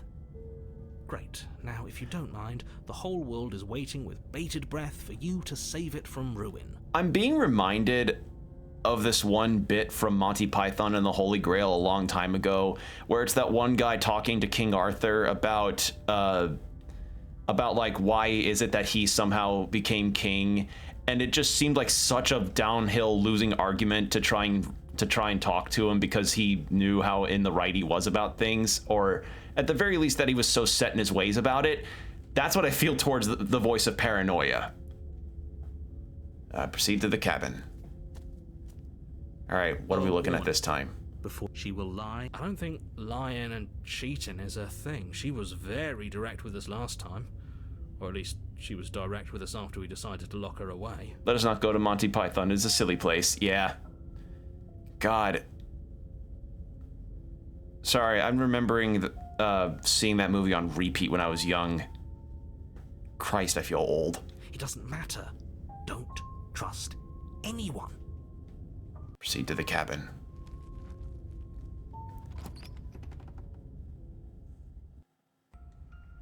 The interior of the cabin is plain, the smooth wood of the walls almost featureless. The only furniture of note is a lone table, knocked on its side in the corner of the room. A pristine blade stands between you and the open, inviting basement doorway. The blade is your implement. You'll need it if you want to do this right. Hold on. What happened to the door? There was a door here last time. It's just an empty frame. She's already got out, hasn't she? And she's ready for us. She's been waiting. Can't you feel her eyes on us? I'm going to need all of you to pull yourselves together. The princess has not already gotten out. But if you keep getting stuck in your head like this, you're going to struggle to get the job done. So deep breath in, deep breath out. Your task awaits, and only you can do it. And paranoia is just sounding like me if I ever have to get on the Texas interstate system. Seriously, like that big ass just playground of overpasses and underpasses. Count me out. Excuse me, just getting some water. Stay hydrated, people. It's always good for you. Okay. You didn't say anything about a mirror on the wall. You're right. I was so stuck on the eyes watching us that I didn't even notice it there. What are you two talking about? There isn't a mirror. There's a table, the blade sitting on the floor, and the open doorway leading to the basement. There's nothing else in here. There's definitely a mirror. There isn't. We have to look at it. Unless that's what he wants us to do. And pretending it isn't there is a trick to get us to do exactly what he wants. It's all I ever see is Pepe Sylvia. Listen, you have to understand. The narrator, it's all Pepe Sylvia.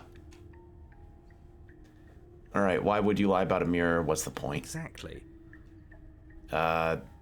This whole cabin is different. He changed it, didn't he?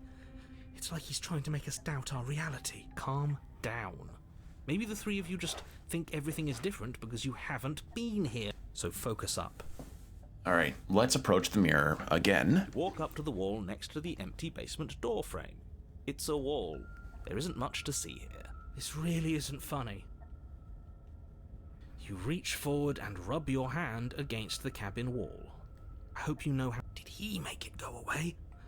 Clearly there was something in there worth investigating if he wants it hidden so bad. All right. Well, chat, I'm on a quandary right now. I have a feeling that taking the blade could lead to something interesting, but I also feel like entering the basement without it could too. Because if she had the ability to paralyze us and stop our organs from functioning just without even doing anything, I'm gonna try something. I've got a quarter in my hand. Heads, I take the blade. Tails, I enter the basement. Ah, shit. Where'd it go? Where'd it go? There it is. All right. Let's try it better this time.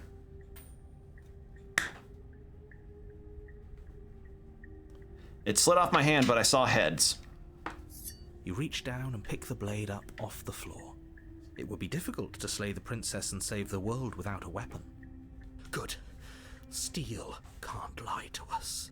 Is it gonna be enough, though? Couldn't you have given us something else? Something, I don't know, better than a knife? Could we have a bomb? The blade is the only thing you need to finish your task. You're more than capable of pulling this off, so long as you don't lose faith in yourself. We need the Ghostbusters box. You cross over the threshold and onto a series of isolated steps, suspended in darkness. More eyes, too. You never mention the eyes. The air seeping up from below reminds you of fresh lightning and static, as if you're descending into a place that isn't meant for a creature of flesh and blood. If the princess lives here, slaying her would probably be doing her a favor. Her cruel and playful voice prances up the stairs. I didn't think you'd come back. We're gonna have a lot of fun, you and I. Okay, we need a game plan. Last time we were here, just being close to her was enough to kill us. How hard is it to throw a knife? I'm going to talk with her. We don't need a plan. I'm just going to kill her. Mr. Narrator seems to think I can do it. I don't know why you're all so...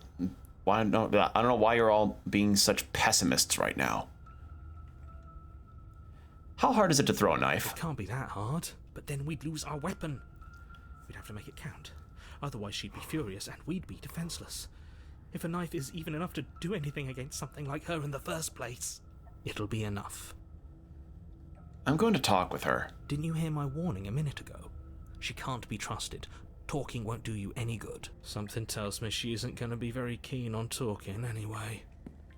You make your way to the bottom of the stairs. As you emerge, you find yourself between two loose rows of white wooden planks suspended in nothingness.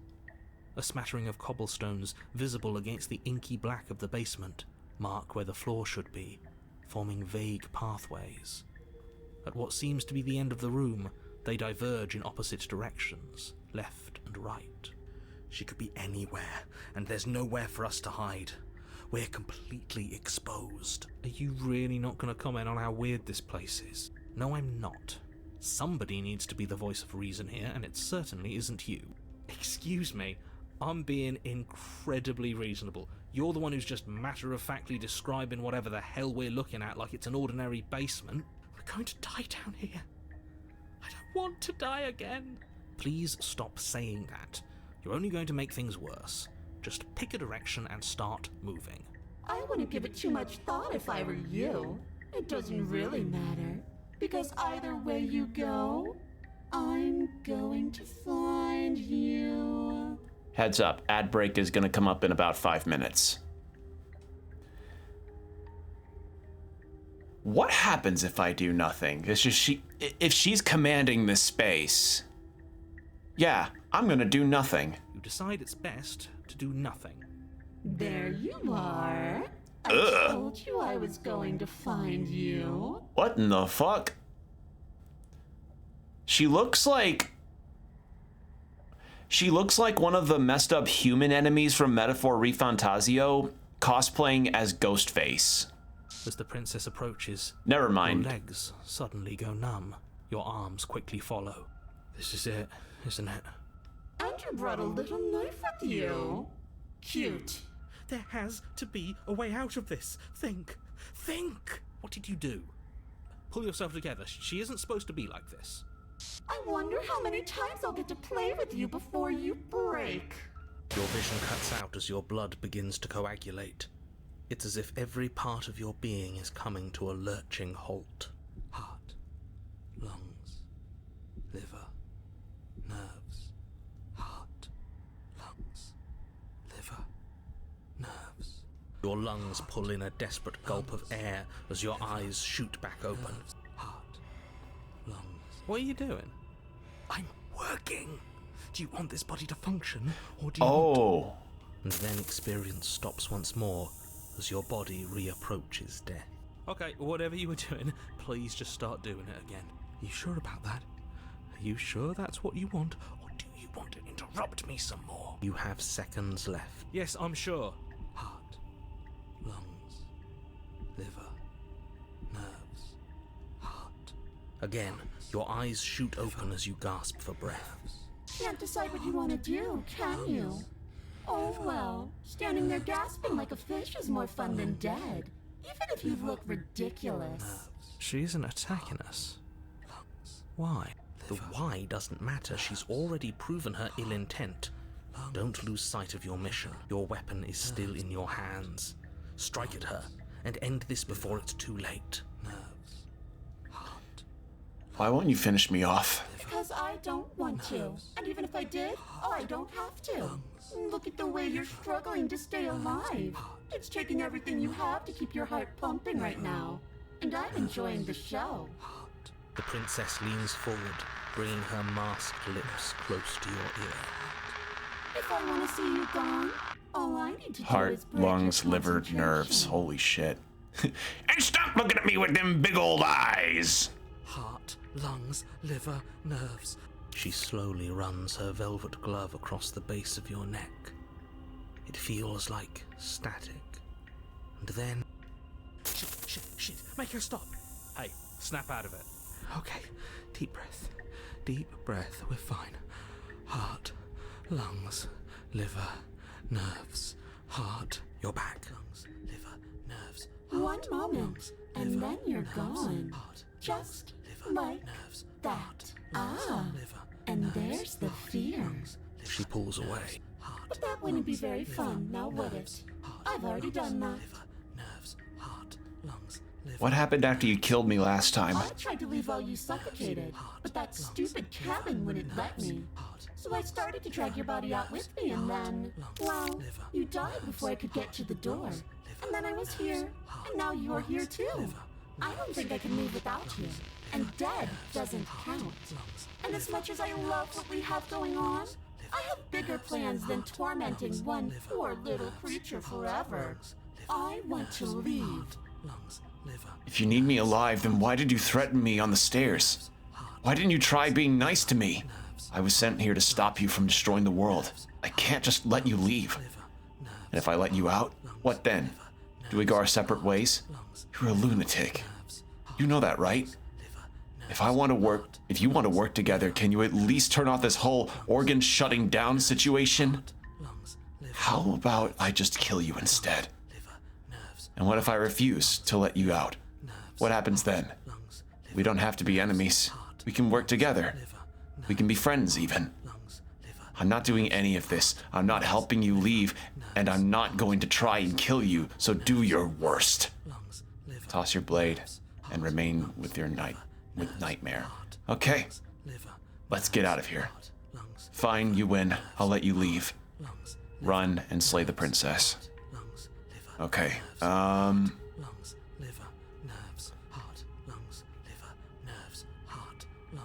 if you need me alive, then why'd you threaten me? I am being nice. You're alive, aren't you? And you died of fright as soon as you saw me last time. I didn't think keeping you alive was an option. But it looks like that's not a problem anymore. At least not for me. You seem miserable. I was sent here to stop you. What, do we go our separate ways? No, definitely not. If you're what I need to leave Earth, this place, fire, wind, water, heart, lungs, liver, nerves. Captain Planet. Charm to make sure I stay free. Don't worry, I'll make sure to take good care of you. I promise. All right, ad's about to start. Nerves, heart, lungs, liver, nerves, heart, lungs, liver, nerves.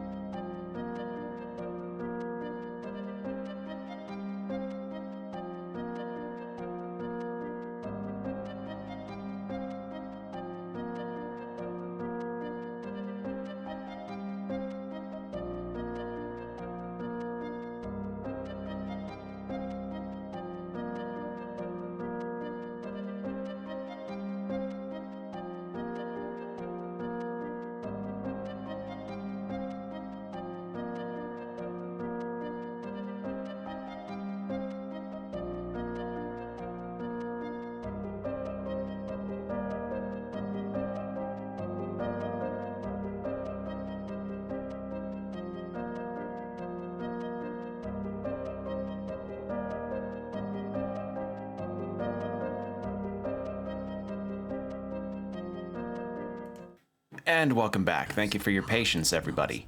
All right. Let's see how things go. And I do find it cute that SariBot does have some replies based on what you type into chat. That's very nice. I love SariBot. So, actually, here's a bit of advice to people watching on the VODs too on YouTube. If you're ever thinking about getting into streaming, doesn't matter your size, get SariBot. I remember back in the day when I was streaming in 2021, I want to say, or 2020. It was around that era when the Hossbot incident was going around, and people were just getting constant bot follows and constant bot raids and hate raids from this one, like, Hoss following numbers or words kind of situation, and I got hit with that too, and I was like, how do I take care of that? I had to hear this looping during the ad break. It's fine. Like, if anything, I hope you all at least got to enjoy the music. Exclamation point music to get the links for the person who composed my BRB and Starting Soon music. That's my friend Combo. All right, I was sent here to stop you. Can't let you leave. Being around you is agony. I'm not going to stick around. You're a lunatic. You know that, right? I am what I am. And right now, I'm in control. So, you might want to be a little nicer to me. She raises one long gloved finger, its tip hovering just over your skin, seeming to enjoy the lingering threat. But she withdraws, sparing you another momentary glimpse of death.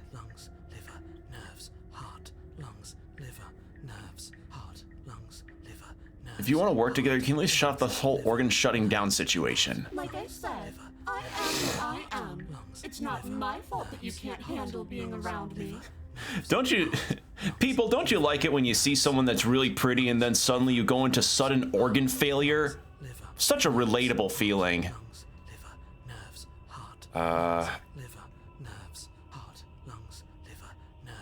We're stuck down here together until you change your mind.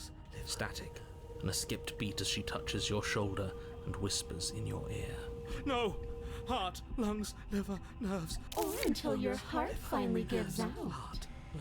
And then, when you die, I'll find myself somewhere new. And before too long, you'll be there too.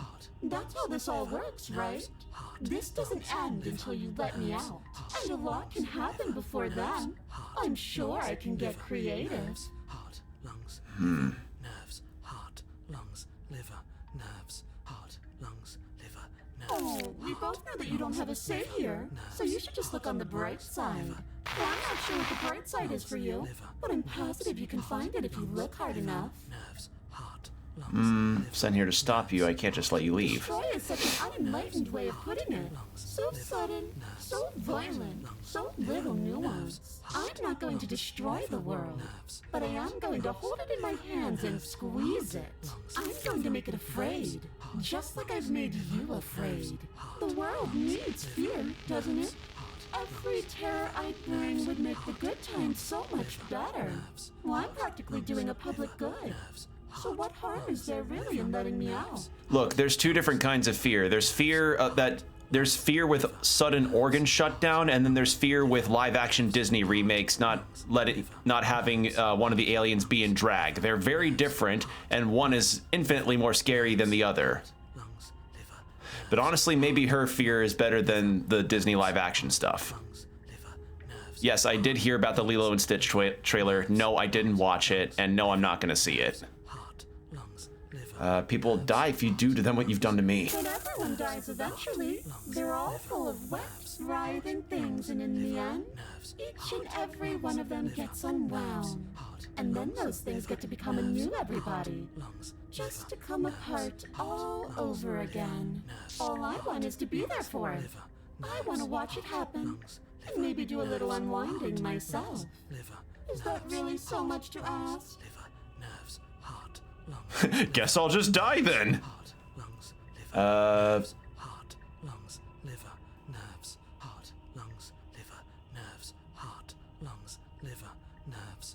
Guess I'll just die then. And then we'll wind up right back where we started. Round and round we'll go. I wonder what will be different next time. Maybe you'll actually be able to move a limb. Who knows? But I'm always going to win.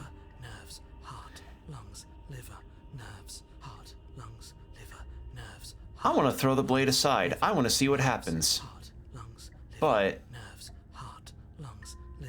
Are you sure about that? Give it enough tries and I'm bound to win eventually, and maybe you don't get to come back like I do. Is that a bet you're willing to take? Imagine climbing a mountain of lifetimes. And when you finally reach the summit, when you finally win, the only view you find is me. And then I push you. And you go tumbling all the way down those millions upon millions of battered and broken pieces of you that couldn't make the cut. What then? Would you have it in you to climb again? It sounds like a lot of effort for nothing. When instead we can just leave this place together, hand in hand. The princess cocks her head, neck cracking uncomfortably, and you can't help but imagine a smile carve its way from ear to ear on the other side of her mask. Thinking about that knife, are we? Go ahead. Put that little theory to the test. See how it plays out. But I don't think you're going to like what happens. Because even if you make me dead, you're not getting out of here. This place is mine. And I'm not giving you the stairs unless I'm leaving with you. Okay, so she can warp the space. Cool. We could be friends even. I'm glad you're seeing things my way. All right, that's all of those. I want to toss the blade and remain with the nightmare. I'm interested in seeing what that one will do. Are you serious? You fling the blade into the void, denying yourself the opportunity to ever slay her and finish your mission. Nobody's happy here, but maybe it's for the best. You poor deluded thing. Do you think a single moment of bravery changes you into something you're not? I am what I am, and you're always going to be a coward.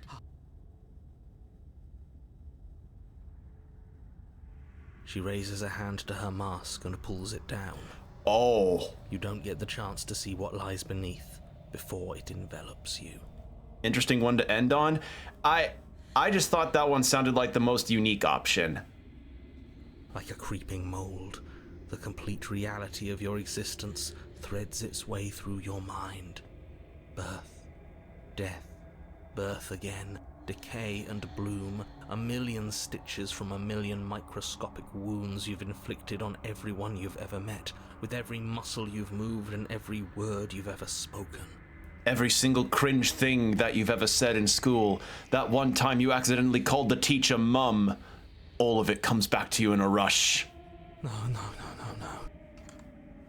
No, I didn't mean to call the second grade teacher mum. It was a slip of the mind. Let me out. You're... Let me out. Ah, shit. Oh, fucking... I skipped it on accident again. Your existence hurts them. Every tweet you've posted with a typo before editing was allowed.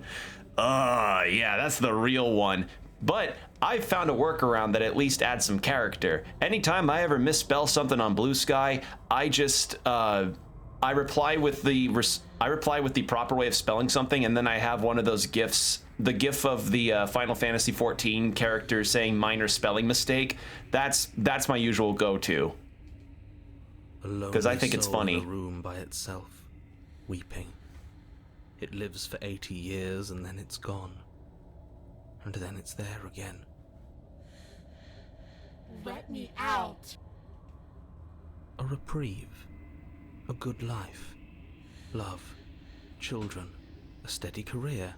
Recognition from your peers. Here one moment. Gone the next. The worms have found their orifices. Let me out!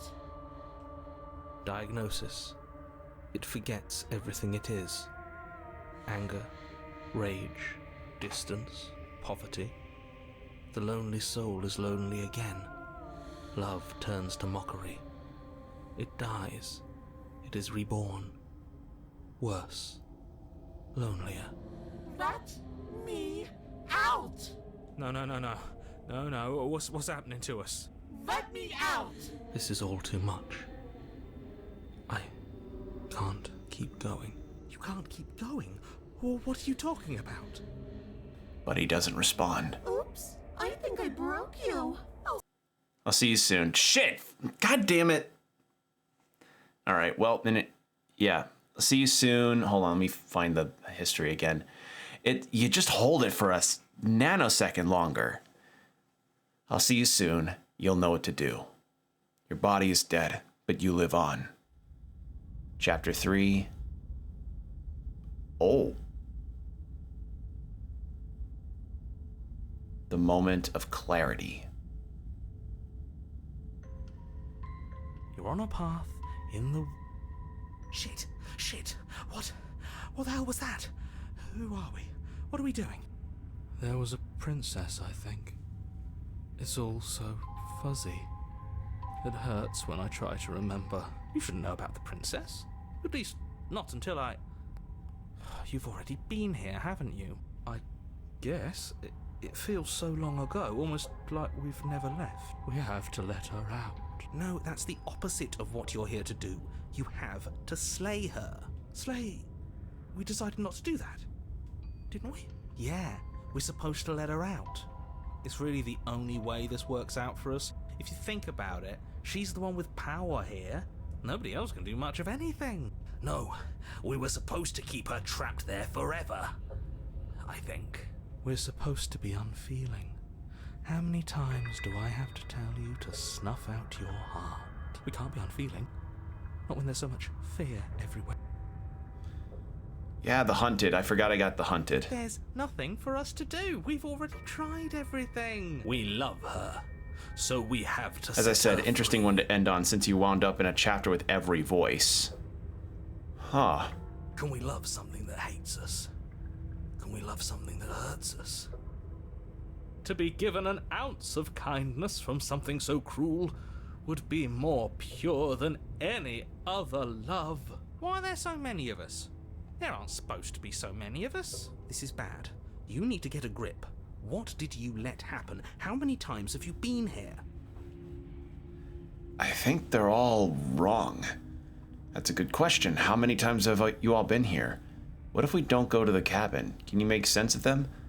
I feel so disjointed. I don't know if I can pull this off. I don't know if I can slay her. The only way out is to do nothing, so nothing I will do. Okay, I think they're all wrong. Of course we're wrong. She's the only thing that's right. Yes, obviously they're all wrong. What are you going to do about it? Getting back to his earlier question, how many times have you all been here? Many times. It feels like we've been here forever. But it also feels like we've barely been here at all.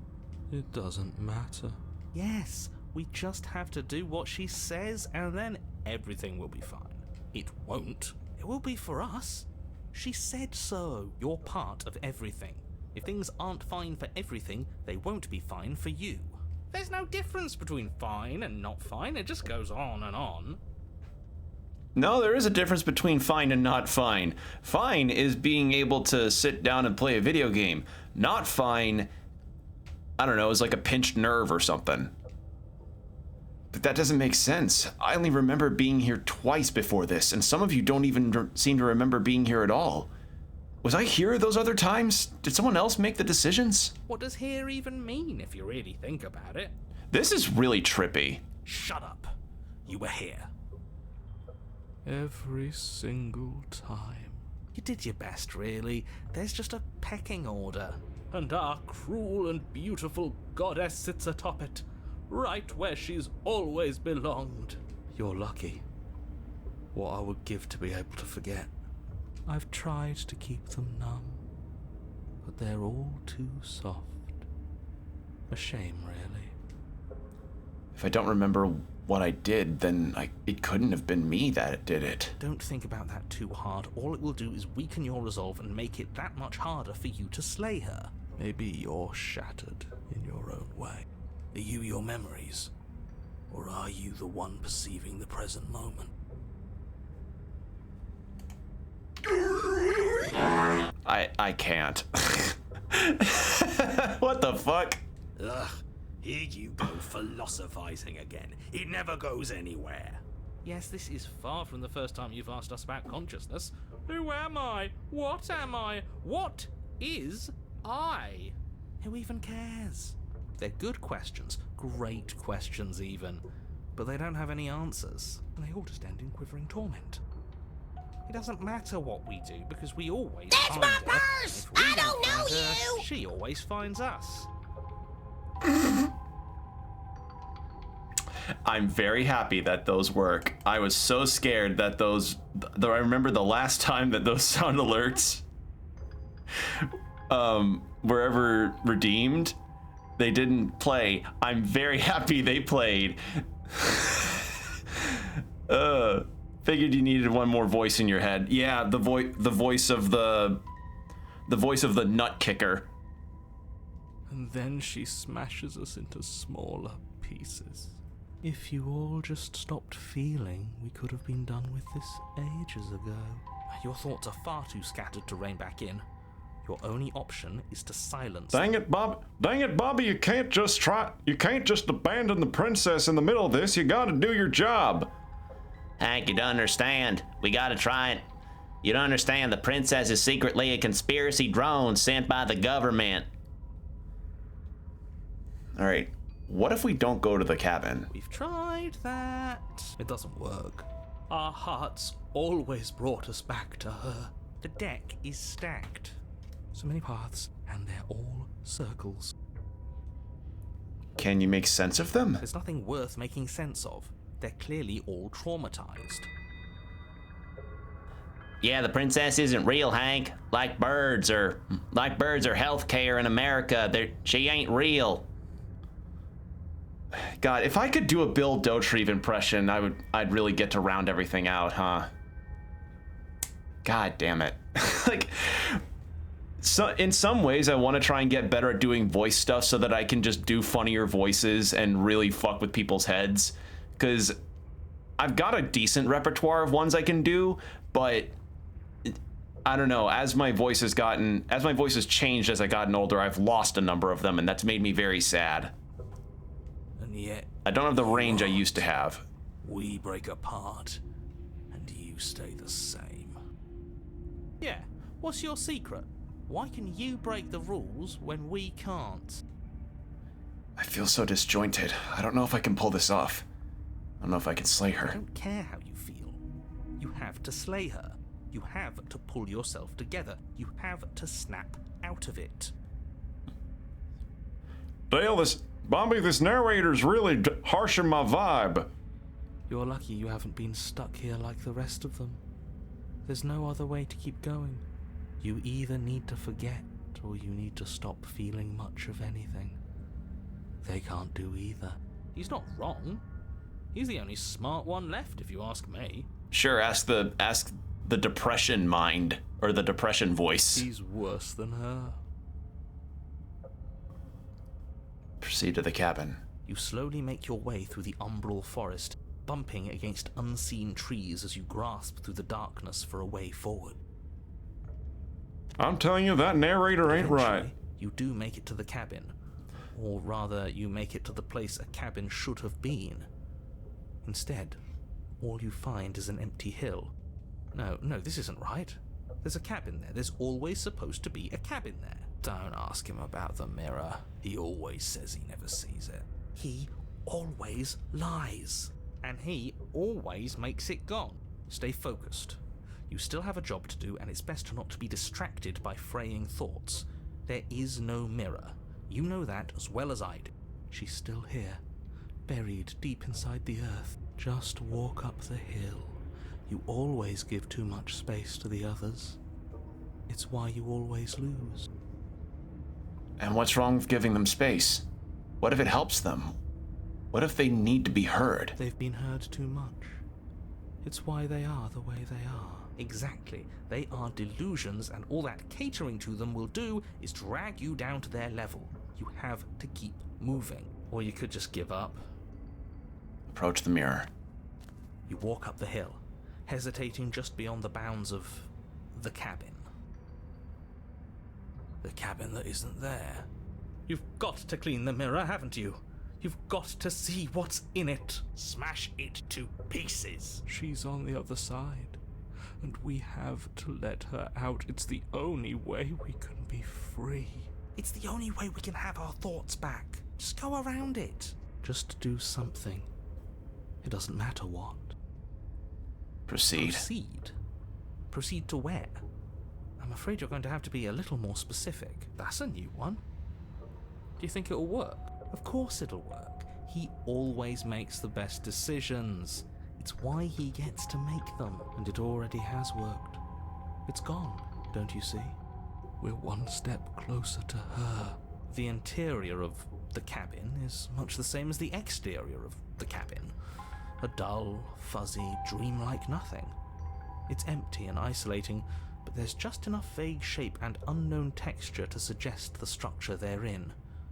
Wrong and unsettling as it may be. Proceed, get Deltarune Chapter 2 flashbacks.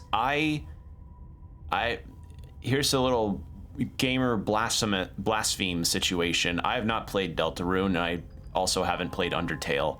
Mostly because back when Undertale was out, everybody and their mother was playing Undertale a whole lot, and I also didn't have a PC at the time, so I was going through Let's Plays of it. So, yeah. I'm happy for everybody that's excited for Chapter 3. Nothing's more nice than getting to be excited for a video game. Oh, that's fine, yeah. And honestly, if I can be blunt, I'm excited. I'm happy that I didn't really get involved into the Undertale fan base at all. Because I've talked about fandom stuff a lot on here before, but some of the shit that I have heard stories about from the Undertale fandom is some of the most head-scratching and honestly very scary things I think I've ever heard. So, yeah, I don't know. I feel like I kind of dodged a bullet a little bit, but I'm not... Like, that's not to say all fandoms are awful. That's not the case. But let's just say there's some deep ends in fandoms that are not worth treading to. As a former Ruby fan, I know that for a fact. The only object of note is a pristine blade buried in the dirt floor, a hint of its shining edge teasing through the sediment. Depends on the sub-community, but yeah, it really spans from insane to brilliant. Yep, sometimes you can end up with, like, you'll end up with some funny, insightful people that you get to have conversations with, or just like the memes they make because they're really good. Like, one of my favorite things about Disco Elysium is the community, because the community are really funny and intelligent. They're so funny. I've laughed harder at some Disco Elysium memes than I've laughed at most, like, TV shows that try to be funny, you know? The blade is your implement. You'll need it if you're going to do this right. Take it. It's the only way forward. It's the only way forward. You've already tried everything else. Don't you remember? You have to take the blade.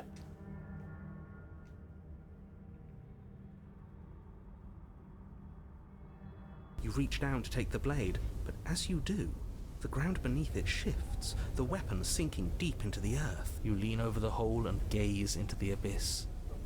It is so very deep, deep in the bowels of the earth. You see something staring back at you. It fills you with dread. She's watching us. She never stops watching us. You really are a coward. With every word she speaks, the princess in the pit blinks closer.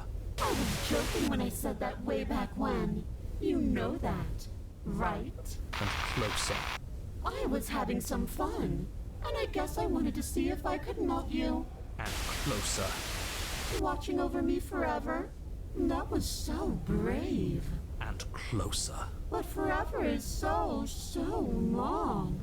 And time erodes everything. Except for me. I've already taken your will, and you're not getting it back. How'd you take me away? I'm right here. All that's left is for you to take my hand and let me out. It'll be so much fun. You and me, together, exploring the world and spreading fear wherever we go. Well, mostly just me. But you'll get to be there too. A witness. Oh, I can even make you a little cage if you want. Gilded and everything. Yeah, I mean, as long as you just DoorDash me some burritos every now and then, I'll be happy. Now don't pause. Don't try to resist. I've already molded you into what I need. And you lost your power so long ago. Don't bother working yourself into a frenzy to get it back.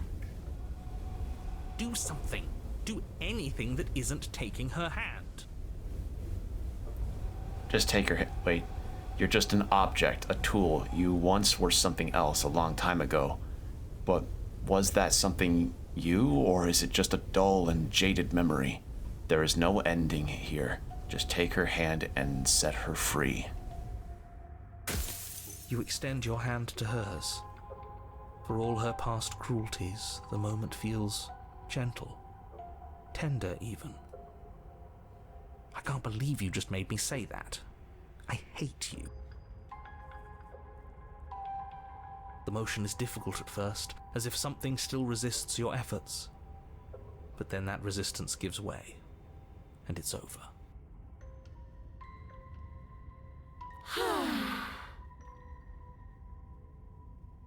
And that's the end.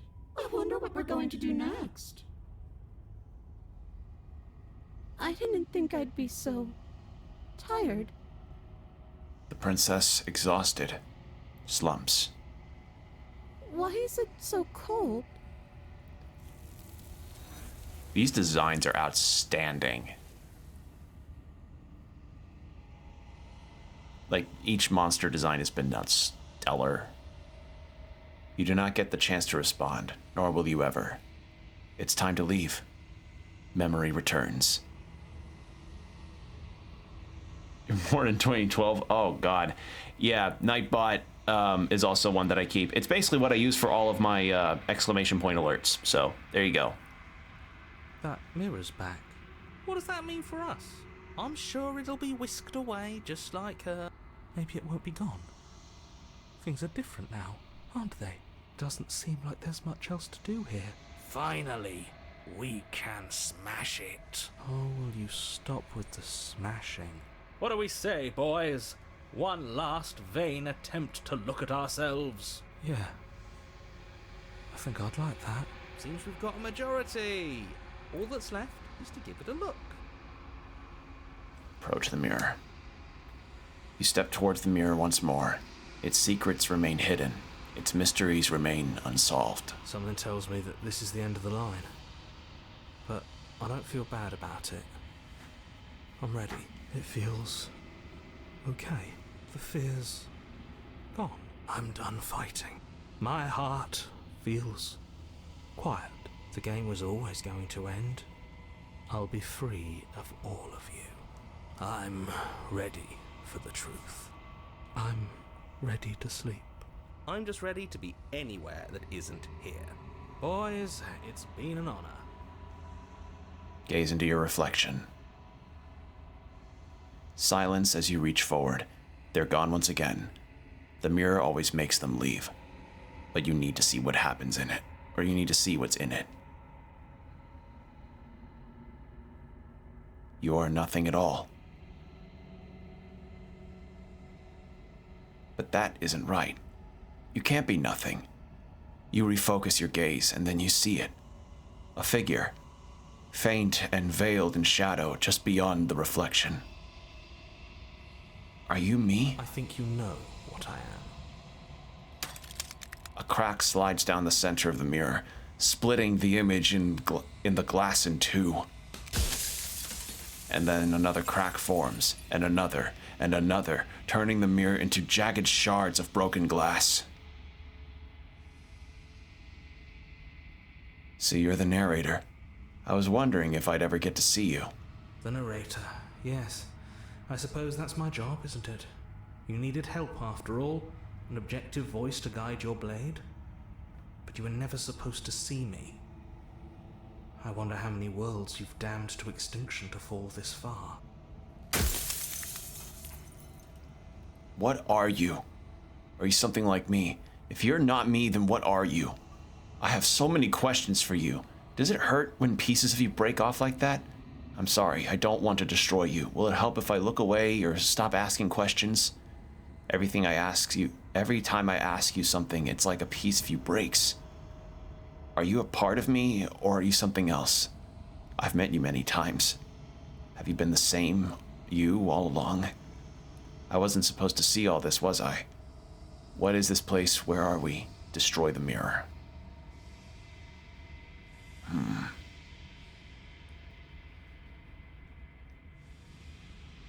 I'm aware, and if I were you, I'd be more precious about your time. I see.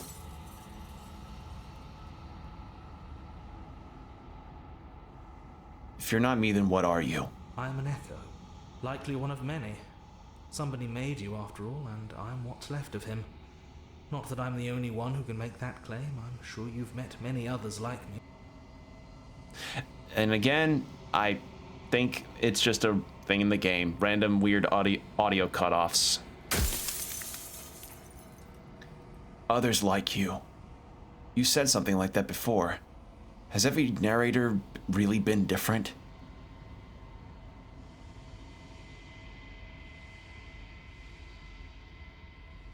I haven't, and that's by both necessity and design. This construct you're in exists in many places at once. Anytime you failed, anytime you thought yourself dead, it would restart and shunt both your consciousness and hers into another world. But you'll be awake soon, and then it won't be able to work like that anymore. Do you have anything to say for yourself? For all the hubris? I do. The people out there are real. No matter what you do to them, no matter what you enable, I want you to remember that. After everything you've done to us, do you think anyone deserves to live? Let's see. What? Yeah, nothing else. And what is my true identity? You're the Long Quiet, the god I made to rid the world of death. So we're a god.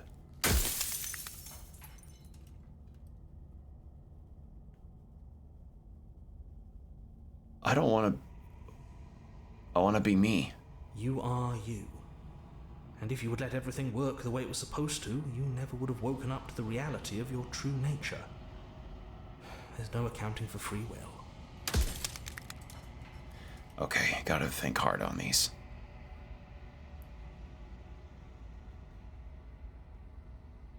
I wasn't supposed to see all this, was I? What is the princess? Did you make her too? She is the shifting mound, the ebb and flow, the capacity to change. She is transformation, or most of it. Her nature is why I had to die, for she becomes that which others perceive her to be. But an echo can't perceive things, not in the way that people can. Ebb and flow. Okay, so... ebb and flow as in she represents change, death, and rebirth, and the narrator wanted to prevent that. Right? So I tucked a part of myself into the folds of this construct to guide you. This isn't the end just yet. You can still destroy her and save everyone. You were made to do this single task, and you will still have a chance to fulfill your purpose once I'm gone. I have 3 more.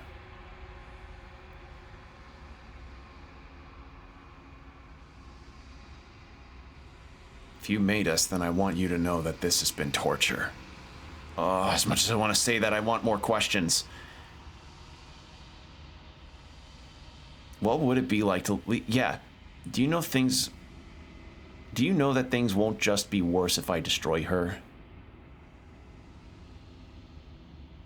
Of course they won't be worse. I saw a glimpse of a better world, and I did what I could to make it real. Anything is better than oblivion. In the end, nobody wants to leave.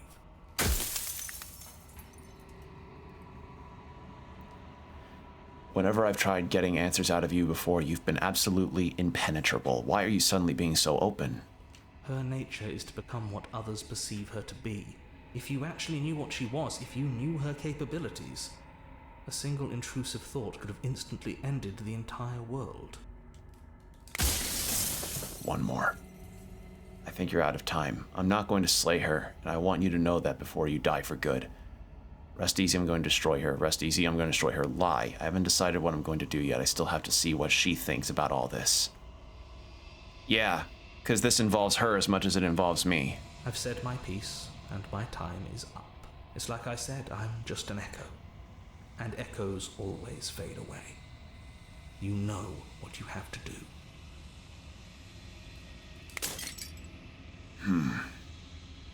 As the final fragment of glass shatters, you see yourself with newfound clarity. The narrator was what? The narrator was. Hold on, water. Hydration. The narrator was right. You are the Long Quiet, a vast and nascent god, right? Nascent? I think that's it. And it is finally time for you to wake up. All of this is you. Proceed to the cabin one last time. The narrator rose white. Yeah, don't you love, like, when I'm not hydrated, I somehow get worse at talking. When you arrive at the heart of things, there is no final vessel for you to bear witness to. There's nothing for you to find. Oh, I was wondering what the heart would be said. Or what would be said about the heart. That sucks.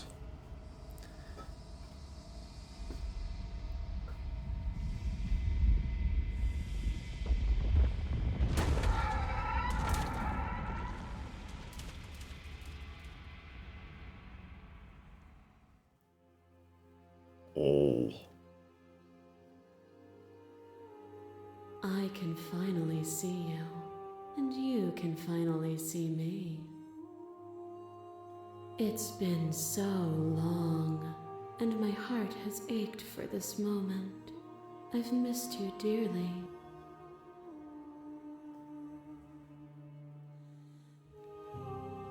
I missed you too. She unfurls an endless cascade of smiles in response, and then patiently waits for you to continue. Do you know about the echo? Did you hear our conversation? Every word you spoke found its way to me. I know him, and I know his construct. He was deluded by his fear of death. Pay him no mind. I'm the Long Quiet, but I don't really know what that means. Names are their attempts to capture that which cannot be captured. They call me the Shifting Mound, a pale imitation of what I actually am. What happens now? Ever the passive player, always reacting and never acting. But it's woven into your nature, isn't it?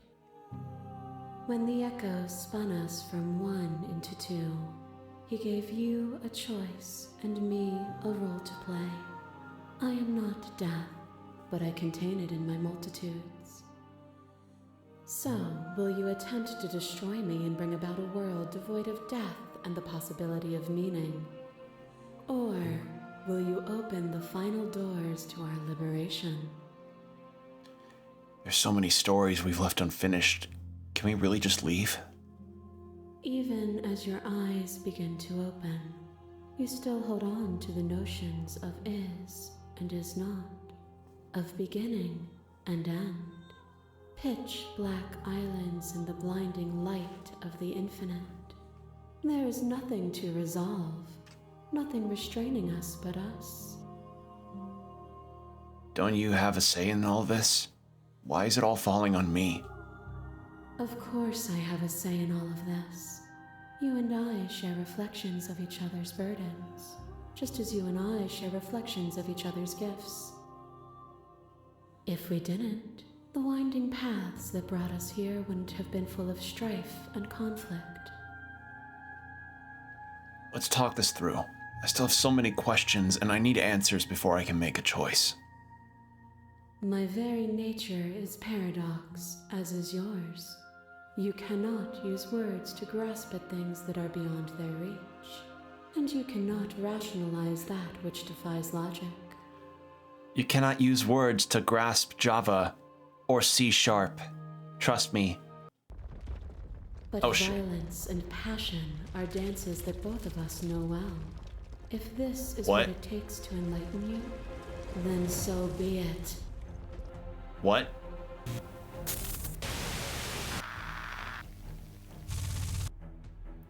There are few things more terrifying than one's own heart, and there is almost nothing more terrifying than sharing it with another. But the most terrifying thing of all is to leave one's heart unshared. You are the only thing like me, and I am the only thing like you. Could you bear the weight of an eternity alone? Do you dare to shape a reality of solitude and thrust it on creation?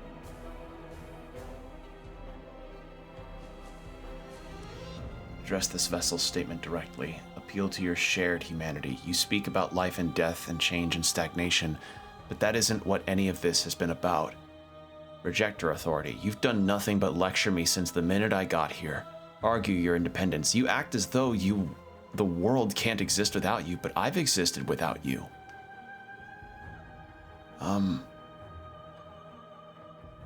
Address the thank you for sharing yourself with me.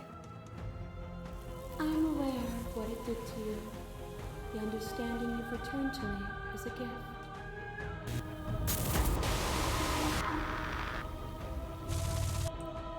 I kill you, you kill me. Back and forth we go, faster and faster and faster. I kill you, you kill me. Hollow eyes watch from the dry corners of a memory. A home built on all the futures that were supposed to be. Preserved until the moment of reunion. The fire of the heart sets it all ablaze. I kill you and me. An ending is a passion that can only be expressed with a moment in time. It is a seed for a new beginning. To linger on an ending is to rob it of its life. You're inclining about leaning more towards the violent paths. I picked what I picked, I guess. My bad. I don't know. As I said, I knew nothing about this game going into it. All that's left to do is linger. I killed you without a second thought, and when you returned, you set us both ablaze. I remained while you burned away. I'm okay lingering. I deserved what you did to me. There is no deserve, no punishment, no retribution. There's only action and reaction. I mean, yeah, like, she was being nice and I did stab her. And I did use the blade. Suspended in the gravity of an idea too great for you to hold. Alright, the goddess one now. Just interesting. No, you're not bad, just interesting.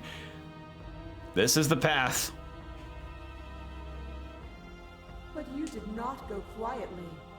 You spat in the eye of that which would claim godhood, and through that defiance, you bound us both together.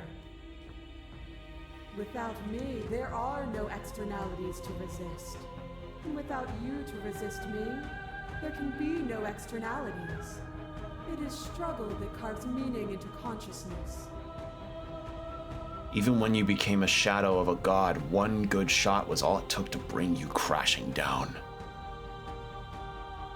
Explore. I still defy you. We made each other worse. I miss when that was you. You were consumed by your own ego. And you shed your doubts to rise against me. It was only together that we were able to create something beautiful.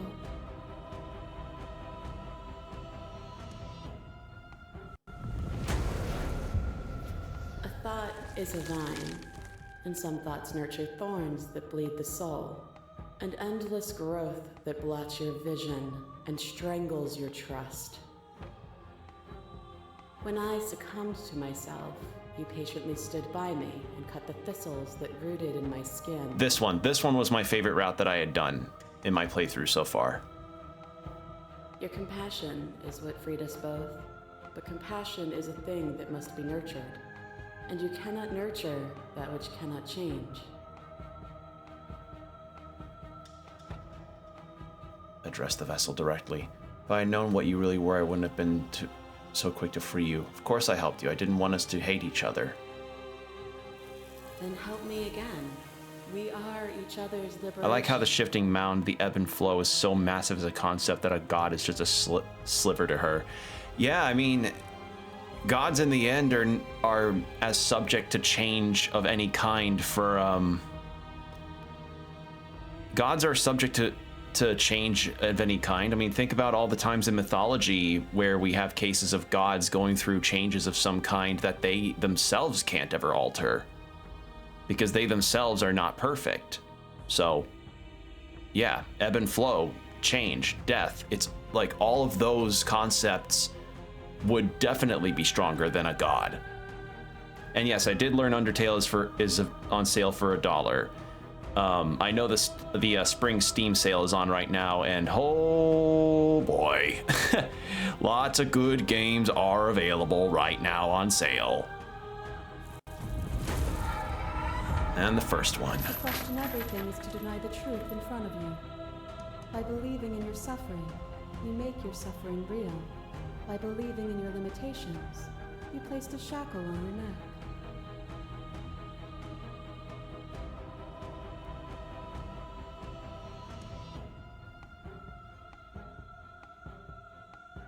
Bound for eternity, you saw the need for impermanence. And it was through that need that you carved our freedom. I was just trying to see what the fuck was up with the shackle. Without impermanence, the suffering of living things is infinite. Would you strip my gifts away and leave everyone to suffer in the dark? Explore and address the vessel directly. They'll get over it. They'll see your end as a gift in time. Or, in time, would they see it as a curse? Oh, did you end up shackling yourself on the first pass? I did, yeah. Well, I was confused about the whole affair, and I then saw the large shackle, and I was like, maybe if I study it and figure out how I can break it, and then it snapped around my neck. As the clash between you and abates, you begin to shake, your will rapidly dissolving. Nothing is immutable. Everything that is. I think I picked the wrong response on that one, but oh well. There is no. Because this is a. There is no center. This game kind of went to a 100 to a 1000 really quickly, huh? Open your eyes and accept what we are. We can leave this prison together. It's easy to believe in the things you believe in when you get to sit above it all. It is from my vantage point that I can see the totality of truth. I mean, yeah, she's kind of on a high horse right now, being the literal embodiment of change and saying like, oh, I know what's best for everything. I mean, it's really a simple game. You just have to slay the prince. Yeah, you just have to slay the princess. What do you think happens if we leave here? This universe dies, and a new one is born. And that one dies, and a new one is born. And you and I get to witness it all. But I do get it, like a tapestry of life wherever we go. I never wanted to fight you, but how do we leave? I can't let that happen. I can't let everything die. I have to fight for a better world. I'm so sorry. You are cruelty itself, and I cannot let you exist. I don't know what the answer is, but there has to be something else. It can't be this. I won't kill you, but I won't let you free.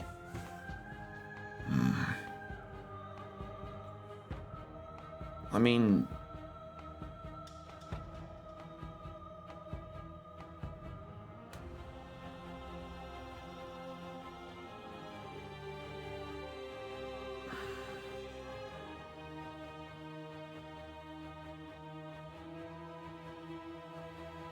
Because the narrators finished Dark Souls 3, nice.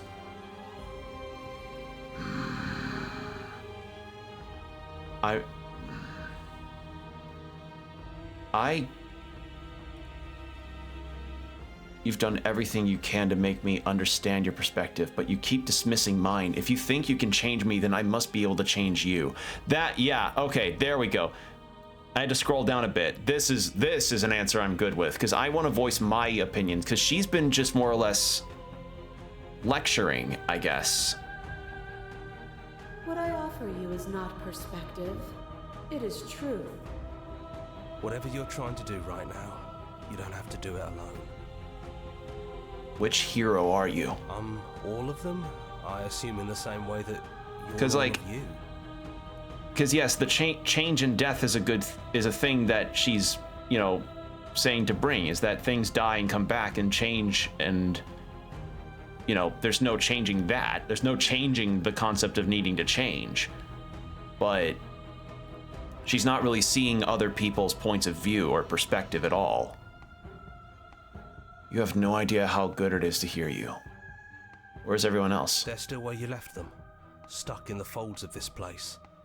Part of me is with them, just like part of me is with you right now. There's still a piece of me nestled close to where it all began. I can take you there. I can take you to her heart. It's time to resume our dance. Oh, come on, ad breaks. Okay. She's relentless, isn't she? Let's make this quick. Are you ready? I'm ready. Then let's go.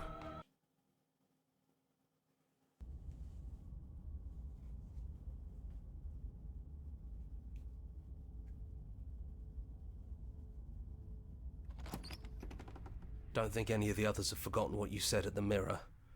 They all talked, and they're not happy. But we can discuss that later. We have a job to do. Do you need me to describe things? I'd like that for old time's sakes. Is it just you and me? Did anyone else make it into the cabin? It's just us. I think the rest of them are still out there, jumbled up in the rest of her. Yeah, of course. Oh shit, I didn't mean to... Well, whoops. The interior of the cabin is, well, it's a cabin, yeah? It's a cabin, isn't it? Here, just a table and a knife and a door. And some windows. Yeah, it's just a cabin, isn't it?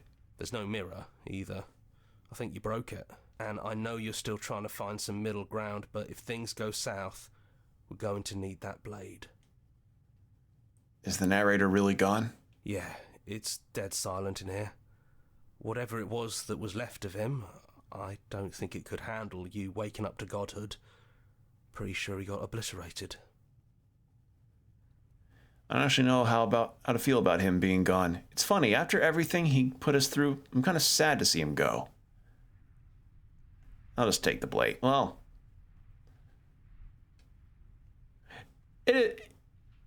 he was at least something of a reassurance, but nah, I'd say good riddance. He intentionally kept a lot of shit out from us. Yeah, he really put us through hell, didn't he?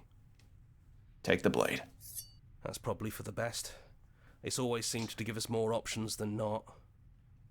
Enter the basement. The stairs. Do you remember the first time we were here? The first time we heard her voice? Have you figured out what you want to do yet, or are you going to keep trying to find a center that doesn't exist? It sounded just like that. A little sharp, a little menacing. Only she didn't know us. And down we go. We shouldn't keep her waiting. And there you are, knife in hand. It really brings me back. Have you given up on talking? Have you finally decided to kill me? You'll have all of eternity to yourself after this. Why don't we chat a little before I go?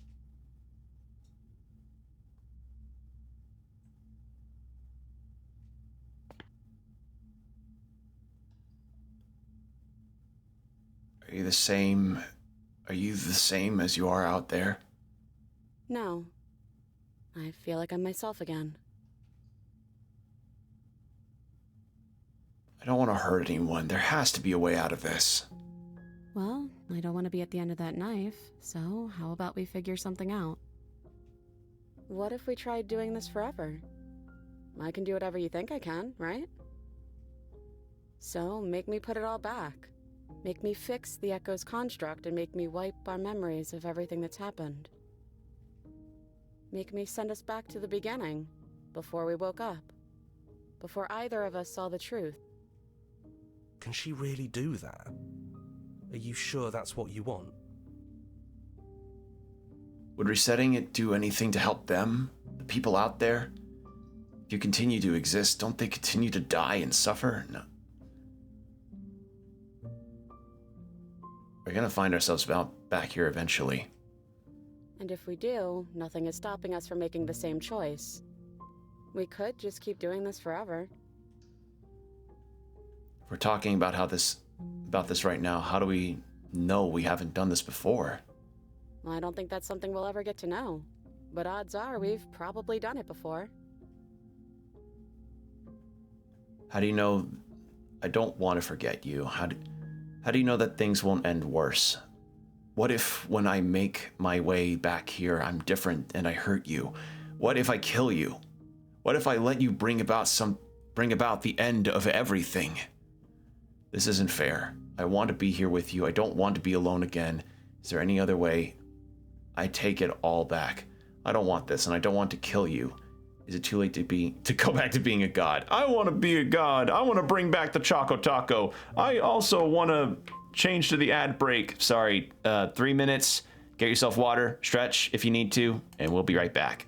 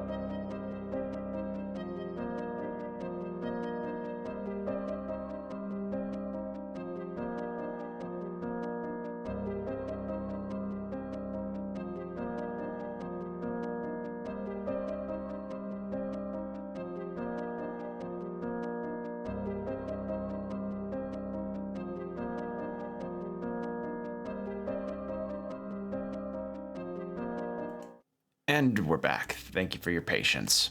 All right. I'm sorry, but I can't do that.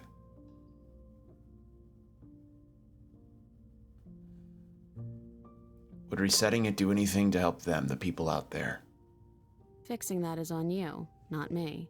If you want me to help them, you'll have to make me help them. I don't want to forget you. That's sweet. But unless you do, the whole world ends, right? Not like I care, but it seems important to you. How do you know that things won't end worse? Who cares? We've hurt each other plenty, and I still like you. And if you're hesitating, then you must still like me, too.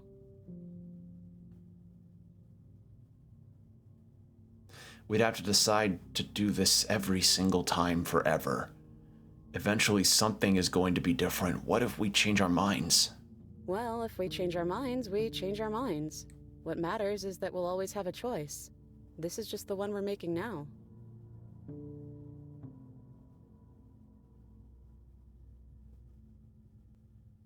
Is there any other way? You brought that knife down here for a reason. Either you use it to kill me, or I use it to put things back.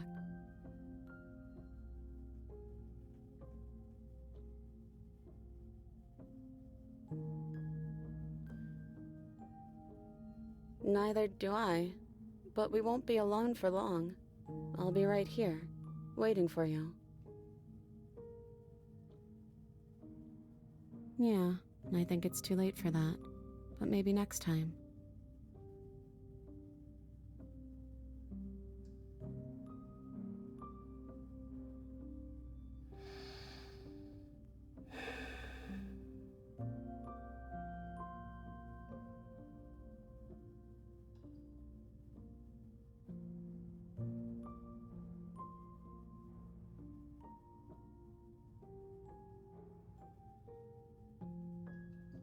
So it's either constantly resetting everything to end up back here again, or to end it, or to end the cycle completely.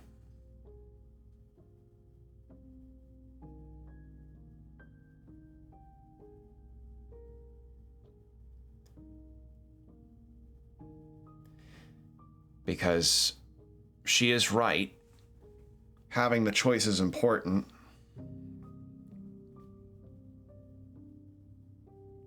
And there are going to be differences, because that's just the way things are.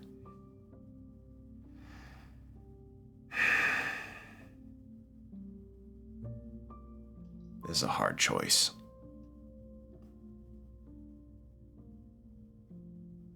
I either slay the princess, or I agree to just eternally resetting everything.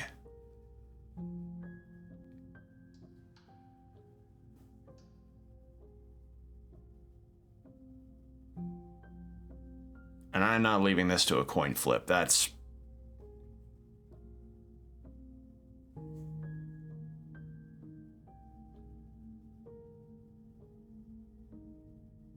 wouldn't be right here.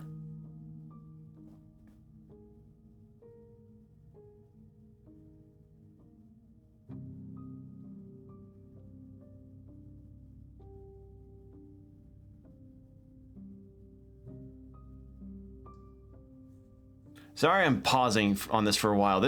I'm really trying to think on this. Like, I'm weighing my options here.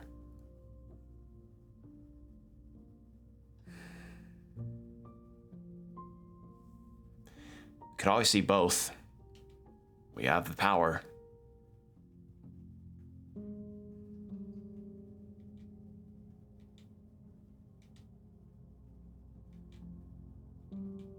All right. Let's do that. I'll pick one option, then we'll go back and see both, and see the other. So, I feel like this may be the ending. That's break the cycle. You and me both. Whatever world you want to build without me, I hope it works out. Despite our differences, I've always loved you, and I wish you nothing but the best.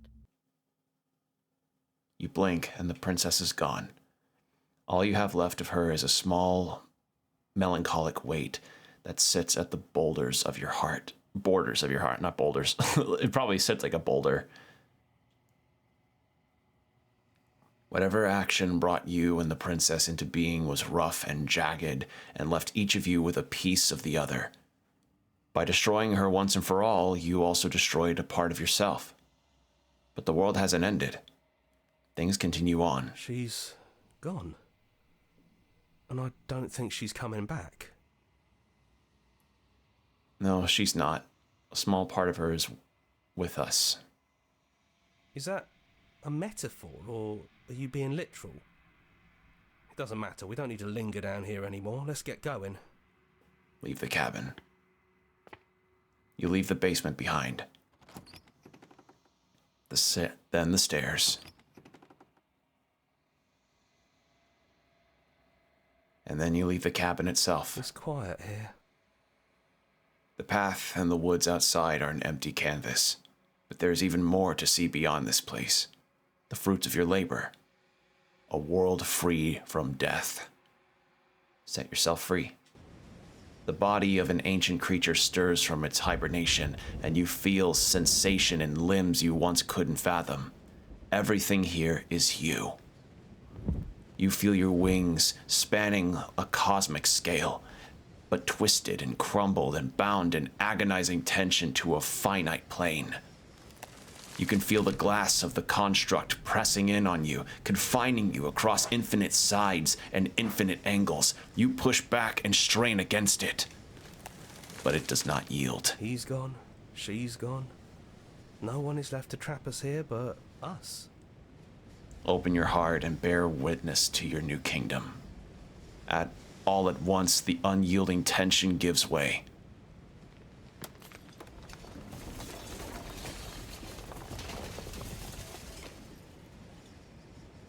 And then the shattering. You are free, and before you lies the endless expanse of absolute reality. A new absolute reality, one forged by your will and by a long and arduous cycle of bloodshed that has stained your hands countless times over. But there will be no more bloodshed in this new world. We didn't forget what you told us. You thought we'd be gone. Thought you could taunt us with death. We never left. We've just been quiet, hiding somewhere else. But we don't need to be quiet any longer. We're the house now. We get to make the rules. And I'm not sure you'll like those new This is the bad ending. You should never make assumptions So about things you don't know. Like whether or not the voices in your head will be gone for good. Torturer. And to think I thought we could rely on you. Can't even trust ourselves. Yeah, this is the bad ending. Okay.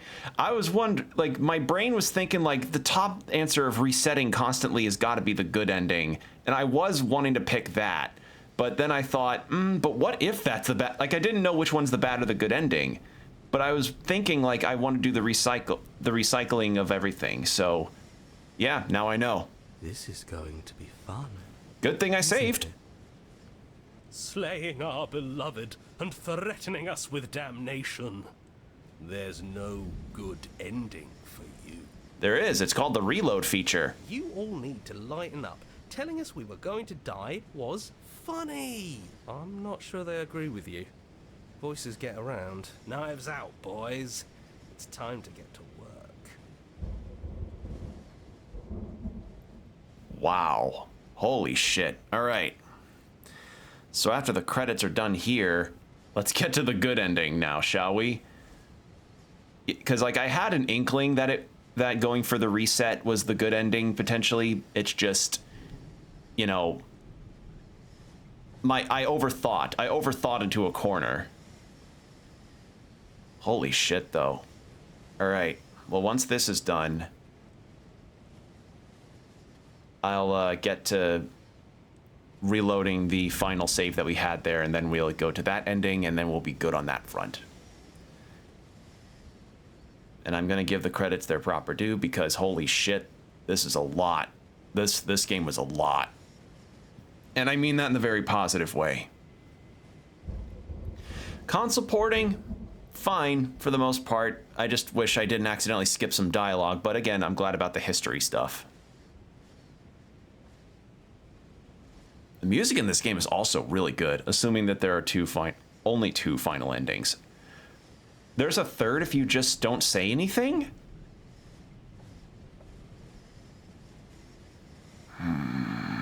do I want to do that?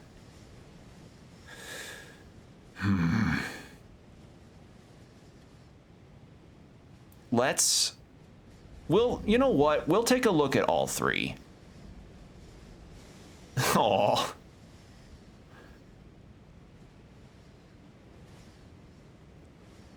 Thank you so much for playing. As an expression of our gratitude, here's the track order for a special playlist just for you. Okay, that's fucking awesome. That's fucking awesome. I mean, you already made options to get this final choice. Yeah. And now that you've finished the full story for the first time, you've also unlocked the gallery. You can access it from the main and in-game menus under the Memories tab, and it's full of clues that will help you find undiscovered vessels and interactions. Happy hunting.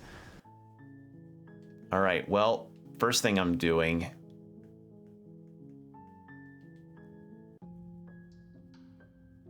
Let's do it. I believe in us. Okay, if this is your choice, then I have your back. I guess I'll see you on the other side. She takes the blade from our hand, a fondness in her gaze. I'll see you soon. Hey, I love you.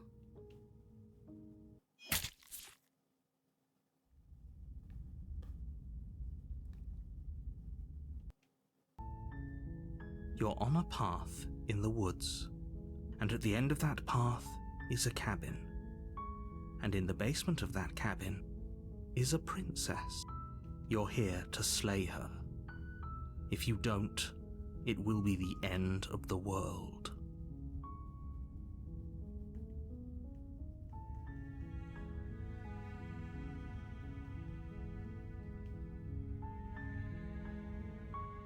Wow. All right. Well, that's the... Is that a neutral ending? I'll give my thoughts on which ending I liked more. I definitely don't like the ending of being a god and then going on a vengeful path of like everything will be perfect now. That didn't feel right to me.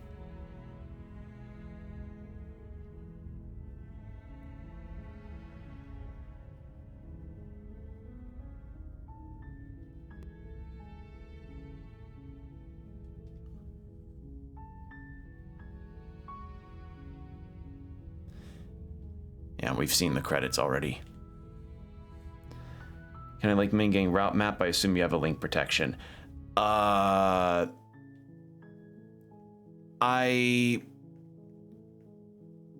Best whisper it to me. Wait, actually I can't. That's right, I turned off whispers. Try it, and if it's not going through, I don't know what, I think I've got, yeah, I think I do have link protection, actually.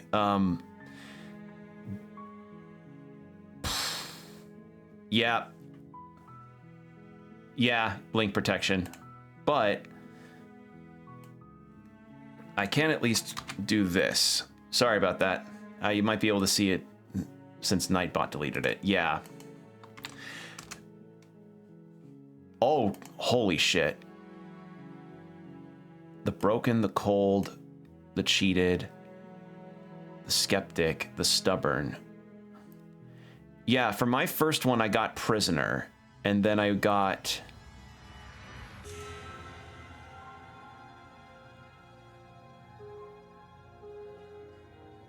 Yeah. Or was it the prisoner? No.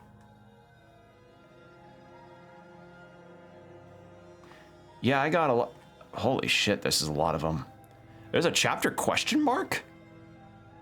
Oh, that's for the nightmare. Oh, okay. Yeah, and this doesn't even show every possible way to get to each chapter, since there's some weird ways to get ones from here and other routes. But there's also more intended ways. I see. Oh, the empty cup and mutually assured destruction. I haven't gotten those before. All right, well, let's do this one. So this is really it then? Chapter question marks, moment of clarity was actually your 6th route. Okay. So, that's how it is. Whatever world you want to build without me, I hope it works out. Despite our differences, I've always loved you, and I wish you nothing but the best. You blink and the princess is gone. All you have left to hear is a small, melancholic weight that sits at the borders of your heart. Whatever action brought you and the princess into being was rough and jagged and left each of you with a piece of the other.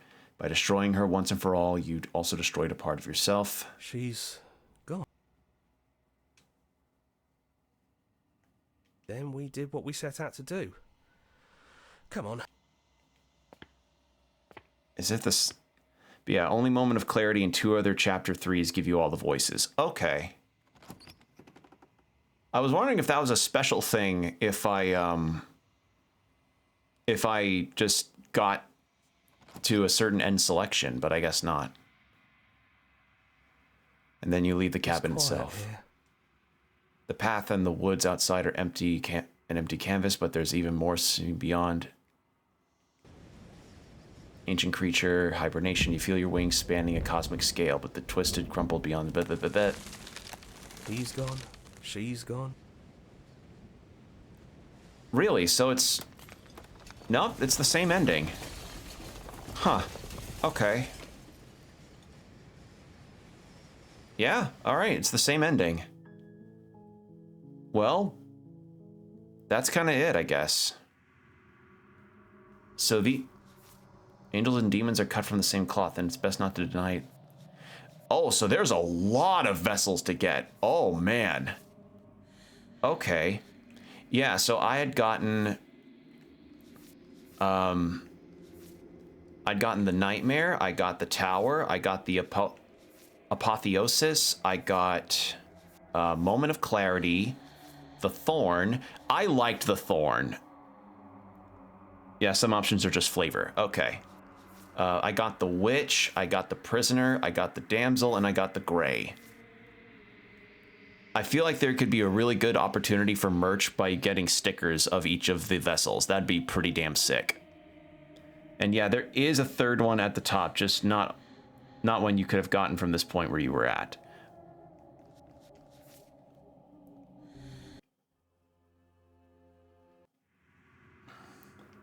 Okay. So, would that have... Is there a best ending that is considered for this game? Like, because I felt the best ending that I got, I guess, the looping one felt the most appropriate, I'd say. But I don't know if there was like a best ending where everything's all happy-go-lucky, you know? Yeah, like the whole game is subjective. Yeah. Okay. So it's just subjective on what you find is the best ending. All right. I didn't know if there was like a definitive best ending kind of thing, but I can say for certain this game was fucking awesome. Oh my God. What a well-written game that gave me some existential crisis and actually made me feel really, really awful at the quandaries it presented with me and all the options. I felt awful at some of those choices. Like, I felt so bad in some of those. And, you know, testament to the writing, testament to the voice acting, testament to the music. Just what a really, really good game. And I hadn't even explored everything that there is to offer here. There's a lot here to go. The option you didn't have in that ending was not to take the knife downstairs that final time.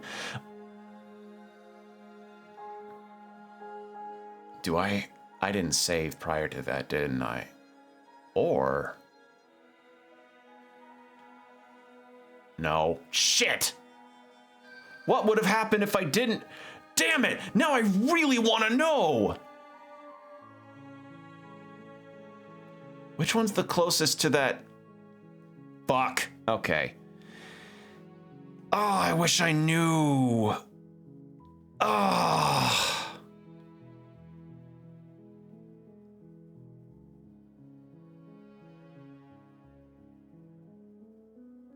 Because, like, it was the voice of... Ah, man. I should have had a save before that, too. Shit.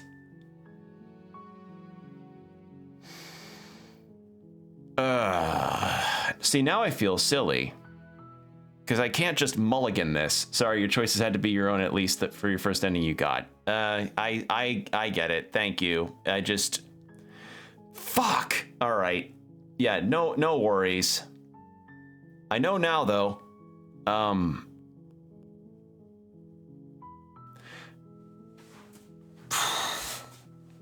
And I suppose maybe I'll, at some point, I'll probably load up one of my other... Okay, tell me this at least. If you do new game, you can try 6 paths you never did. That's true. But I don't tell me the exact content of it all, but answer me this. Is the ending choice that you get by not picking up the knife considered the best ending? Because I feel like the reset one is a neutral one and becoming a god is the bad one.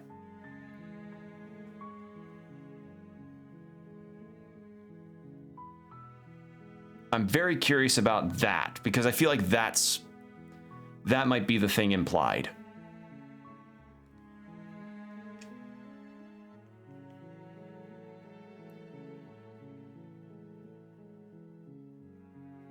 Because if so, then I probably will will reload. Which of these was the... I'd say all the endings are in their own ways ambiguous as far as good or bad. Okay.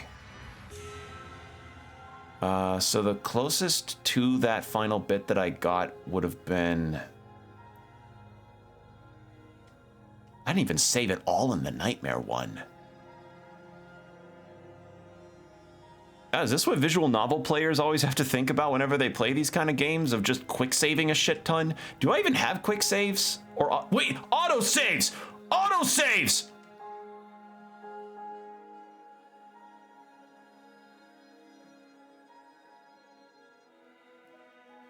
Wait, which one's the earliest? Shit, no. Are none of them prior to entering the cabin?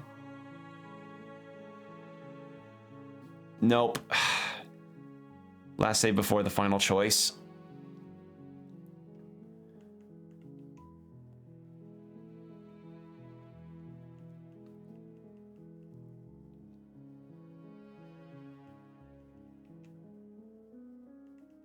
This one? Yeah. You know what? Fuck it. I actually... She's dead. And the world...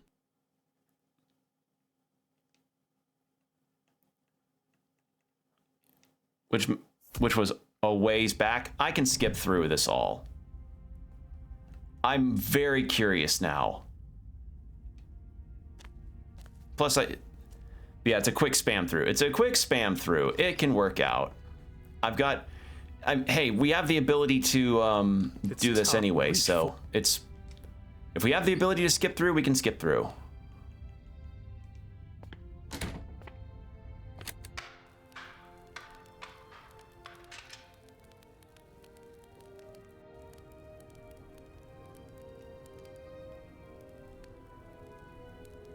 Oh wait, I didn't pick that one. She's holding a grudge. She wouldn't. She's perfect. The heat grows in it. Yeah, then you burn me up. And yeah, from my understanding, visual novel players use the skip fast forward more than reloads usually. Yeah, that makes sense.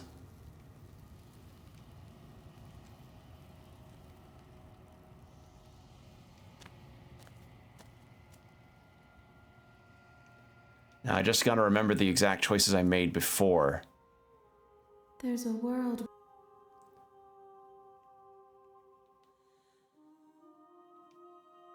We are real.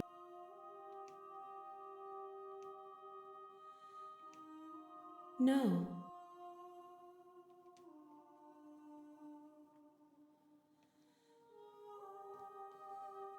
One.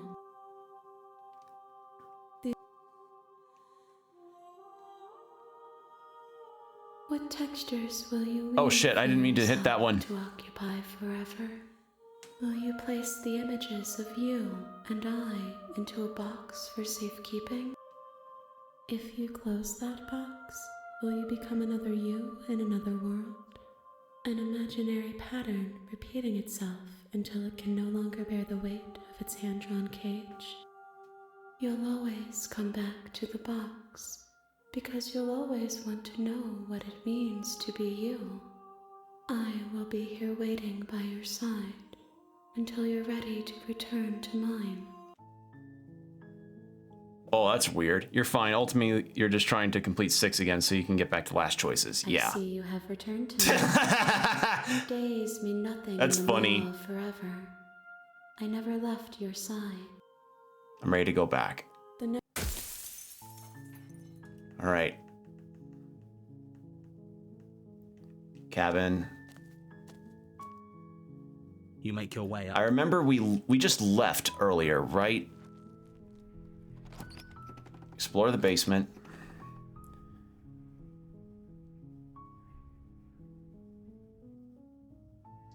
The door?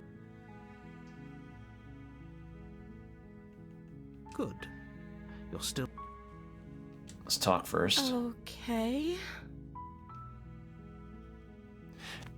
Only thing is that it seems every option is continue. You can't do anything else mid-conversation. That's fucking funny. All right.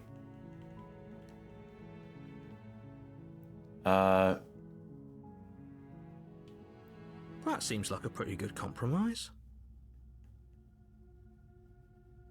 Lock her in the I basement. know you think this is some... We're sticking to the plan. Us, but Ignore just her and go ignore for a... maybe the Ignore and banging have a and power wailing was- nap. Nightmare. Proceed to cabin. Proceed to cabin. It's just an... She's already got... Let's see. You're right. We shouldn't waste time preening. I'm not lying to you. Use your eyes. There is no mirror. Why would I lie about something so meaningless? Maybe he's trying to keep us from looking because there's something horribly wrong with us. No, there isn't something horribly wrong with you. You look exactly how you're supposed to look. Now stop second-guessing my every word. And now it makes sense that Reach down and the pick narrator blade now up doesn't off really the floor. want us to know anything about the It would be mirrors. difficult to slay the prince. All right. You really don't remember, do you? It doesn't matter. We need a game plan. We know we can't just go down there unprepared.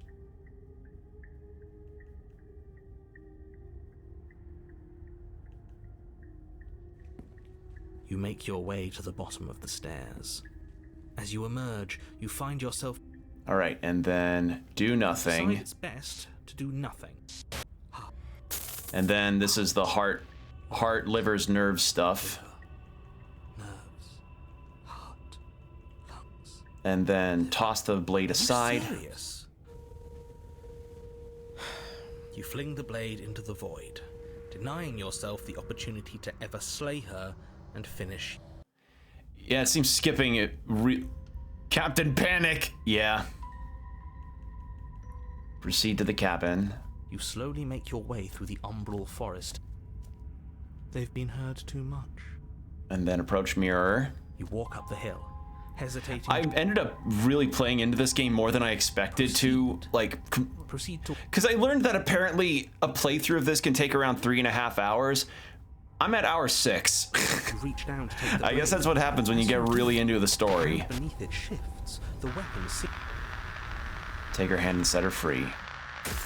You extend your hand to hers. All right.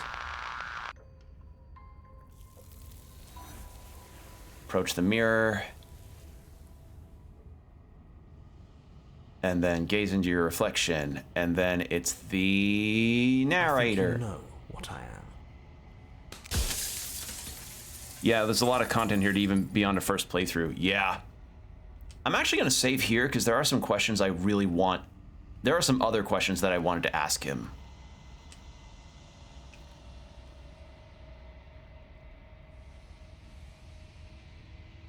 Oh, I'm nothing like you. I'm an echo. Like Oh you. shit. No, I did pick that one before. Where are we? A construct. It was supposed to keep the two of you trapped here until the job was done. And it was supposed to guide your hand to help you see things through. The construct you're in exists in every world at once. Any time you failed, any time you thought yourself dead, it would restart and shunt both you and her into a new world. But you're waking up to your true nature now. It won't be able to work like that anymore. For all your hubris. I do. People out there are... No, we already picked that one. God damn my bad memory. The narrator. Yes. I suppose that's my job, isn't it? Nope, that was one I picked already too. God damn it. So many questions. Then ask them, and make it quick. I won't last for long now that you can see me.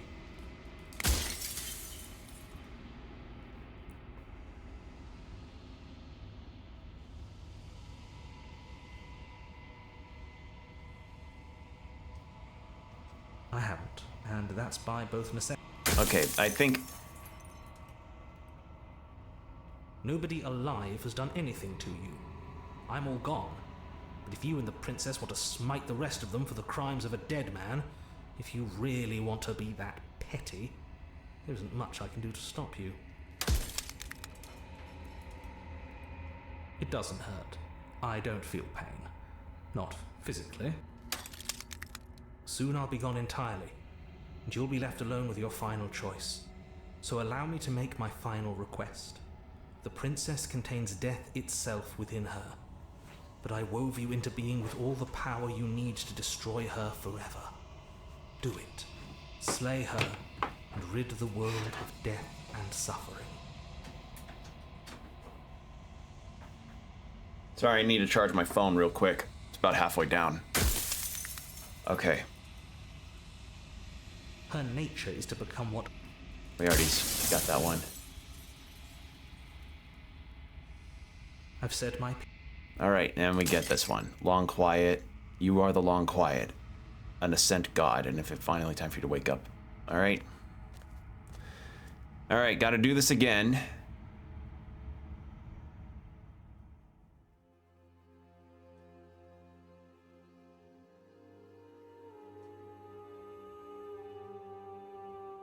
What happens now? So many stories we left unfinished. Can we really just leave? Of course. And then I think the...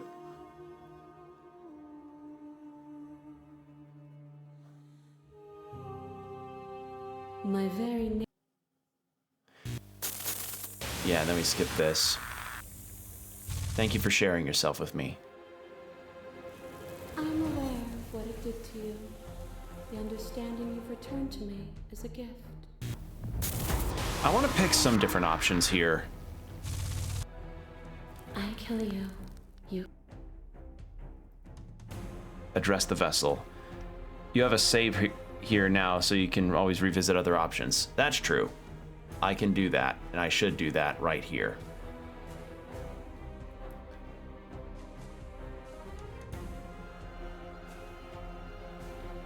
Deserved what you did to me.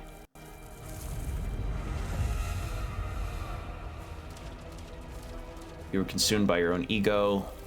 And you shed your doubt. I didn't want us to hate each other. Then help me again. And then this is the one I fucked up. So that would be torture. It would. Our purpose is to be and to experience, and their purpose is the same. To be permanent is to cease. To be paused is to be trapped. As the clash between you abates, you begin to shake with your will rapidly dissolving. Nothing is immutable. Everything that is. It's easy to believe in things you believe in when all you get to sit above it all. It is. This universe dies, and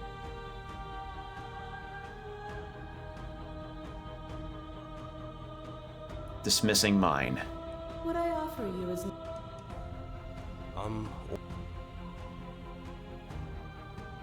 They're still where you left them.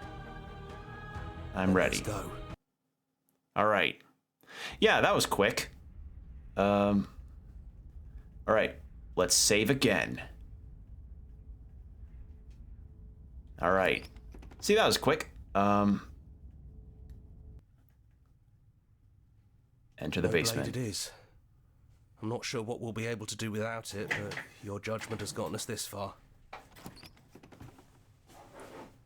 All right, let's see. The stairs.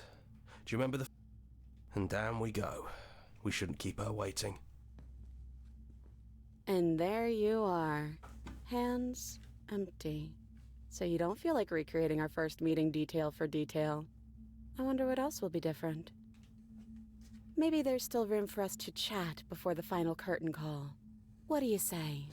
Yeah, like, I grabbed it because the hero recommended I did, but now I'm really thinking that might have been, this might be a better call.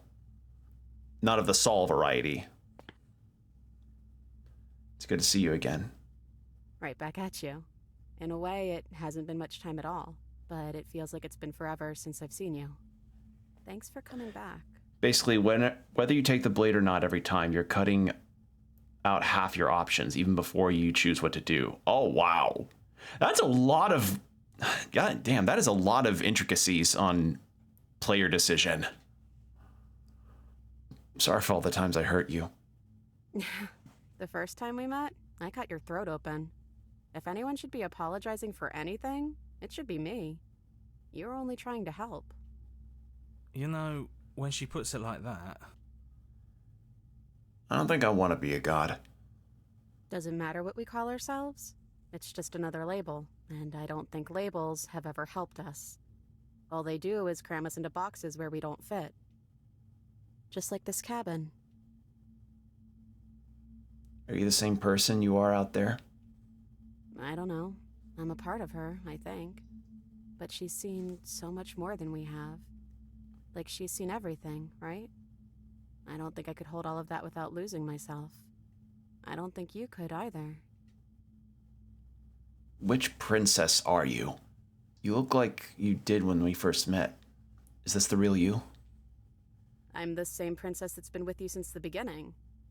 And I feel real. But I also feel like I'm a lot more than I was then. We've been through a lot together. I don't think there's anything more real than that. So now that we're here at the end of everything, can you finally tell me your name? Oh. I never had one. And do not call me the Shifting Mound. It's too much. Yeah, I mean, it's better than the shitting mound. Yeah, it's clear when you see the chart. Yeah. But I've always been a princess to you, right? So why don't we stick with that?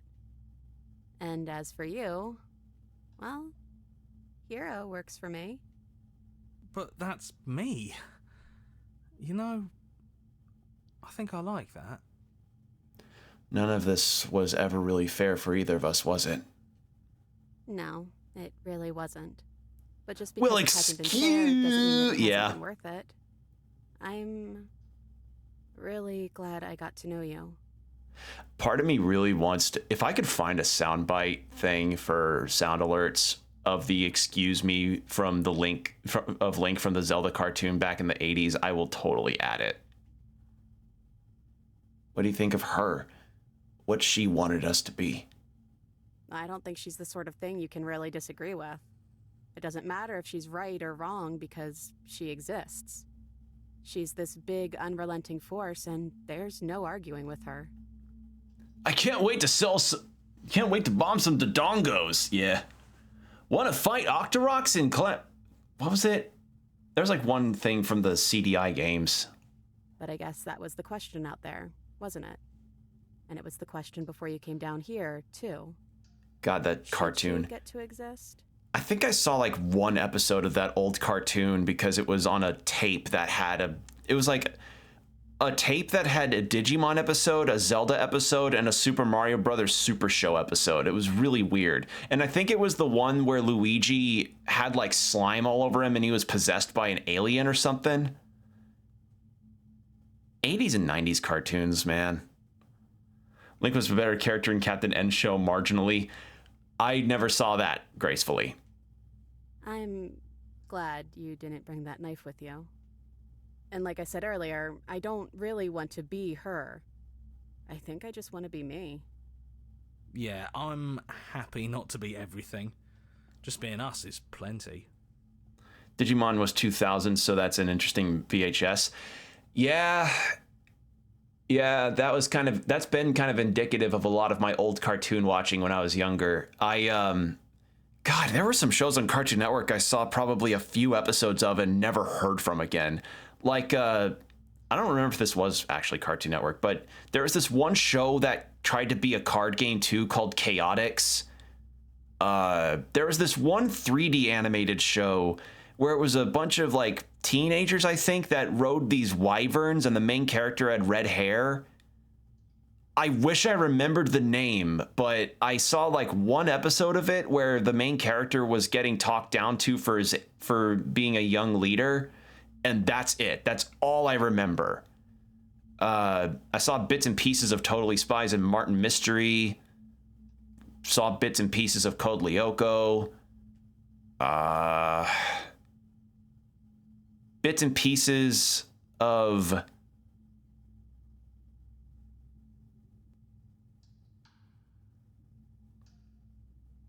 I'm straining my brain. Like the first 3 episodes of Cubix, like that's like I had a very bits and pieces of cartoons kind of childhood of seeing different shows.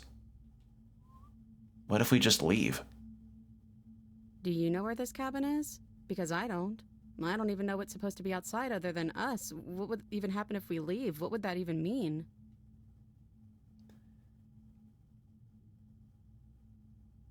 Take her hands in yours. I don't know, but I've always wanted to leave with you.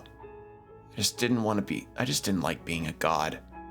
I want to walk through what that cabin door has, and I want to walk through that cabin door as we are, just you and me. Not knowing what it means is why I want it. We knew everything out there, but we don't know this. I want to know this. It doesn't matter what happens or what it means. What matters is that we're leaving together. That's all I want. There's no need for words, leave with her. Nobody's heard of Cubix, Robots for Everyone. Yeah, I mean, hell, it wasn't until a few years ago that I learned that show originally came from Korea, and I was like, oh shit, wow. So, yeah.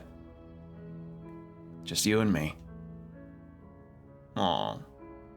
I want that too. I think I'm gonna stay right here. Whatever you're doing right now, wherever you're going, it feels like it's for just the two of you.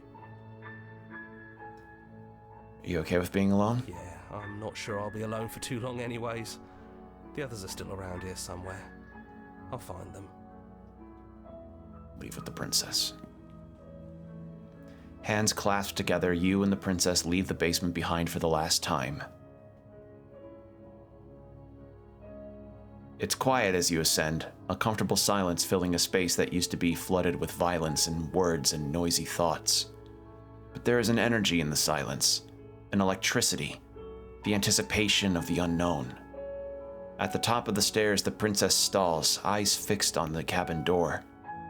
You feel her hand tremble in yours. She's unsure of herself for the first time in her long and short existence.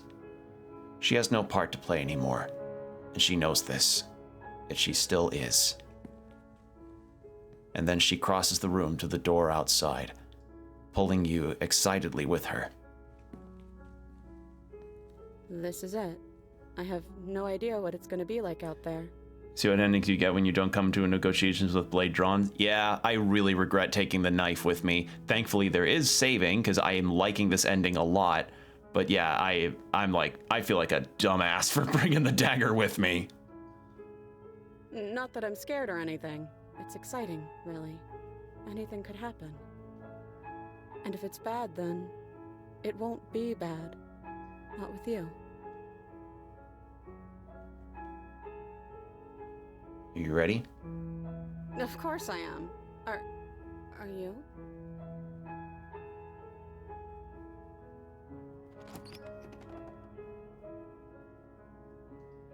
Oh, Yeah, I like that ending a lot more. Holy shit. Yeah.